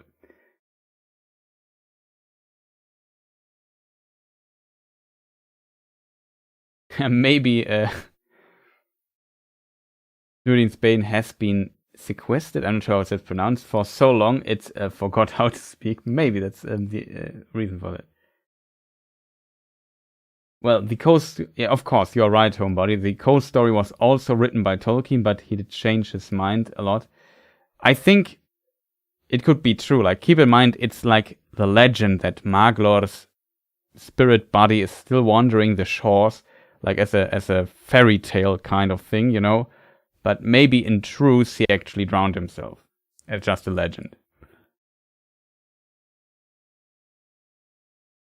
Am I crazy? I honestly like the depiction of the Balrog in the Bakshi Lord of the Rings animated film. It is kind of iconic, I have to admit, but it's also kind of strange. Don't Ainur know all languages? That's a good question. I think they can at least pick up languages insanely fast. And the elf languages, some elvish words are derived from the language of the Ainur as well. Like Iselohar, I think. Mahanaxar, I think, is also from the derived from the elvish, from the language of the Valar.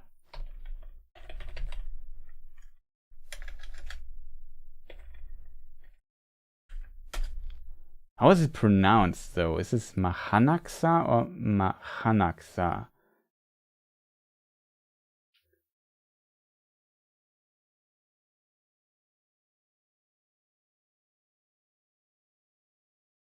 No, there's no T. It's only H before T becomes a Ch or Ich. Like in Morinechtar. Mahanaxar. I think it's not in the Valarin word is Machananaxat is the Valarin word. I'm not sure how it's exactly pronounced. Especially the S has a weird symbol over it. Could be just to make it look alien, but I don't know. And that is in case we wanted the Ring of Doom. That is where the Valar are holding their councils, basically a hall or court or something like that.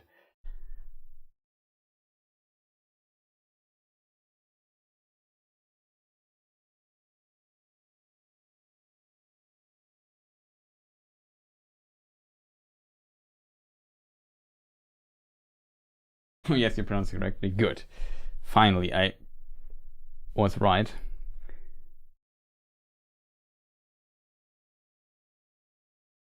So these they were Maya ones. Whom did they serve? We don't really know. We know that Melkor tried to seduce multiple Maya in his service. Like Sauron, he was successful. But Sauron did not become one of the Balrogs, so he became like the sorcerer of Melkor, if that makes sense.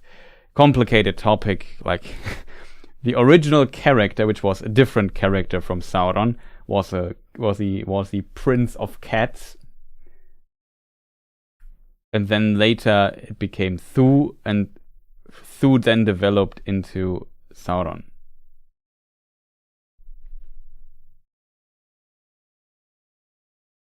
Thank you, much appreciated.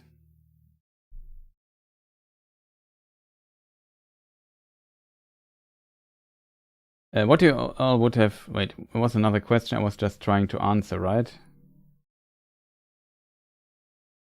Who did they serve under? That was a question. For example, Osse, the Valar of... the Maya of Ulmo. We have a beautiful picture of him and his wife, Uinen, by... I think it's by Kimberly as well, which surprises me that she draw that.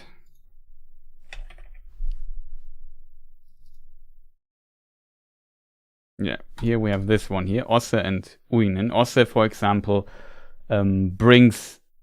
Like, he must be very powerful because he can create storms on the sea, and he can also... Like, he literally pulled up the island of Numenor from the ground. That is impressive considering how big Numenor is. Curious art of everyone. That when Kimberly, like, it's really hard to get an answer of her, and I contacted her twice, and the first time I never got an answer. The second time I tried a year later or so, and I asked her, "Hey Kimberly, can I use your artwork for my YouTube videos?" And she said, "I usually don't see your comments, but by accident I saw your message. Yeah, you can do that. I have a permission." And yeah, that was... From this point I knew, yes, I finally have art to show.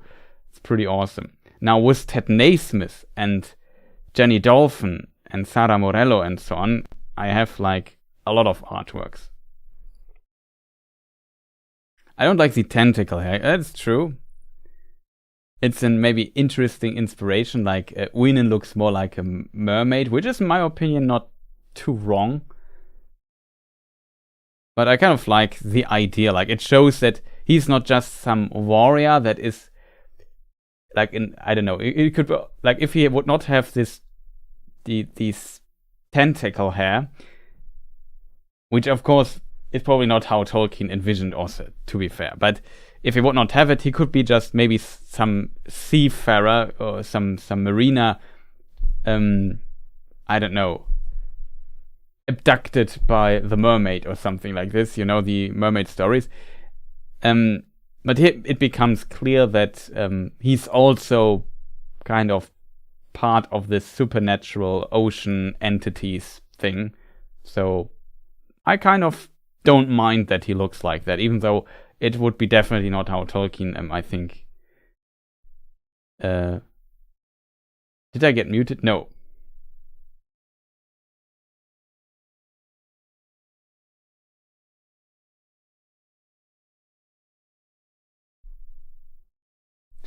Yeah, there's also Nowhere also asked, what do you all think would have changed the encounter with Gandalf if Durin Spain did speak? Yeah, I don't know. I think, like, if you look at Lord of the Rings, we have like a lot of exposition in the chapters, many meetings, and the Council of Elrond especially, and even the beginning of The Ring Goes South has quite a bit of exposition. And then we explore new places, and Tolkien has to add more exposition.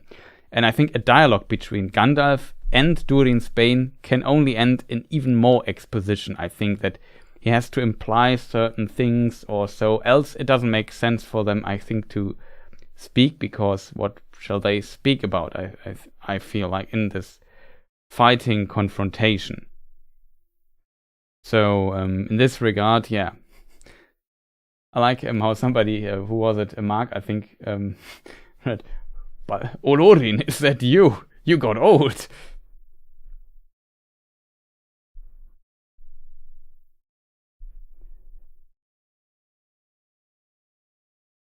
I mean, the Ainur can embody themselves how they want. That is true. They could have a new appearance every day. Looking at you, Sauron. No, you're not annoying. Don't worry about it.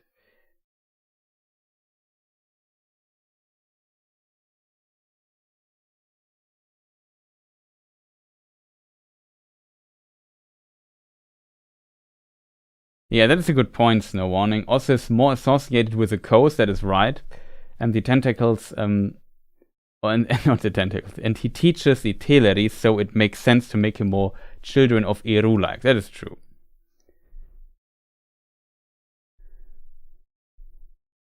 Amanda's also here. What if Pippin haven't made the skeleton crash down the well? Maybe they might have been able to sneak out of Moria unseen. It would have been possible, I think. So at the end, it's Pippin's fault, of course. I think it's a bit different, though. To be fair, it's different in the books. Not completely different, but it's not like a skeleton in a bucket down a well or something. I forgot actually how this works in the books. Didn't they throw stones or something like that? Because they have to rest and they are boring or something? Does somebody remember how it was exactly? Fifi Trixie, well, everything is Pippin's fault. Yeah, if at doubt, it's Pippin's fault.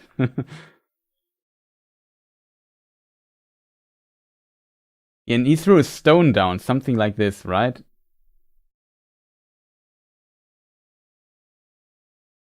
Because it was his time to watch or something, and then it was boring. Live long and prosper. That's right. Yeah, he threw a stone. Yeah.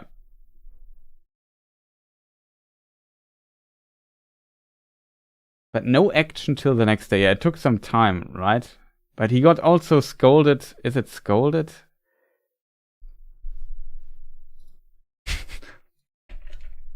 These streams always bring my English vocabulary to the scolded by Gandalf, I think.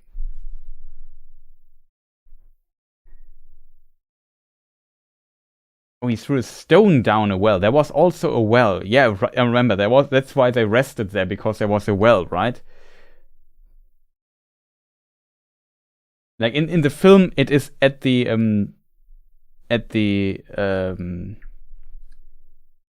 in the hall of Mazarbul,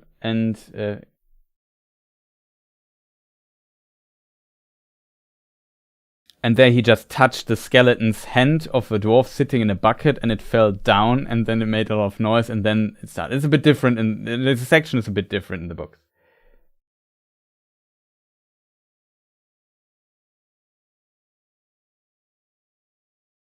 Stone thrown, hammer tap, no action till the next day. Okay, yeah. The author might from time to time keep company with the bodiless stumble of Maglor, as Golex Gondor wandering the shores.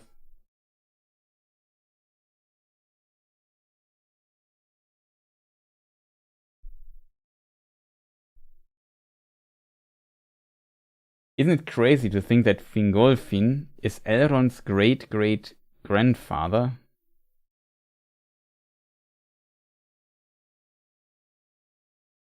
Yeah, that's right? Turgon is his great-grandfather by his father's side, and Fingolfin is the great-great-grandfather then.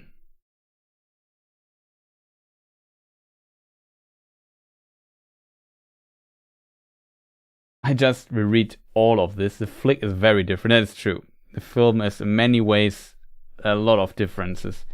I still like how the films of Peter Jackson often use some of the dialogue from the books. It's often different, but and sometimes from different places move to another place, but I still like how close they are. I love Kimberly's art. Here's my favorite. Hers are my favorite. Okay. Yeah, I also like her artworks a lot. Like they have so much high quality. I'm so grateful that I'm allowed to use it.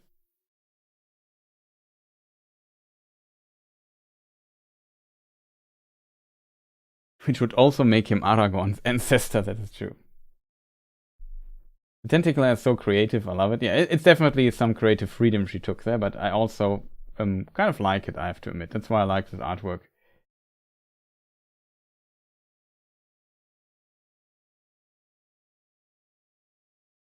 Not of cousin marriage in Miller. That is true a lot.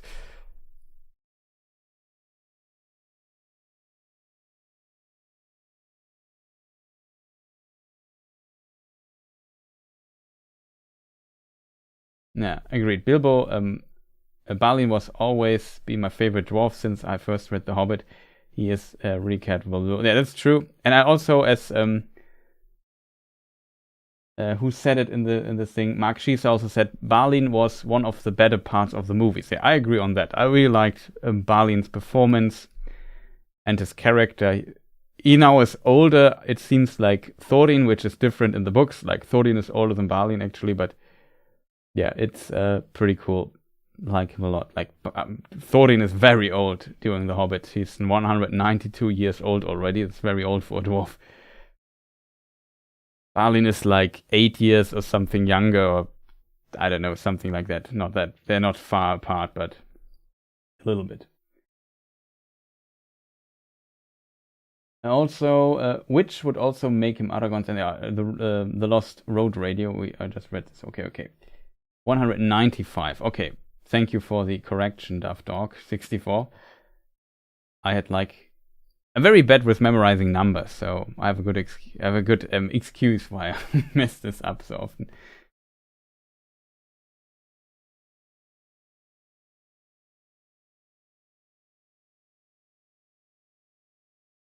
Interestingly, in earliest drafts, it was Balin's son Búrin who went with Glóin to Rivendell. That's interesting. Radagast, I mean, some people also I kind of like also Radagast from the films, even though some don't like the art design or the costume design.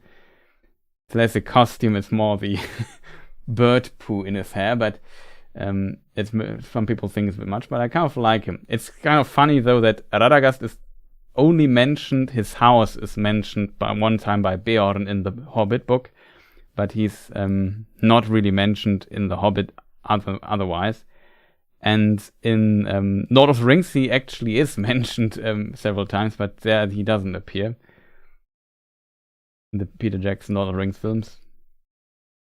So it's kind of interesting. There's an odd amount of distant relatives hooking up in Middle-earth. That's for sure true. Yeah, that's true. Balin also came back and visited Bilbo with Gandalf and so on. That's true. Balin visited Bilbo.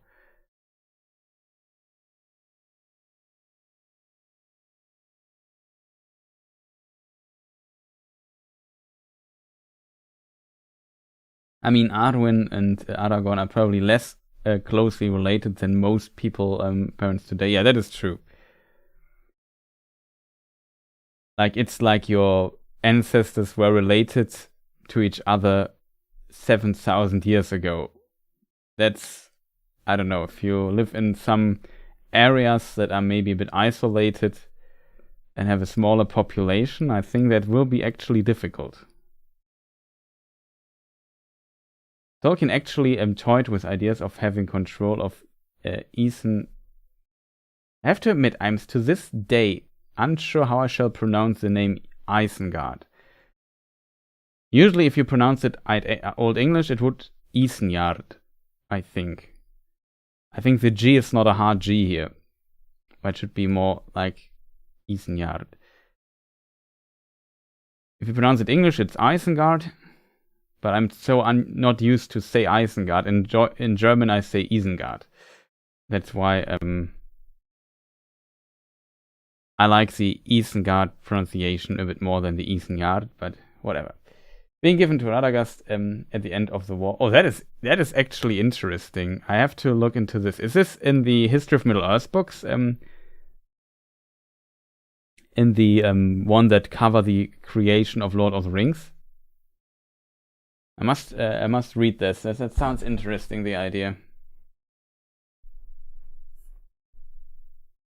No, well, that's a really cool detail. I believe so. Okay, I have to look into this at some point. Isengard is usually how I pronounce it, and it's not wrong, because it is likely that the name is anglicized.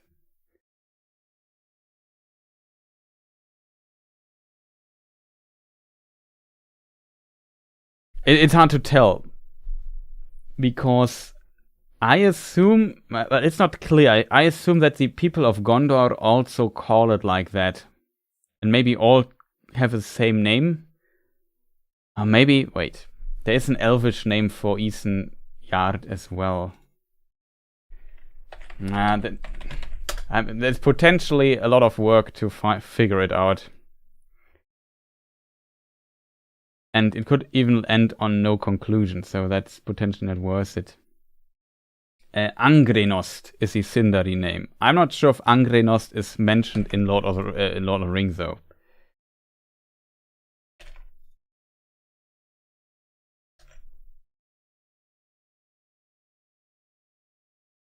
It's in the Silmarillion mentioned. Okay, that I did not expect at all, I have to admit. Oh, interestingly, in the index of Lord of the Rings. No, it is mentioned in Lord of the Rings. Oh, that is a surprise. I did not expect that. In the chapter Treebeard on page 473 in the 50 years anniversary edition with all books in one book, there we have a mention. Saruman is a wizard, answered Treebeard. More than I cannot say. I do not know the history of wizards. They appeared first after the great ships came over the sea, but if they came with the ships, I never can tell. Saruman was reckoned great among them, I believe. He gave up wandering about and minding the affairs of men and elves some time ago. You would call it a very long time ago, and he settled down at Angrenost, or Isengard, as men of Rohan call it. The men of Rohan will most likely, the language is represented by Old English, will pronounce it Old English, so they would say Isengard, in my opinion, here in this particular case. Though, if a Hobbit says this as well, speaking Westron, he would potentially say Isengard. He uses Westron is represented by modern English here in this English version. So it's complicated.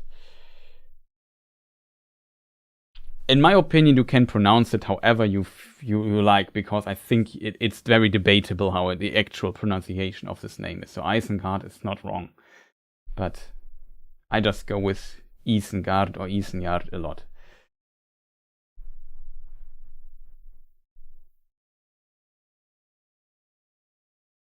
Yeah, that's also true.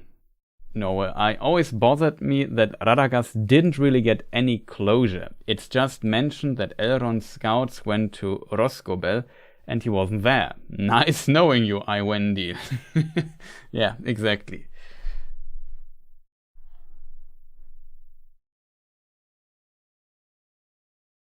Is it said that Radagast failed? Yeah, it's not really as Noah's just read Noah's answers to this. Yeah, he basically failed. Like you could argue maybe like that he 100% failed and was not allowed to return to Aman is not clear in my opinion. He might not return to Aman though. That he's considered a complete failure is debatable because he helped by accident Gandalf at one point, and without Gandalf the mission would be failed. Like Saruman had Gandalf on Orthanc and Radagast sends Gwaihir because Gandalf said, hey, send news to Isengard if there's any news or so, send Gwaihir or something. And he did that. And accidentally Gandalf was on top of Orthanc, and Gwaihir could save him this way. That is how it happens in the books. And so in a way, he indirectly helped Gandalf. He also went to him and asked him, hey, Saruman says you should come to Isengard, and he wants to counsel with you. You could say that it was a trap, but he didn't know it was one. And maybe when Radagast, and the reason why maybe Radagast is not at home is potentially because he fears that Gandalf now thinks that he was in league with Saruman. Maybe he also found out at some point that, or no, he must have found out because Gwaihir for sure potentially also brought news back to Radagast, and he learned, hey, I saved Gandalf, and Saruman totally betrayed us. And maybe then Radagast thought, oh no, now Gandalf maybe thinks I'm in league with Saruman, which I was not. I have to get out of here. You know what I mean? That might be the explanation why he is not in Rosgobel anymore. He said, okay, I can never meet Gandalf again. He will hate me or something like this. I think Radagast is actually like a very caring character who could think something like that. He says, oh no, I betrayed my friend. I feel terrible, you know? Even though he did not know that he betrayed his friend, you know? He was just played by Saruman and he didn't know.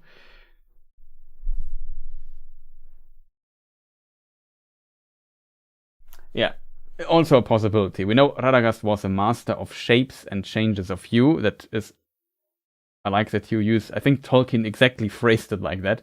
So it could be that he just shape-shifted and hit. Definitely possible. I say it with Swedish, it has other pronunciation, which could potentially lend to being Norse-like, with the Gard at the end. Yeah. You have a lot. These words are definitely related, like the English word yard, which is also pronounced with the Y sound or the Y sound at the beginning.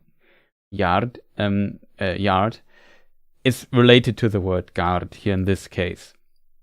And in Old English, the G is often not the classic hard G sound, but often it becomes either a Y or for example, at the end of a word like Burg in German, it becomes Burg with a ch.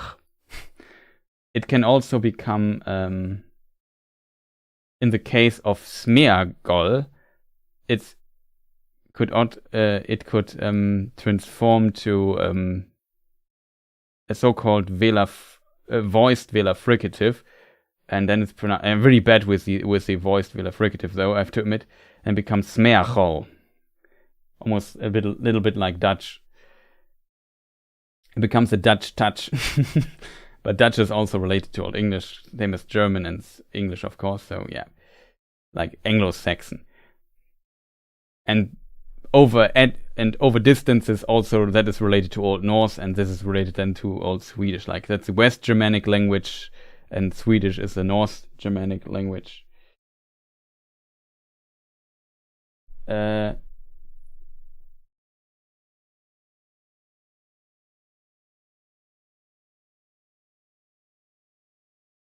Maybe the Witch King was one of the Blue Wizards and Tom Bombadil was the other one.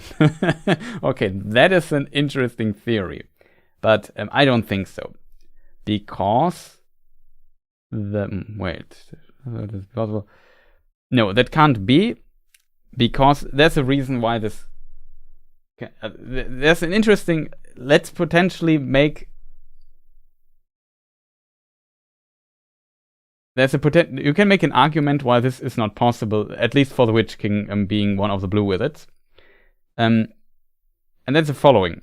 Let me just get Peoples of Middle-earth and read you the section that we need to know. We need two for this argument. We need two information. One from Lord of the Rings. That is in Appendix B, the Tale of Years, Second Age, year 2251. Second Age 2051. About this time, the Nazgul, or ring race, slaves of the Nine Rings, first appear. Let's pretend the earliest... there is a version where the blue wizards already appear in the Second Age, which is in Peoples of Middle-earth. And there they write the blue wizards came about the time Glorfindel actually came to Middle-earth, already in the Second Age. Let me just see if I find this.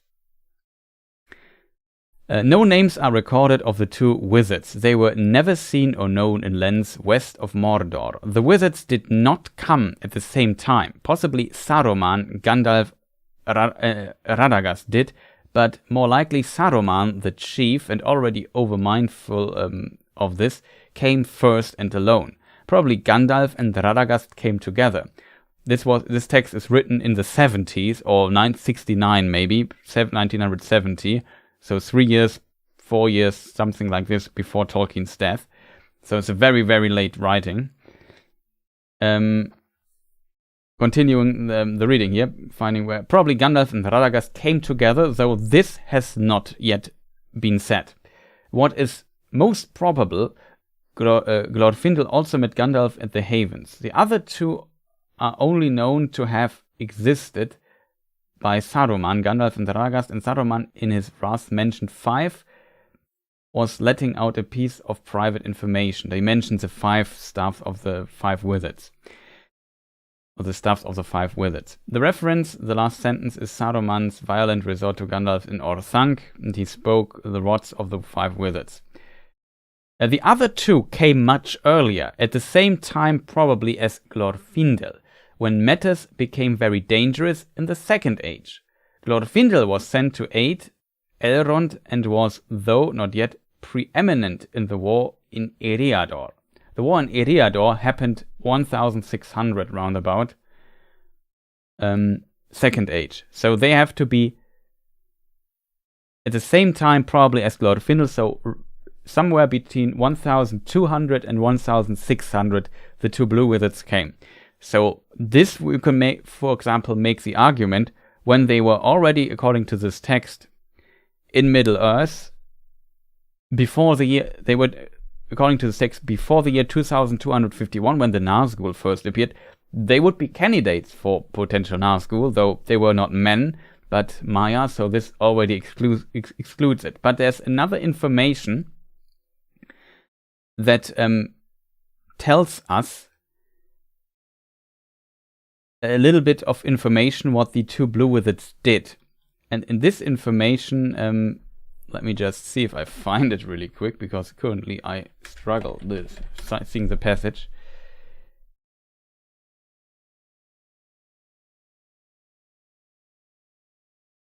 Maybe it's in the other text? No.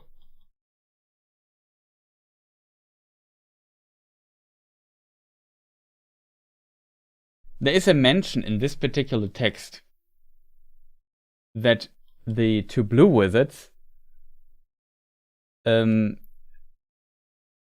indeed trying to find Sauron after his fall.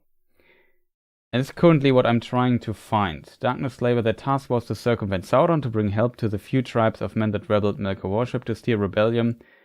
Here it is. And after his fall, Sauron's fall, to search out his hiding, in which they failed.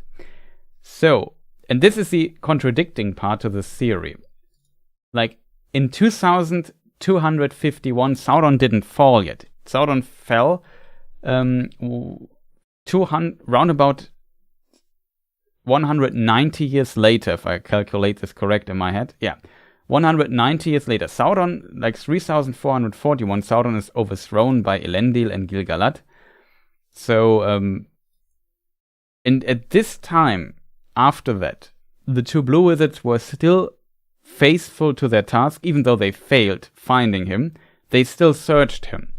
That means that they can't be Nazgul, because then they wouldn't have searched him, or searched for Sauron's spirit in the Far East where he fled to, if that makes sense.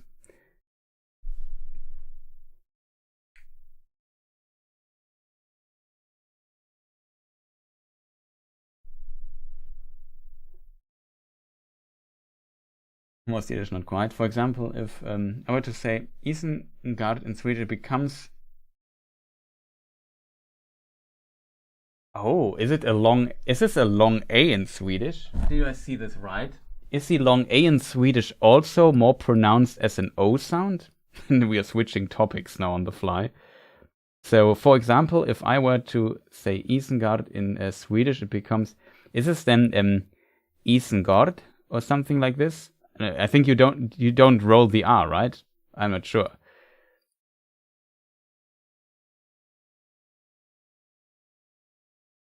Maybe it's then Isengard. Isengard. God. Not sure how it's pronounced. Like, my Swedish is... I don't have a really good feeling for the Swedish pronunciation, I have to admit.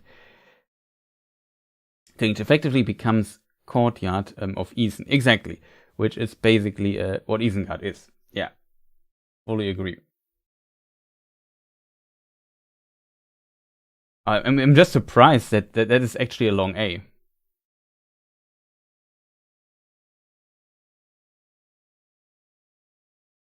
Very interesting. So in Old English, that is in case people wonder the reason why... that is the reason why you can make an argument that the name, for example, Dain, is pronounced Doin. Because the A is... because of the diacritic above the A, it's a long A. And in Old Norse, I think it's also a long A. And the long A in Old Norse, if you reconstruct the pronunciation, it is assumed that the sound must be different from a normal A, and that it is most likely also, as in Swedish, it's the same, I think, also in Icelandic, where the long A becomes still an O sound. It's not, I think, in Norwegian language, it's different, though. I think it remains an A sound. I'm not 100% sure on that. Like, I'm not an Norse Germanic expert by any means. Just interested in the topic and know a few things here and there, but not an expert at all, not even close. And yeah, that's the reason. And the long A and the I don't form a diphthong, so it's not doin or something like this, but doin. And it's also then throin, and so on. And of course, you also have the O sound. For example, with gloin or gloin. And it's the same. O and I doesn't form a diphthong either. So, yeah. It's kind of fascinating. However, I would argue you can pronounce it Dain and Thrain or however you want. Because there are some differences. I think Doin is in Old Norse written with two N. Though that is the spelling in Old Norse is a bit complicated. But yeah, it's interesting.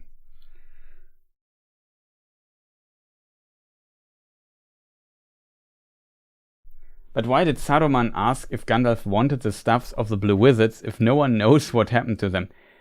Gandalf, let me see if I can read the quote. Saruman makes fun of Gandalf and tries to basically convince the others that Gandalf is crazy, like that his ambitions are too high and what you can do. It's like ironic what he says, basically.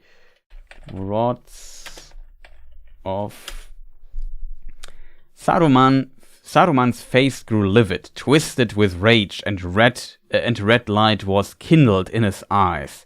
He laughed wildly. "Later?" he cried, and his voice rose to a scream. "Later? Yes, when you also have the keys of Barad-dûr itself, I suppose, and the crowns of the 7 kings, and the rods of the 5 wizards, and have purchased yourself a pair of boots many sizes larger than those that you wear now. A modest plan. Like, he makes kind of fun of Gandalf here. That's why he says this. And Gandalf, let me just maybe the later stuff.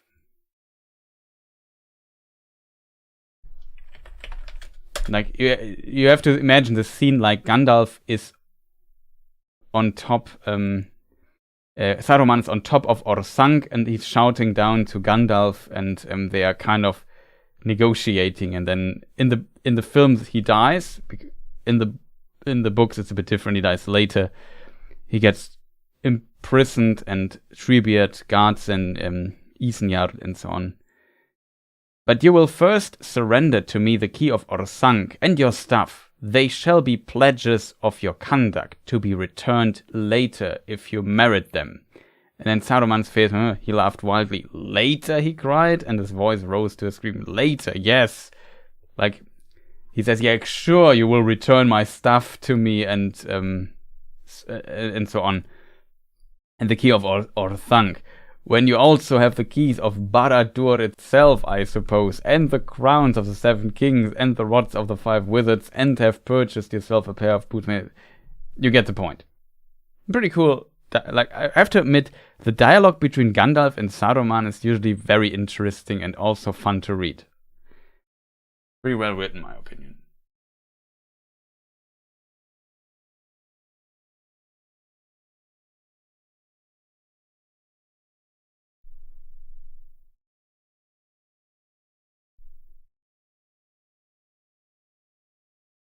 It was Carmul that spoke with Gaffer in the Shire. Yeah, Carmul. The only last thing is Carmul. Yeah. Where was the question? Yeah, that's true. The sad thing is that the Witch King himself probably doesn't really know who he used to be before he became like a slave to Sauron's mind as well. I honestly don't want to know who the Witch King is or what the backstory is. I find the mystery of the character to be super interesting. That is true. Like, so you need some mysteries, and it's fun to, as somebody said here, how to speculate about this. I try to pronounce Doin with the longer A sound, like when you're reciting the alphabet and not the shorter R sound. Yeah. I personally pronounce Dine like Dine, which, as said, it makes, in my opinion, a lot of sense that you pronounce him like that, because I feel like, in my opinion, if you like, there's no hint in Lord of the Rings, even in the appendices, that the A can be pronounced as an O sound, and as a result, how would a normal reader come up with the idea that it could be pronounced as an O? So we pronounce it A and E. And in my opinion, A and I, excuse me, and A and I is usually a sound, in my opinion, that has a very strong tendency to form a diphthong, even though it is not a diphthong in this case then. So it's Da'in. It's really difficult to say it not as a diphthong, in my opinion. Like, if you say it fast, Da'in, it becomes almost a diphthong. And it also feels a bit like it kills a bit the flow of the word, in my opinion, as well. So I also can see why you would say dine to it, in my opinion. Like, diphthong means that 2 vowels form 1 syllable, basically, and they smear together.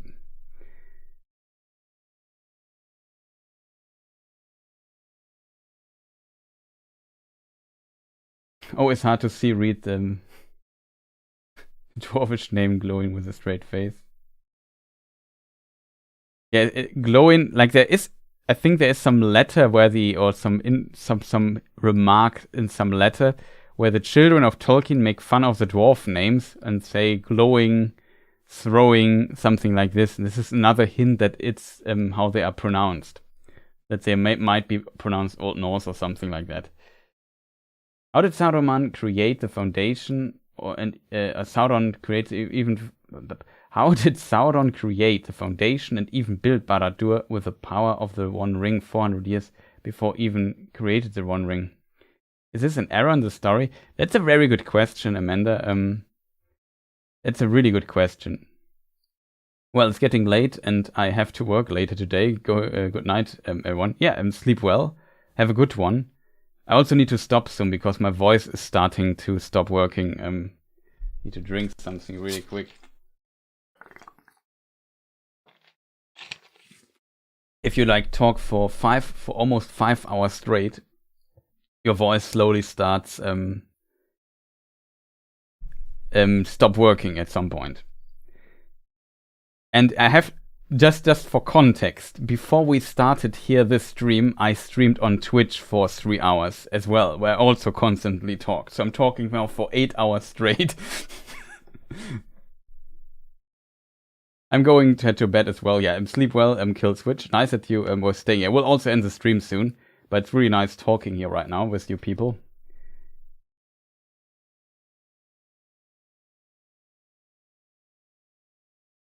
Yeah, basically Noah gave already a pretty good answer. It's a very good question though, in my opinion. The reason is if you read Lord of the Rings appendices. What happened here? Just have to hammer this page down key here. So in the second age, in appendix B, there is a mention: Sauron, alarmed by the growing power of the Númenóreans, chooses Mordor as a land to make into a stronghold. He begins the building of Barad-dûr. Usually when you begin building something, you start with a foundation. That is usually how you would assume it works.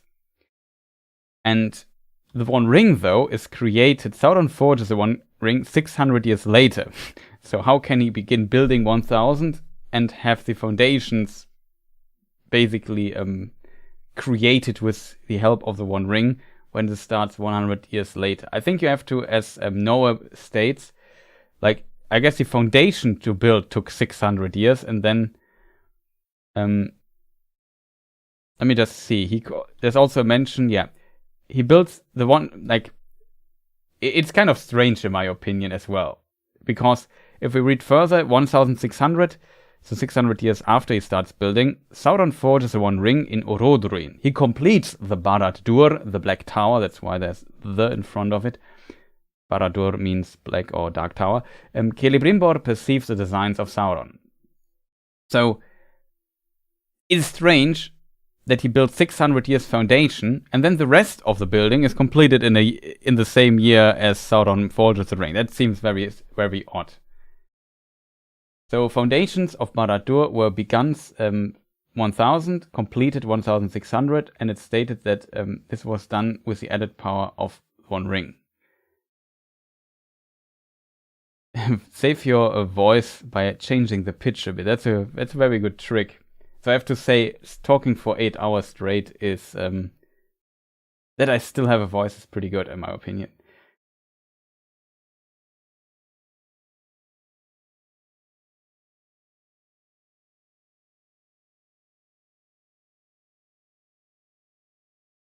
Thank you so much for the stream. You got a new subscriber in me. Awesome, G Cools. Nice that you were here and enjoyed the stream so much.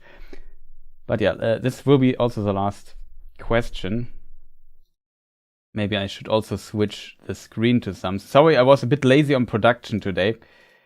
I don't have a good excuse why I was lazy on production, because I was busy talking, I guess, and looking up stuff in the books. So then it becomes a bit difficult to do production at the same. Where's my favorite Barad-dûr picture?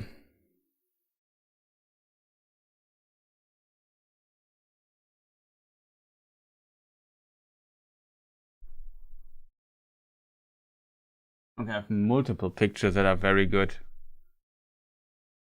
Ah, here it is. This one I like most. I don't know why. Like, it's so detailed. Looks pretty cool. It's not Fellowship though. So I think it might be, I could imagine it is actually a little mistake, maybe. Or that the foundation of Barad-dûr was strengthened afterwards, after the ring was created. You're never lazy. I'm actually a quite lazy person, I have to admit.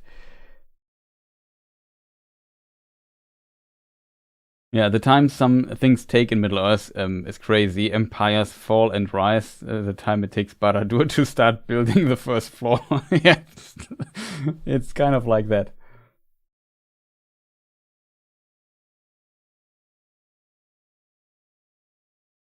So yeah, it's really difficult to answer how this worked exactly. Like, we know it was a tower, it was potentially high.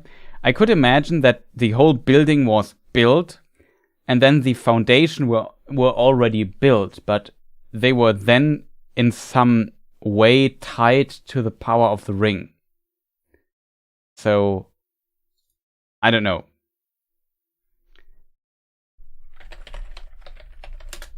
Let me see if I find the quote for that. I'm not even sure where it's written. Either in Lord of the Rings or in the Silmarillion, I would suggest.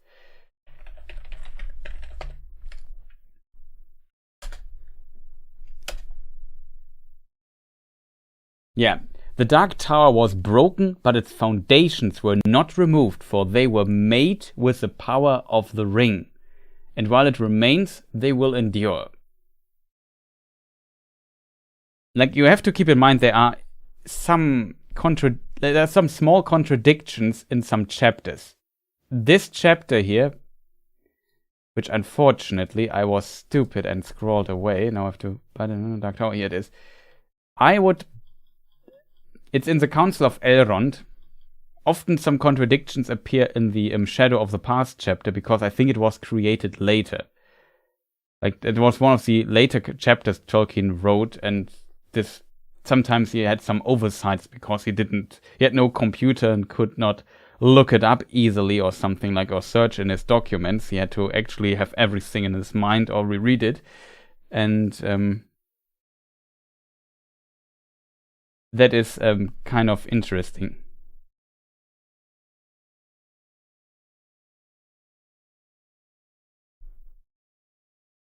So I would assume that what is meant by this is that the power of the ring did not necessarily create the foundations, but were kind of connected to the fate of these foundations in a way. Like, the fate of the men that were influenced by the other rings of power, like the fate of the 9 men that became the Nazgûl. There was like some similar process that this building project, the foundation of Barad-dûr, could be tied to the ring as well afterwards. And this is why Barad-dûr could not be destroyed completely. That's how I interpret it personally. But it could also be it was an oversight by by Tolkien, or maybe, as Noah said, that it was really like that. Like, the foundations had to be the strongest ever seen, and they were built for 600 years, and only the building could be continued. The rest of the tower had to be completed in a year, and it could only be done when the One Ring was done, something like that. But you also have to keep in mind that some of these time stuff that we see here in the notes, in the appendices, is often, there's a circa in front of it, so it's round about that time. I think it says here circa 1600. It could also be 1610 or something like this. So maybe, they built the foundation. Sauron had to wait till the One Ring was done. The One Ring was created, and then he continued to finish the building actually, and continue with Barad-dûr and making the rest. Like, it doesn't mean that it has to be finished in the same year in 1600. You could also make an argument No, it was maybe finished 1610 or 15 or 20 or whatever, but it has to be finished before the next entry in the book, what is in the timetable, which is 1693. So after the One Ring was forged, the foundations were connected to it, and then he had 92 years to complete Barad-dûr. That would potentially work, or maybe 10 years, 20 years, even if it's 5 or 6, 7 years. I guess you can make an argument, yeah, it can be built in a decade or so, and if it's 1610, then yeah, it would work. That would be potentially another thing here.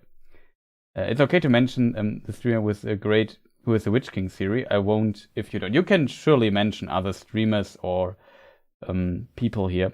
Don't worry about that. Like I'm like the usual persons. I know not person, like I never met in person with them, but there's a creator Discord where most of them are on.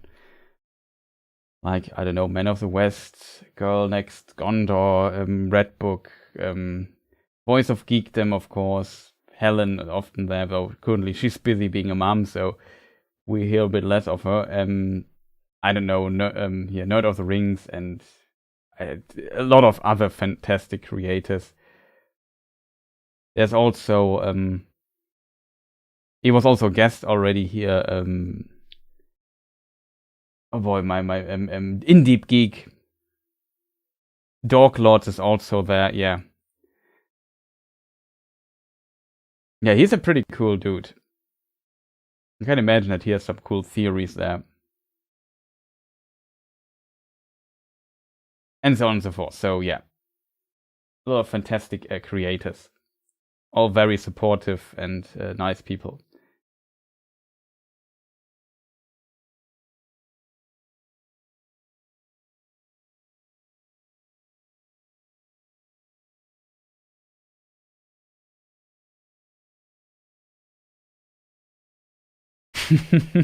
I wonder if the hobbits are inspired by the Smurfs and Bilbo is like Papa Smurf and Saruman is Gargam. That's the cutest theory I've ever heard, but it's kind of fun. I'm not sure. Like, when was the Smurfs invented? Or as a Smurfs based on like also mythology?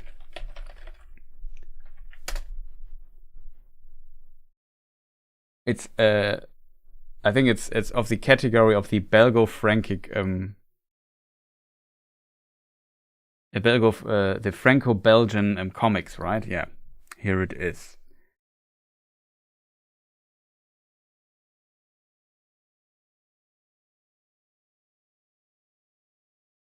First animated the comic The Smurf. I think the first came 1958, so it's a bit too late for Tolkien. Like, Tolkien invented the Hobbits 1937, so no, that was he published. He invented them in the 1930s.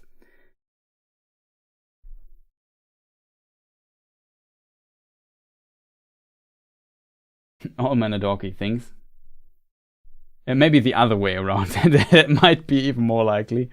But it's not like the hobbits were this small. I'm not sure if there was a state where Tolkien thought about the hobbits being like tiny, small, like the Smurfs. I don't know.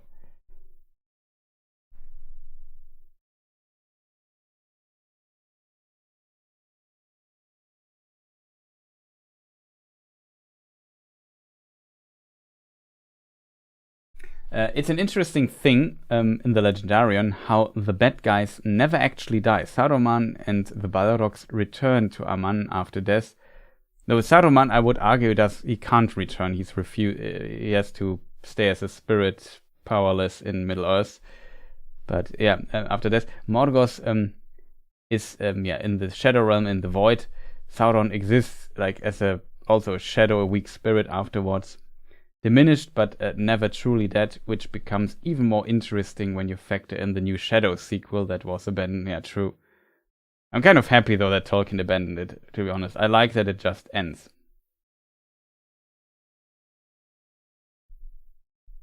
Hail the internet, yeah. I still need a vote. Noodles or rice to go with meatloaf? Seriously, not kidding. Okay, we make a vote. We haven't done a single vote today. That can't be. So I like your suggestion and the way you are thinking. I just copy paste your answer. We make a vote. It's a little fun final thing here.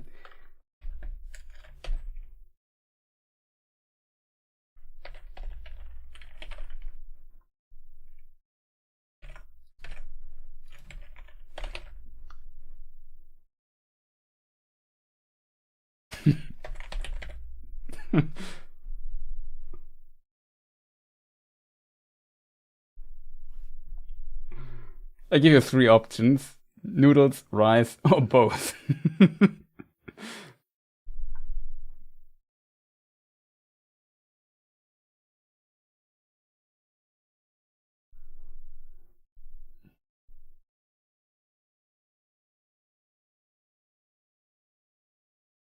What happens to Isildur's and Gollum's souls? Like, Isildur, I think he will... Like, he did a lot of things right. He just lost against, like, a supernatural power he had no chance against, so in the form of the ring, and got betrayed by it. But he didn't do anything wrong, and he regretted, like, also abandoning his sons and escaping alone.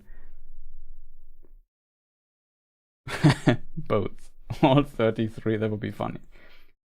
So the clear tendency currently goes to Rice, but we have very little votes, so it could go anyway.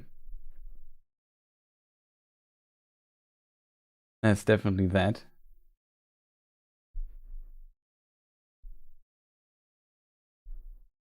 But yeah, and Gollum, it's really hard to tell what happens with Gollum, to be honest. Like, Gollum was kind of a bad entity, but it's also kind of sad. I don't know.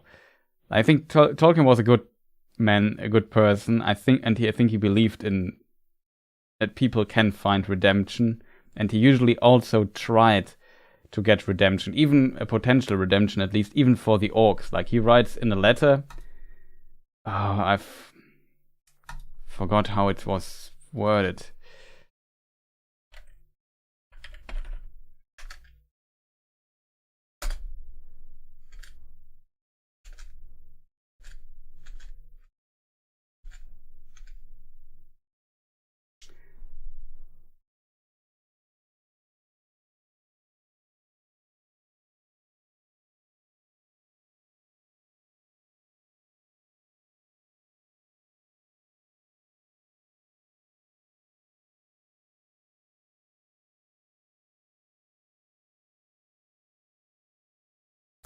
Yeah.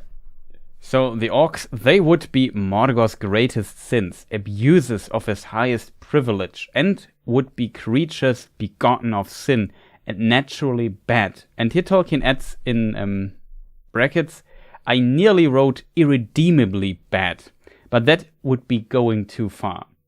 So Tolkien even said about the orcs that they could find redemption. If an orc can find redemption, I think Gollum can also. So, considering Tolkien's more faithful side and being a very positive person, I think in many ways, that believed like in good and so on, and wanted to also highlight some just feats of people that people consider, like what Bilbo does, what Frodo does, what also Gandalf says to Frodo when Frodo says Bilbo should have killed Gollum, and so on. I feel like, yeah, in Tolkien's mind, there was always a chance of redemption. Like he said, irredeemably would go too far, even for these creatures begotten of sin, if that makes sense. So I can see that also Gollum can have a chance, and Isildur for sure as well. Like, I think he did not much wrong.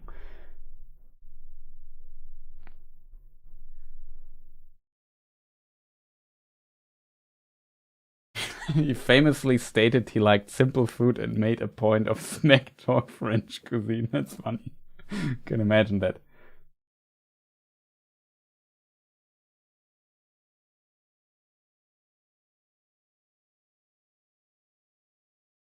Okay, it seems Rice will win.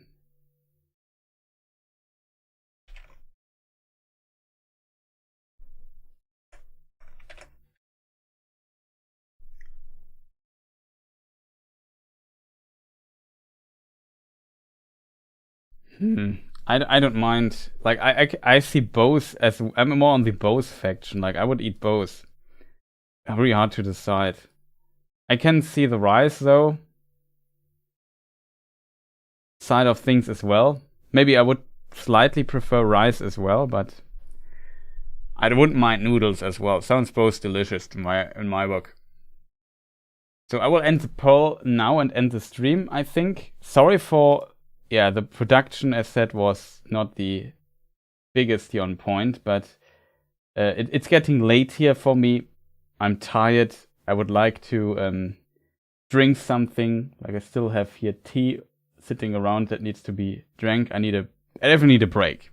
Let's put it that way. It was a long stream. I streamed for 5 hours here. If we subtract the 15-19 minutes of starting up time that always exists. So there's that. Shout out to the people supporting me here. Like, I see a lot of green names here that I like members, but all the others who also press the like button, wink, and stuff. Kevin Felix just joined.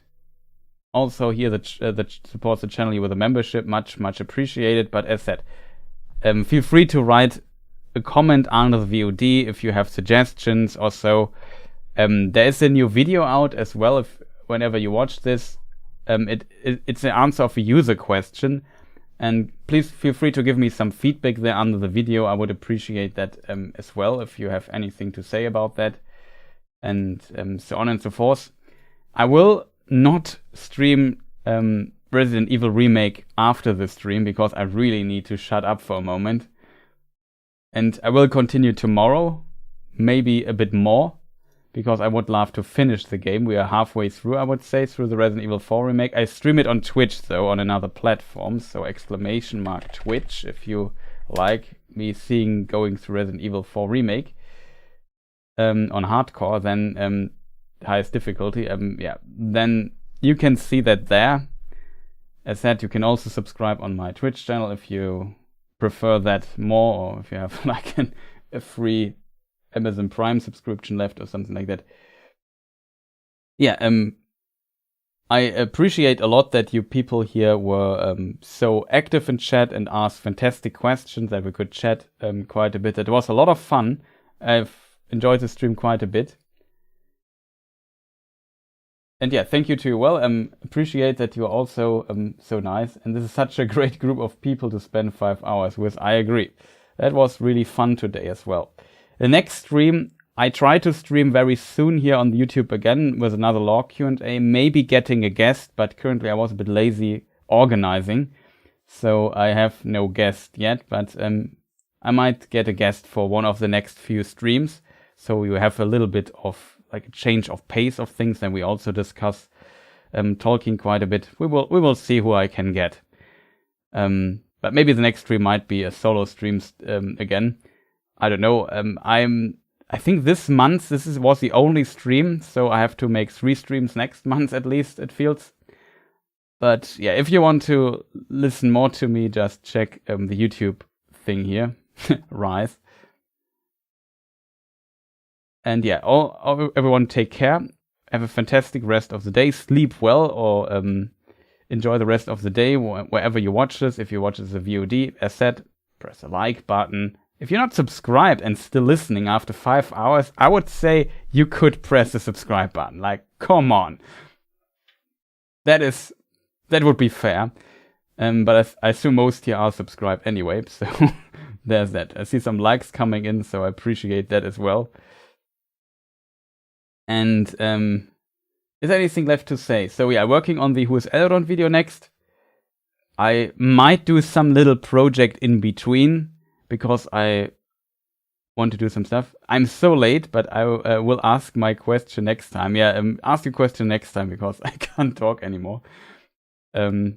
Just don't forget, or post it in the comments, and I can maybe answer it there. That is the easiest way. After, like, when the stream is offline in a moment, then it will be available as a VOD, and then you can post comments under this already.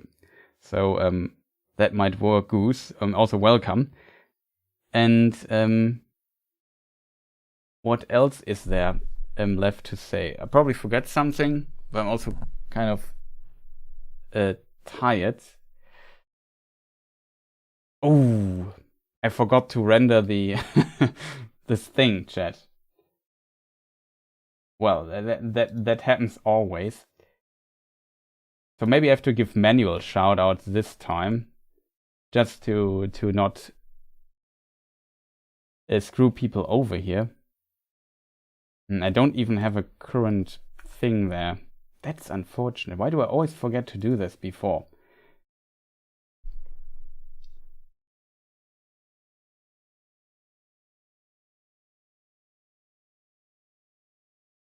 Cool, I have just watched the 6 movies for the first time, so loads of questions. Funny how YouTube just suggested. Oh, that's actually funny. So yeah, welcome into the club of. Do you know the books, or did you just watch the Lord of the Rings and Hobbit films, and now you have a billion questions? So if that is the case, feel free to ask anything in the comments here. Let me just do something really quick here in the background. How can I do this, chat? Oh man, I just... How am I so... sometimes sometimes I'm just surprised at how incredibly, what is it called, forgetful a person can be. Is this in 4K? I would need a new scene for it. Copy it, paste it, and then it should work. Can't believe it. Good that I rendered at 4K FPS. Okay, so that should work. Let me just export this really quick. Oh boy, chat. How can I forget? How could I? Can also render it at 1080p. Makes no difference. Okay, my computer just renders this in like 40 seconds. This time I have just to bridge over with talking. I can already show you the fantastic outro, the thank you for watching screen, which should pop up here in a moment. And yeah, I'm just rendering. You know my drill already. Like, I forgot something. I forgot to render credits. I have to just do this here in the meantime in the background for all the members and so on subscribing to this channel. Much appreciated.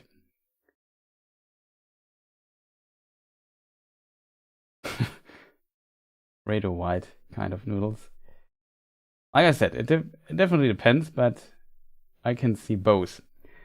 Is there anything else I can advertise what I'm doing currently? Like I said, currently stream a lot on Twitch.